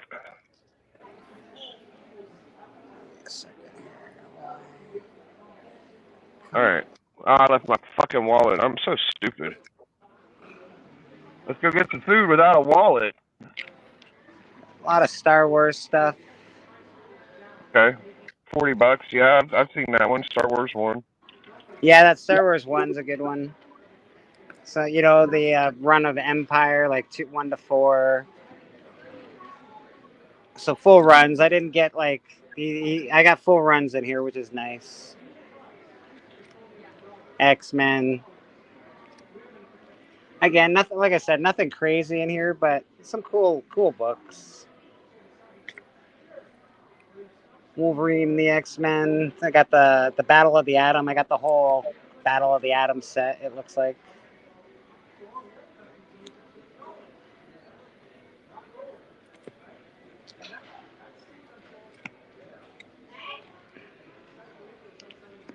And then I got some Carnage, Absolute Carnage, and Deadpool, which I thought you'd like.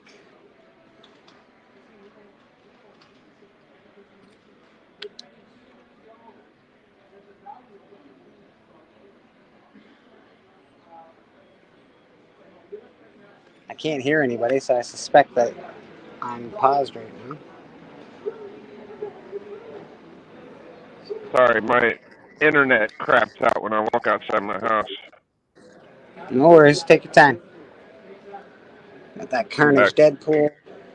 Oh, I love Carnage Deadpool. That's a good run. Yeah, I got the whole little chunk here, so it's pretty cool. Hell yeah. You got a lot of books, bro. How many books do you think you got? About 60, 70? Probably about 60 or 70 books. Oh, you do really well, then.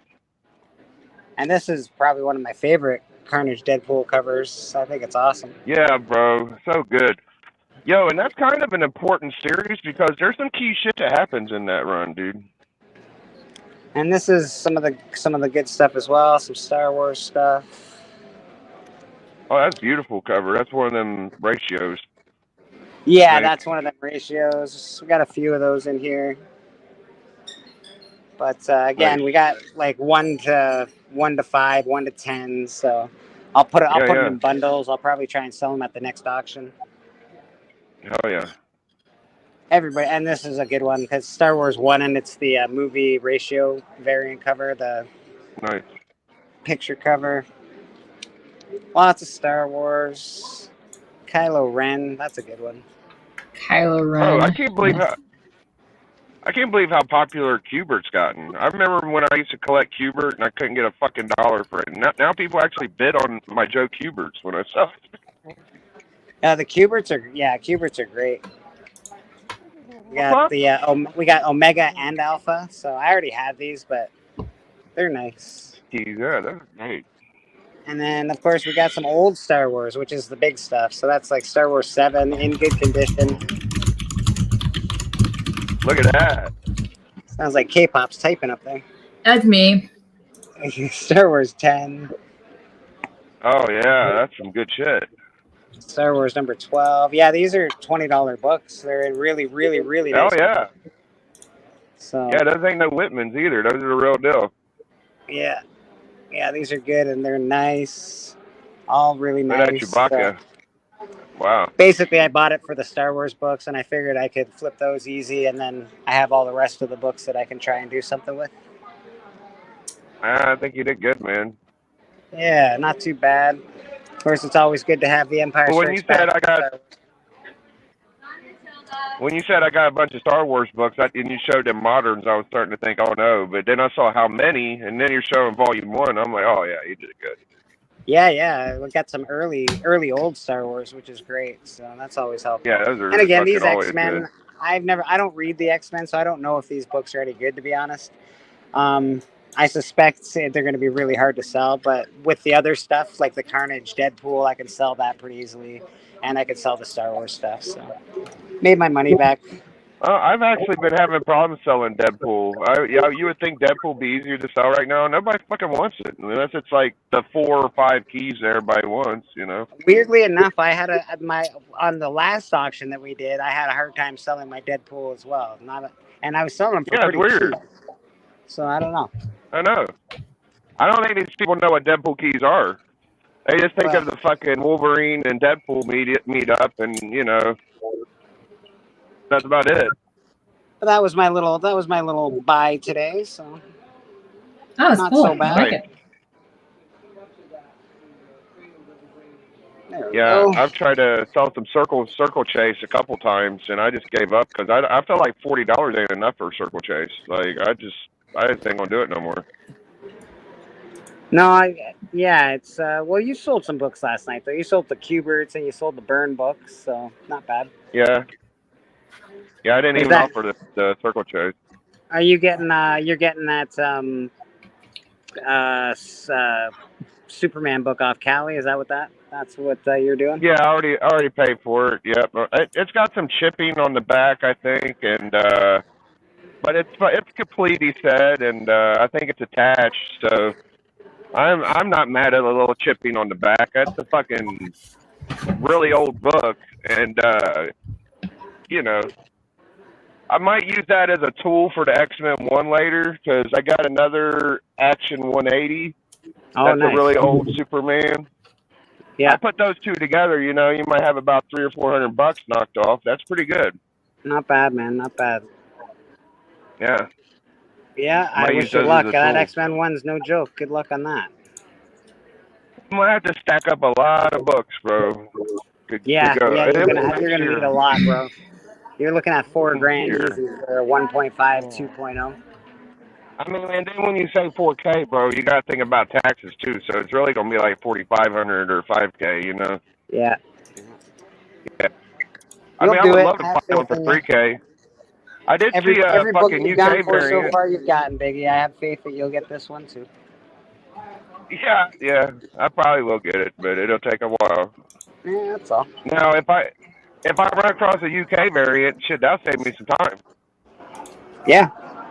Well, what you do to get comics is it's not a bad thing. You know, you go in, you buy some comics, you sell some comics, you get the comics you want. It's nothing terrible about that, man.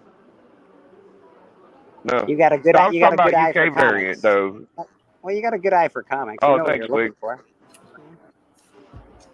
Yeah, well, I kind of winged out like all the bullshit to where I don't know. It's hard to explain, but if you're gonna buy modern, you should pretty much get like a ratio or a solid key because nobody wants. I mean, titty books are great. If you can get a bunch of titty books, those sell too. But I don't ever hardly see those. I can't really find them. Yeah, selling moderns is it's really difficult, unless of course you run into somebody that just collects modern books. Right. And even then, you're selling. They don't want to buy them for cover price. What are they? $3.99 a pop. So you know they're usually got to sell them for about $2 a piece. So.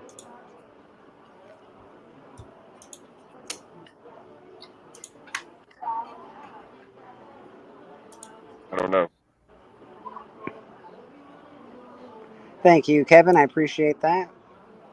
Yeah, pretty good comics for $40. I think I did all right. Yeah. Uh-huh. I Oh, didn't yeah, set the. those, I didn't set the price. He said all. I asked him what he wanted. He said 40. I said okay. Wow.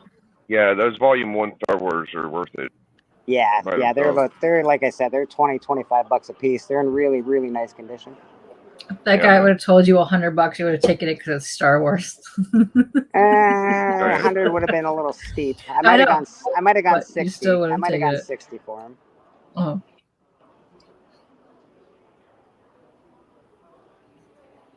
Yeah, modern for ratio keys and hard to find ones.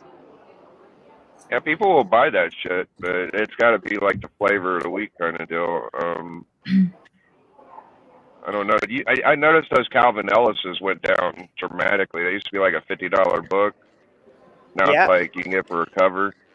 Well, that's the thing. You get the hot books of the week, right? Everybody wants a book for a minute, and then they don't want the book anymore. No, Doreen, they don't. I made a strawberry banana smoothie, more like ice cream slushy thing. Yeah. Yeah. Oh, nice. Mhm. I order one of those more from like a thick McDonald's every milkshake day tape up. for Melody. Oh no, it's more like a. I see. Like it's not. I really put strawberries in there. Oh, yummy. Yeah. I like your idea of a smoothie. That looks like my idea of a smoothie. It's got enough. It's got enough Okay. vanilla ice. So I'll tell you the trick to making smoothies. You make it the thick version like this, and then you leave a little bit at the bottom. Put more milk in it, and you make your own flavored milk. Mr. Hudat Comics in the chat. How you doing, brother? Hi. All right, I'm back. I'm back for a little while. Just in the car waiting on my wife. Had me some tacos, some Jamaican tacos. Those are good. I got me some food for later. Some jerk chicken wings. Jerk chicken's the best, bro. It's some of my favorite. Jerk chicken wings, some mac and cheese. Yeah. Had some bread pudding. They were giving away bread pudding for free. Whoa. They hit 40K followers on Instagram. Wow. Wow. Yeah. Who did?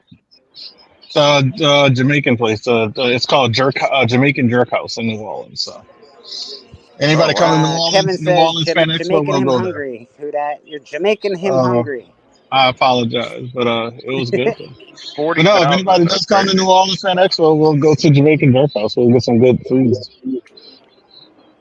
Yeah, some good drinks. Oh, I heard Journey had some fucking issues with We Love Comics. I told him to go talk to Flash or Hudat or Chris, because you guys know We Love Comics more than I did. I had some issues with them. Yeah, he had some issues with We Love Comics guy. What are we talking about? Talking about Chris. He's talking about Chris Journey. and We Love Comics. What do you mean Oh, with yeah, issues? Like they were just. They You had just issues? He said it was something about like his We Love Comics is like kicked out of the community, and he was wondering when that could have happened, I guess. And I said I don't know as much about him as like Splash or Chris or fucking Hudat, so maybe that's one of them. That happened, I would say. That happened before my daughter was born. Yeah, it was like 2015. That was a long time ago. 16 area. Because he kind of so. I remember he kind of came in, and it was funny because like I remember what ushered in a lot of this, and it's funny because like I don't know if Marty who's on like he's on with like Lord of the Humble. I don't know if he'll go into it really. But back in the day, they had kind of like the first ever like real like round table of like comic group of like the comic elders or whatever you want to call it. And it was basically like We Love Comics, Marty and Ray from Comic Fanatics, him, TiVo from Lord of the Long Box, and they were all on a panel together, and they were just kind of like telling people stuff about comics and everything like that and everything. And I remember TiVo and TiVo was just doing himself there, and just wasn't like he wasn't allowing himself to be like put up on this pedestal like we're above and you should listen to what we have to say because this and I guess Chris from We Love Comics didn't like how he carried himself. Like he just had a he's like that guy's just arrogant and this and that. And it's like and if you didn't know TiVo, I mean after getting to know him, It's like, no, he's just being himself. Like you just didn't like that he didn't bow down to you. So like through the show, TiVo had made a comment to him. I forget what he said, but he basically told him like to get over himself or something like that. And then Chris was like, "Fuck this, I'm leaving. That's it, I'm out of here." And so that rubbed a lot of people the way. So that's what started everything, and then everything started going. Like he started having. That seems that seems like some good advice, though. A lot of people need to get over themselves. Well, yeah, and so he so I got the caused flavor of delete. yeah, that caused a little bit of a split on things, and then after that, you know, like people started like just who would be watching his videos were more or less like, you know, dude, why are you telling everybody to buy every last fucking book that comes out? You're basically trying to tell people to spend like $500 at their shop every week because you never know what's going to be hot and this and that. And so like there was that, and so, but the thing is that Chris would take everything super personal. Didn't matter what it was. Like he but he would look at it like if he could like where you can thumbs up and thumbs down things. I don't know if you can see who gave you whatever, but I gotta head out because I'm about to get driving again. But I'll listen to it. Yeah, I gotta get back to drive, but I'm gonna listen to you guys and backstage. So say hello, Bonnie. Big dog. Hi, Bonnie. How you doing? So we're heading out. I'll be watching it. But Chris knows the story too as well, so he can tell it. Yeah. Okay. All right, brother man. Who dat? He does a lot of unboxings, hacking chats. He does the graphic content with Boston Chris. Yep. Go give Who Dat a follow if you're not already following. I'm sure y'all are, but if you're not, follow Who Dat. So he, you know, basically he, and I don't know if he can do it now, but he would be able to, like, he used to be able to look up and see. YouTube used to have a way where you could see who thumbed your video up and who thumbed it down, and he would take thumbs down like personal, like not even like, you know, oh, like this guy thumbed me down, I can't believe it. Like he would take that shit personal. So at one point, somebody had gotten into mine and gave him a thumbs down, and I don't know how the fuck they did it. It's like someone just hacked into my YouTube and just decided to give him a thumbs down. This man a video. I'm not even joking. He made like a half-hour video, like just running me down and telling me all this terrible stuff about me and how I'm not a real friend. Get the fuck out of here! Talking about you? You're one of his biggest fans. I was on his show all the time, and I was like, and I didn't even know about it. I started getting emails like, dude, like what'd you do to Chris? How come he's mad at you? What's going on? Like, dude, you need to check out what's going on. And so, like one guy, you know, sent it to me, and I saw the video before he ended up taking it down. All because of a thumbs down? That sounds ridiculous. All because of a thumbs down that he thought I gave him. Somebody basically got in from my password and then sat there and gave him a thumbs down. And then when he looked it up, he's like, yeah, he's like, how could you do this? Like, dude, why do you say you're from Boston when clearly it says you're from Indiana and all the rest of this type of shit? I was like, what the fuck are you talking about? And so he started like, he got all mad and everything. I was like, dude, what the hell is going on? So then I sat there and I called him, or at least tried to call him on a video thing. And I said, straight, I said, look, motherfucker, I was like, I'm going to tell you something. I was like, this is my house right here. I was like, I'm going to take you to where the city line is. I was just like, this is a city line right here. So you see that sign? That sign says right here where I'm from. That's the Salem, Massachusetts right there. See? I was like, I do not live in no fucking Indiana. I did not thumb your video down. I was like, I must have gotten hacked because I have an email here. It says like, you know, someone accesses from a place that's not, you know, where you live. Like, if it wasn't you, change your password, do this and that. So I said that, and I had to give him all this information for him to be like, maybe it wasn't you. So, but he used to take, like so that was an example. He used to sit there and just take a lot of stuff real personal.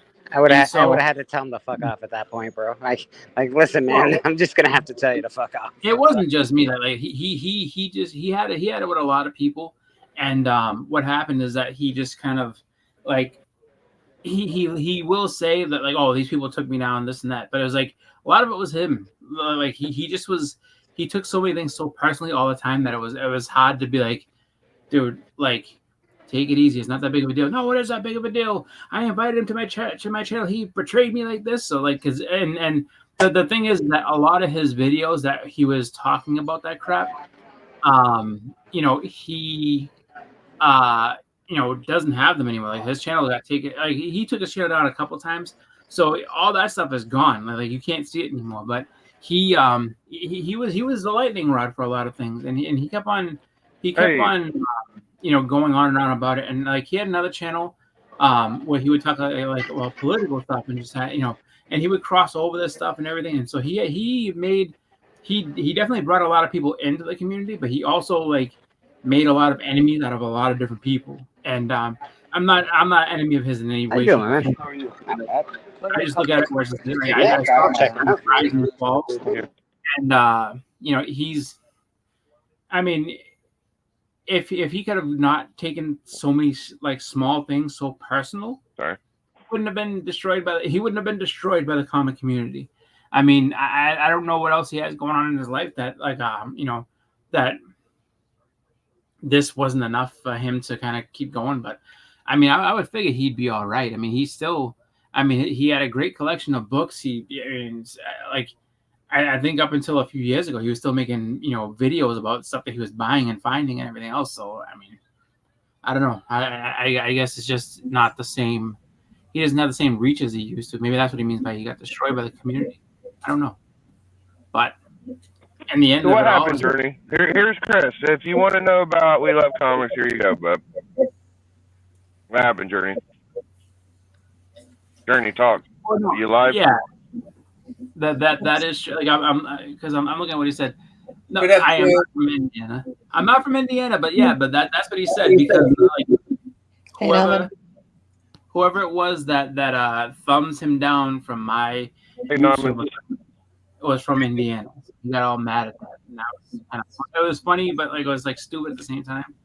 But yeah, like he does do a lot of that where it's just like he kind of tries to play the middle, but he'll always the middle. So on one hand, he'll say one thing, but then he'll come back to saying the other thing when he gets backlash from it. And then either way, he's always kind of trying to position himself in a spot where he doesn't have to take the blame off of some things, which is weird. But like I said, for the most part, I mean, he's a nice enough guy. He just, I don't know, he just tends to take little things very personally, and then that usually just blows up into something bigger for no reason other than he just can't let it go. So I like that. That's kind of We Love Comics. That's where I but I think that's a good answer. Yeah. Nauman's here. I want to see what new art he's made. Oh, I just did the. Oh, what is that? Nauman's really good at drawing stuff. Yeah. Yeah. That's a jig. That's for BLC. Oh, nice. There you go. Yeah. Lionel. Yeah, Lionel. Yeah.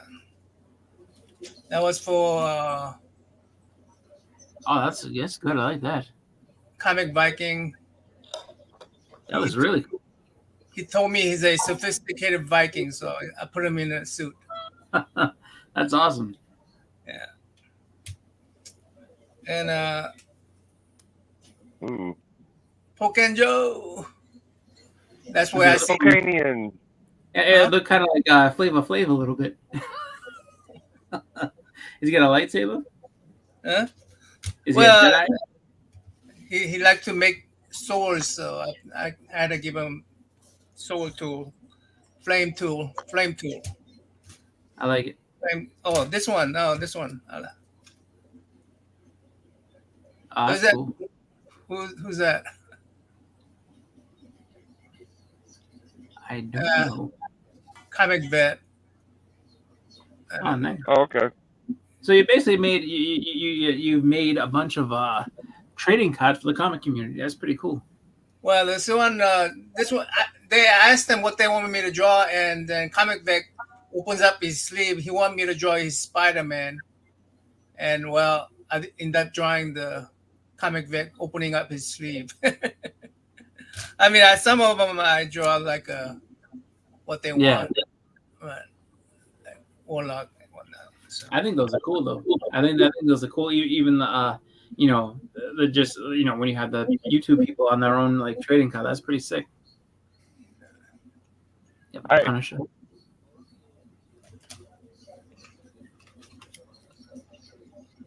Ah, that nice gambit. I won't. I'll try not to. Try not to what? I forget my cigarettes. Spectre. Oh, Spectre. I left a couple packs the other day. Just want to draw a doggy. There we go. Anyway, I found some last year's car. Oh, that one's not. Dread. Dread. It's going all the way to Australia. Yeah. Wasn't my last year's car. Some of my failures. Failures. Yeah, like Nah, I wouldn't call it a failure. That's just, you know, like a thumbnail trying to, you know, get That's down a what you're doing. failure. That's cool. The Colossus and Doc Ock in the background.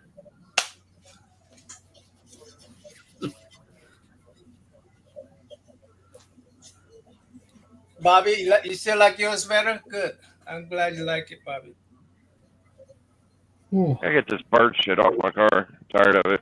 Hey, am I entertaining people here? Why am I at the center? Hi, Naman. What's going on? Why are you so big? I don't know. Here. This is a. Oh, you're showing off the Comics Curing Cancer book? Yeah. So, I think they still have available. Look at all the names in there. Look at all these cool people's names in there. Dr. Mario, Mr. Freeze, Leonardo. Oh wait, never mind. Austin LeMay, Matty Freeze, Taylor Winder, Dallas Anderson. Some of these people I don't know. Geek Out with Roscoe is in there. Dan Nittinger, Scott Morris, James Pasco, Michael Rushbrook, Thomas Rubinsky, Brian Silverback, Ignacio Di Magalo, Easyverse, Austin LeMay again. Comic book one right there, comic book one. Nice, Echoing Jevons, Lasses, Brand Lakes Art, Tale of a Suspense, Fantastic Comic Art, Comic Journeys in there, Actual Dracula's in there, Sheldon Higston. So, I think this is I like that. I like that one. That was really cool. This was Taylor Winder. Splash Page, how you do? Yeah, that's very cool. I like that a lot. Taylor Winder, right there. Splash Page, how you doing, brother? Good to see you. There's Roscoe. I got Roscoe's signature right there. Nice. We got Roscoe. I've seen CJ's and I've seen Dracula's. There's a Dan Nittinger. Oh, cool.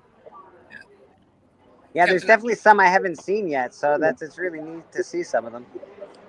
I think Batmite's on here, and I gotta say hi to Batmite. Hello, Batmite. Hey, Hi. how you doing, Batmite? Doing real well, thanks. Good. I think this is really cool. The purple one. Green Lantern's cool too, but again, appreciate no problem, brother. Have a great one. Wolverine. Oh yeah. Some good art in there. Some really cool art. I like the purple, the cancer ribbon in there. That's pretty cool. Centerfold is awesome. Who did the splash page? Centerfold. Centerfold is done by All-Star Superman Ignacio Di Maglio. Okay, Ignacio. Yeah. Ignacio. So that's yeah, he knows what he's doing. Yeah. And there's a Easy with the Door and Austin LeMay Spider-Man, the cover. Oh, is that Jane Foster Thor carrying the hammer? They got carrying the cancer. She had cancer. Yeah, that's very cool. That's good thought put into that book. That's very neat. Oh shit. The Warlock is mine. Warlock, that's a good Warlock. No, man, that's really good. does. I know Dracula put in the Canadian Diabetes Association flower in his art. It's cool to see the purple ribbon for breast cancer and stuff. I think that's neat. So mine, I have to explain mine, okay? So mine is Please do. match between a Fantastic Voyage. That's the Fantastic Voyage is a 1960s movie where they miniaturize people into a little tiny, and they go inside the body and curing stuff. So basically, Adam Olak, of course, is a genetically engineered guy, so he will never have cancer. And he's helping the Fantastic Voyage people killing the cancer cells. Bobby, don't worry. We'll make our own book together. Don't worry. We're good enough to be in our own book. Yeah. We're not rock stars like Naman. We can't just sit down at tables and start selling art at Comic-Cons. Yes, Young. I think this is fantastic right here. Naman, I would have never ever guessed that you would do something like that's great. That's a great piece of art. I would have never guessed that you would have had the cojones to just sit down at the table and start selling art. That's amazing to me. That's amazing. I didn't sell art. The reason I could do that because I didn't sell anything. But there's a Comic Johnny the Angel, and then there's a Adrian's. And I know Comic Journey said it. Comic Journey, when he draws, he does a lot of texture in his work, and a lot of that texture got lost in translation when they scanned it. So. Yeah. Sometimes like I say, these prints doesn't do you justice to art sometimes. So, anyways, it's a good book. Go get it from Mark from Legion of Comics. Got Rob Festech, DJ Link. They should have plenty copy of these left. So go get it. Only $20. And I got some signs. I'm gonna give a couple away during one of my shows. Look for that sometime. You're doing giveaways on your shows with some signed ones, Naman, or what's going on? Yeah, that's what I'll do. Very cool. Very cool. And maybe what should I do? What should I celebrate? Getting to 800 or something like that? Yeah, whenever you got a celebration worthy of giving away a book, absolutely. Right. So give me to 800 and I'll celebrate, guys. 800. I saw Circumstances is going for 1,000. Yeah. Yeah, he's close now to 1,000. I think he's at 925 or 950 or something. I'm at 750. Oh, he'll get it. Yeah, he'll get there soon. You're at 750 get it there in a couple now, days. Yeah, I'm at 750, so 50 more. Good for you, buddy. Good for you.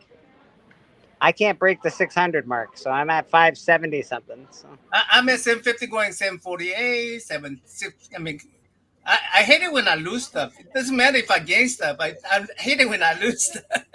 Well, that's the problem. I gain 3 subs and then I lose 2 subs. So it's a slow momentum builder. Slow burn, huh? Slow burn. It's all right. Where's the CJ at? How come he's only? Where's CJ at?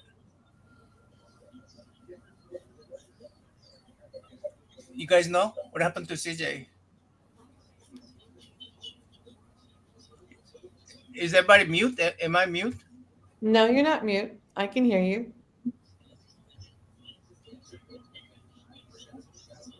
Okay. Where's this awkward silence coming from? Not quite sure. Bleeker's probably got business. I don't know what everybody else is doing behind closed doors, but you're freaking at the chat. But you're not, I don't think it was CJ on there. I think it was Papa who put CJ's moniker on his. Papa. That's okay, Papa. We'd rather see Papa than CJ, Papa. So don't do that.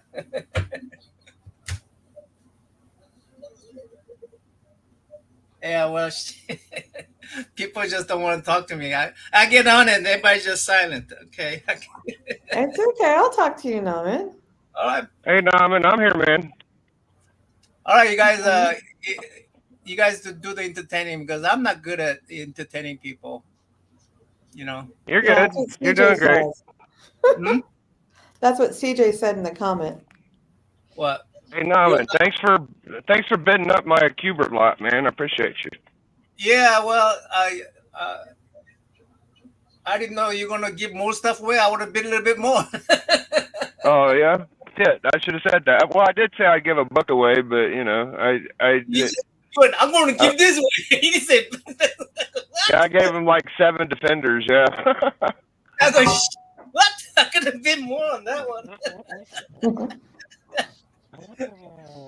Some old DC, but you probably took off by the time I showed him. I showed him up really high too. I should have offered him a little cheaper, but I think if you got 4 or 5 Superman 12 centers, you can't sell those less than $40. I mean, they're $5-10 a book, you know. Yeah. Yeah. I still like my mystery box things better. Yeah, maybe I'll get you a mystery box later, but no pressure now, man. I'm good, but if I do sell some more, I'll let you know. All right. I'm happy one beat Alan. Oh yeah, I beat Alan. I beat Alan. You beat Alan, yeah.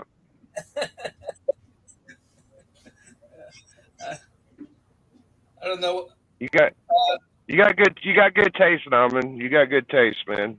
Yeah, I just like collecting old books. I don't like new ones. So. Yeah, I know. That's how I am. Yeah. I just sell what I think what I like, and then it's surprising, like you and Doc and a few other people actually like it too. So it makes me happy. I like those covert books, and you had a lot of good stuff in there. Yeah, those Cuberts are great. They had Gil Kane and Cubert, and yeah, Gil Kane in there. I like man, they were nice. And then you were giving away those what was it? Invaders. Bunch of Defenders, yeah, Defenders. Yeah, Defenders. I'm trying to complete Defenders. So. Yeah, Defenders are great covers. They're great art. Yeah. Mostly John Buscema. I know Doc likes Defenders. Yeah, I think John and Sal, yeah. The Buscema Bros.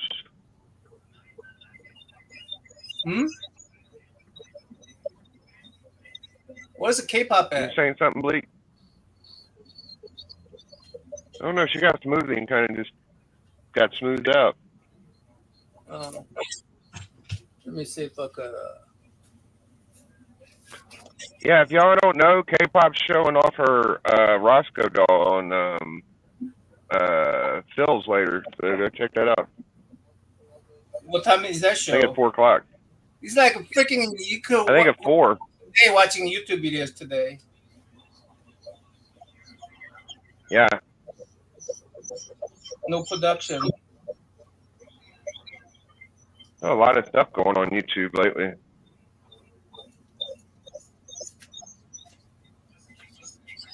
Just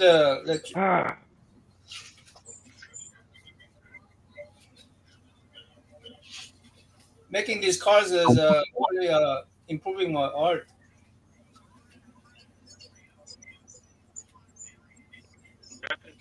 Perfect. Thank you, sir. Me too. I got my lunch, guys. Bye.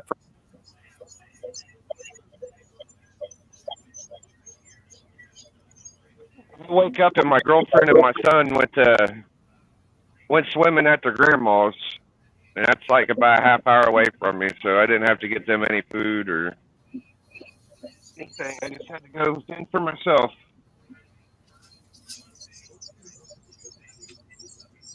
Which is good because I was up till like fucking 6 o'clock with Journey. Actually, it was about 7 in the morning when we got off, about 6:50.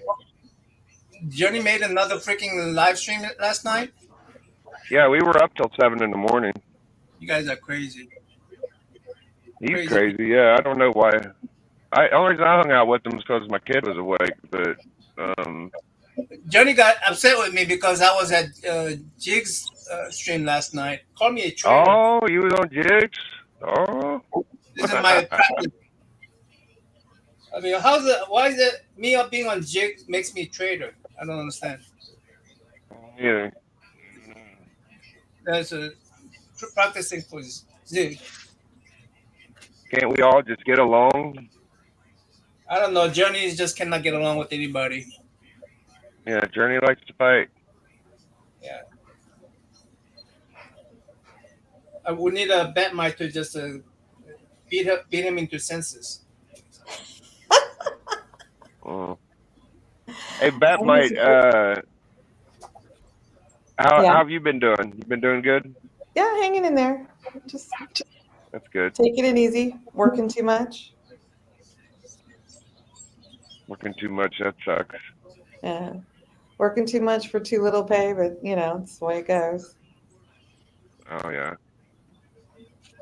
But How they just- got you? yeah, just plugging along. You been getting any cool comics? Just some Bronze Age horror, some second Nice. print Batman run, from Volume 1. Just I love Bronze Age DC horror. That's really good stuff. I went down that rabbit hole, but I refuse to pay a whole lot of money for it, unless it's like a big key, like a First Bernie Wrightson or First Gregory Gargoyle or something like that. Oh, But shit. I don't even know what the first Bernie is, man. I'd have to look it up. I think it's House of Mystery 179 or 177, something like that. But yeah, I don't have it. I'm hunting it, but That sounds cool. I'm watching it. But- Yeah, I was looking up some Joe Kubert keys, and I want a Weird Horror Tales 1. It ain't really a key; it's just a cool Kubert cover. And then I want another First Unknown Soldier. It's like Sergeant Rock 138 or something. I want that one, but there's a lot of dumb shit I like. I like dumb shit too. Like I pick up DC Universe logo books. Yeah. I picked up a few of those. You know the prototype first Supergirl. It's like Superman 130 or 230 something, and you can get it for like $150, $200 because it ain't the real first Supergirl, but it was before her. It looks just like her. I'm not. Yeah, a I big think that's a good Supes one. fan. I like the books, Not a but big Super. that's just something I've never got into collecting my DC Universe. I've got a little bit of Soup, but not a whole lot. More Green Lantern, first series of Teen Titans, the new Teen Titans because of Marv Wolfman and George Perez. Yeah. Of course, my big runs that I have on Bat and Tech. Yeah. And then just, I've got some Robin and Nightwing, but 175 is the first Gregory Gargoyle, and I got to find out where my first Bernie is if I can find him here. And then Nice. I've gone down, like I said, the DC Bronze Age horror, and just offshoots. Like I just picked up Batman Family. I think it's 9 or 6. It's the first Joker's. It's the Joker. It's Duella Dead. First Duella Dead. Looking at a Charleston Captain Atom for the first Blue Beetle. I got that one. That one's a great book. Yeah. Yeah, I'm watching that one because I have the Charleston first Blue Beetle, which is the first question, or number 1 Blue Beetle, which is the first question. But, Right. I look at everybody else's collection, of course, everything comes back around.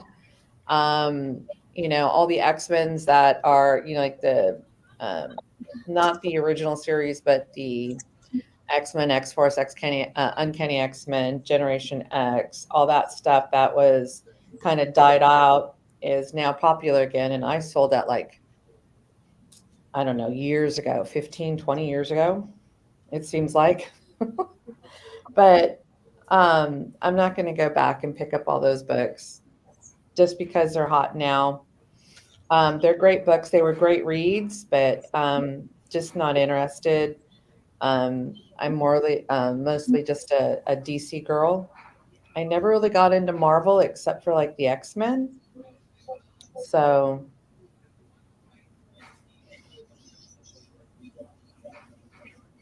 but you know, I like my little runs. I stay in my little lane and just keep myself happy. Yeah, I had to mute my mic because there's a lawnmower going. But have you ever heard of shit? What's her name? It's gonna take me a minute. Anyways, I know a couple girls that like DC stuff like you, but I think that's pretty common. Yeah, I'm watching House of Mystery 179. That's the first Bernie. Okay. It's first pro work by Bernie Wrightson. Yeah, I'd say my favorite Bernie I have is the first Swamp Thing. That's my favorite. I have I have that. I love it. I love his work. Yeah, you got one. Nice. I'm collecting 1 in 10 because that's his whole run, and I have like 2 books to go, or maybe 3 books to go to have all 10 of them. Nice. All right. Sorry about that, folks. I had to deal with a customer. Oh, that's okay. What's that? How is So everybody long- doing? I think we're about to get ready to get out of here. Let's see what everybody's got plans for this week. Okay. Miss Batmite, do you do anything on YouTube? Do you have a channel? I have a channel. I just have never done anything because my schedule is so flipping wild. But I will be on Tuesday at 5 o'clock. We'll be on the Paul 619. Paul and his amazing friends. Nice. And sometimes I pop into the low grades on Friday. Very cool. Very cool. So if you want to check out Batmite, you can check her out there. Biggie Shack, what do you got going on, brother? So Collector Club was Friday. It was Key Master, me versus Alan, and I had a lot of fun on that show. Bleeker and D and Matt Likes Comics was officiating, and Doc came on Man Caves, and I come on Church, I come on Papa Willie's Sweet Chin Music every Thursday night, 9 p.m. And then the Biggie Shack Commandments, where I do a speculation weekly on my favorite top 10 hot comics. And you'll see me periodically with people like, Bleak and D Runk and Who Dat on my channel, and we just talk about what's going on in the community. So thanks for having me, Bleak. I like your top 10 commandments. I think it's pretty cool. Yeah, thank you. Papa Whaley, you're not there right now. I assume that you're around, but he does Sweet Chin Music on Thursdays. He does lip syncing videos. He's also on Band of Brothers Auction with Who Dat, myself, and Biggie, and K-Pop, and Boston. A bunch of people are on that. And what else does he games? Does some gaming stuff online. If you like watching people game, he does gaming. So go check out Papa Wheelie. He's awesome. Boston Chris, are you kicking around up there? Boston Chris isn't kicking around. You can check him out on Wednesday nights. I think it's supposed to be every other Wednesday with Who Dat.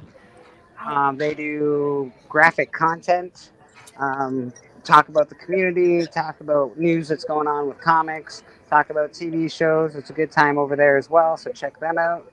And Miss K-Pop Junkie, what are you up to? In about 20 minutes, I'll be going live with Phil and Roscoe as we unveil the My Pet Roscoe. And then at 7 o'clock, I have my own show. So come back, look for that. Yes. Very cool. Very cool. Mm-hmm. Yeah, and check K-Pop out again. Band of Brothers Auction. She is the best moderator of all time. Give her a check out there. Myself, you can catch me on Church on Sundays. And, I think I do Slab or Not the Slab. There'll be another episode coming out this week. I'm on Club on every other Friday. And, of course, The Hunt. This Friday will be The Hunt, so check out The Hunt with Tony Sanders. Go give him a check out and a follow. And I think that's enough plugging everybody. What do you think? I think that's enough. Oh no, we got to get No. hold on. Alan and Steffo and for their Monday show, and they do a Oh, Friday show. that's true. And of course, we got Naman up in the corner. Naman, what are you up to this week? Oh yeah, Squeaky Whale gets the grease job. Yeah, I got a bunch of videos from Heroes Con. I'm interviewing people. I'm releasing it one per day at least. So come and watch those. CJ must like you. You're the only person that actually did any press at Heroes Con. Yeah, he still complains about it. He will complain about it. Whatever. Yeah. That's if someone's gonna complain, it'll be CJ. Anyway, and then I think tonight, somewhere late night, I wanna probably I just occasionally just randomly go and do drawing sessions live. So Cool. drawing exercise. So I might do it tonight if I'm up Right. to it. Right on. So go check out Naman. He does all sorts of stuff online. Give him a follow. You guys all probably follow all of us, but I still like to say it just in case you don't. Follow everybody. They're awesome people. And let's get the hell out of here.